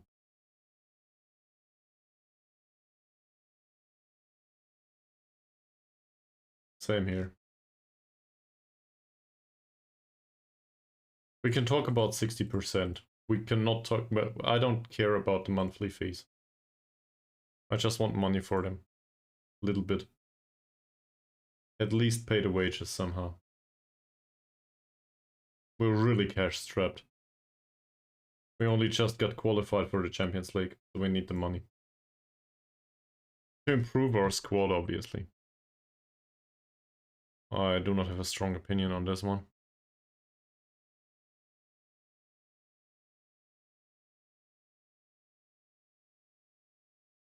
We had a... No, I think we talked about these. Don't need a poacher. He's still on a short list. No, he isn't. Junior David. That's really bad.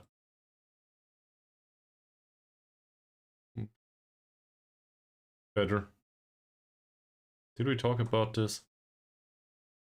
I think we might have. He better than Baru in some ways, and others not so much. This Bondi, I think I remember the name. Yeah, we talked about him. It was too expensive, if I recall correctly. Don't need a poacher. I would really like to have this guy, but he's way too expensive. Way too expensive. I might change that. He's somewhat cheap. The problem is we don't really need him, and then foreign player stuff. And this one, well, we offer the contract to him. If he goes to Sabah, I will be so disappointed now.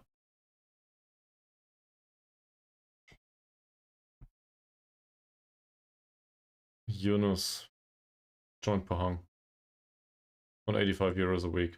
I feel robbed, but that's the way it is. We knew about it. We knew him. We knew that he was at one of our feeder clubs. He left on a free transfer and immediately joined Pahang later on. I missed the opportunity to sign him.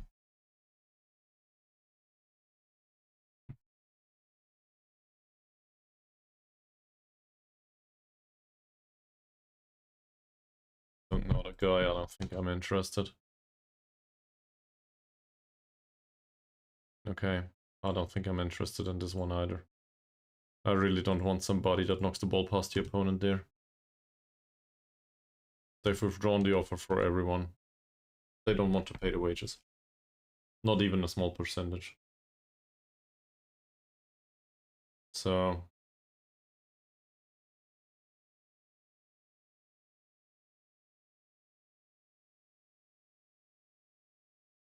he's wanted. They are all wanted by SSTMI.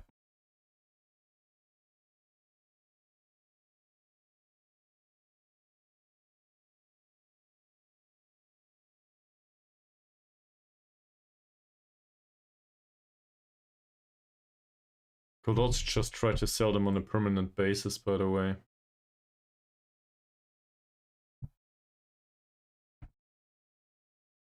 Here, no issue. Take them.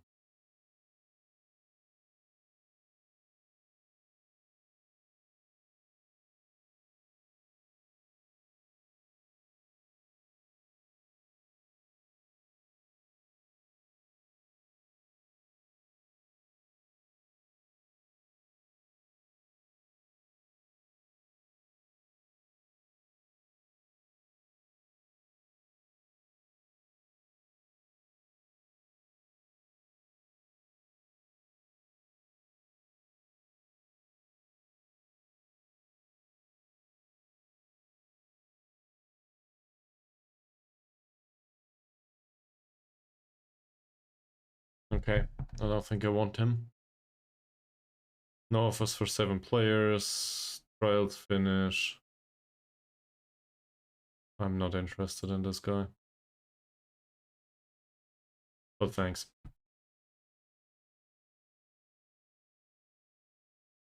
I'm really hoping that we get Omar.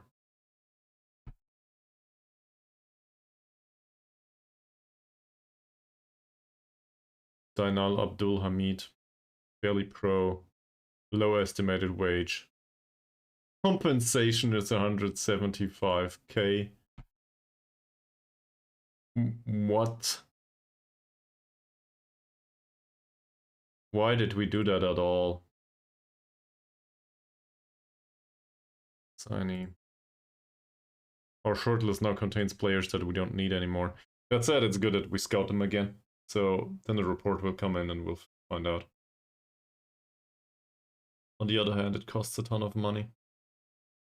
Where's the shortlist? So these are not kept up to date. These aren't. The actual candidates list is kept up to date. Well, we forgot all we knew about Yunus apparently. This one is also a former, whatever the club was named, player. Still somewhat interesting, but not really. Personality is great, but the rest is... I don't want that.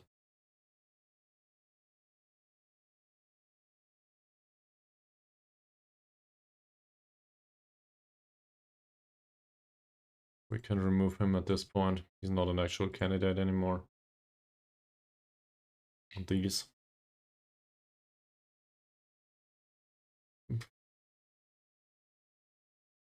He's missing so much. Has good personality though. Kamarudin obviously is always a choice. Then again, with Keda, and he's somewhat slow. He's very interested in a loan again. Do we want to loan Kamarudin for a second season? Just as a general backup in defense? 6.79 overall. So, assuming we keep Mazrin, we can get him for no money whatsoever again.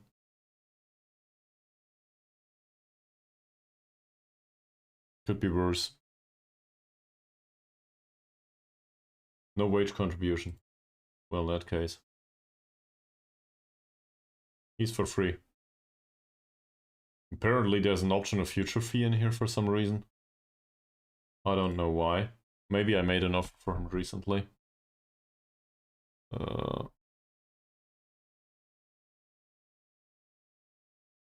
Okay. And we will not guarantee any playing time because, well, why would we? Oh, apparently we have to. Well, in that case, he's a squad player and plays from time to time. Hopefully he will accept that. We want to be able to terminate the loan though. And that all is good.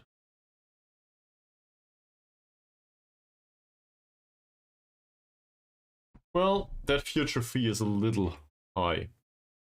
Then again,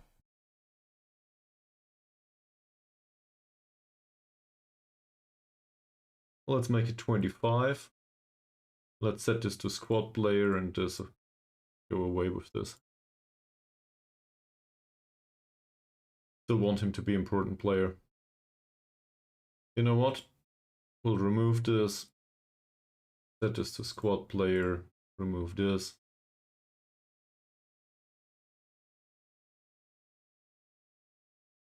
No, they want money for him all of a sudden? No, just cancel it. This is suffering. I think I'll move him to the default shortlist so that he doesn't become he doesn't get scouted anymore. Keep him there for a year, he probably won't develop much and that's it. So we'll keep this updated.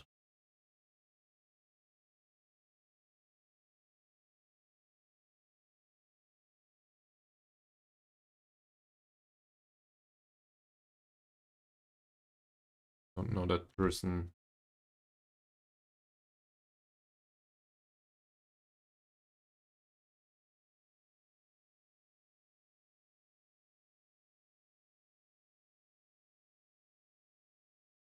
That 17-year-old guy, I think it was Spirited player if I recall correctly, the attacking midfielder. He wasn't fantastic, but not that bad. Might be enough for the under-21s, for example. And he gets playing time there. In a competition that might yield some experience. So, say for 50 euros or something, it's fine. On the other hand, I did want to spend less money on youth players. And he's... yeah, I recall correctly.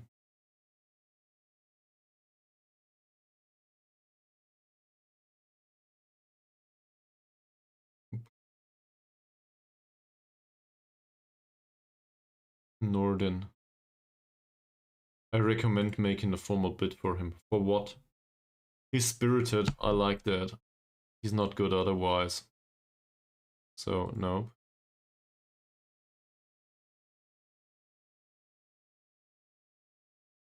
Well, that's great.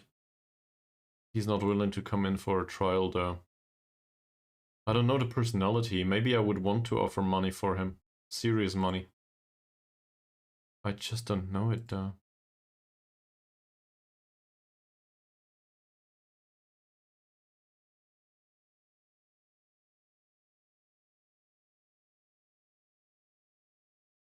Sure.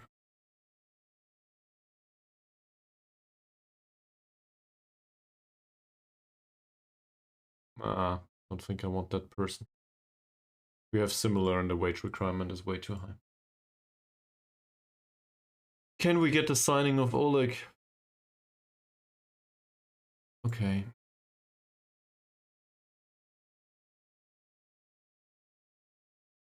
Asri Amran.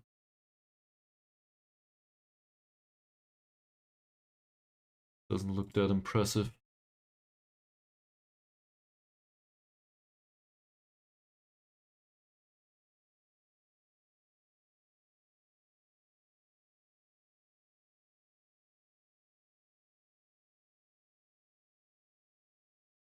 Oh.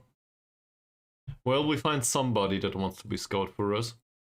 One person. That's not too bad though. We'll just keep it running. And maybe we will find somebody at some point that actually has foreign country knowledge too.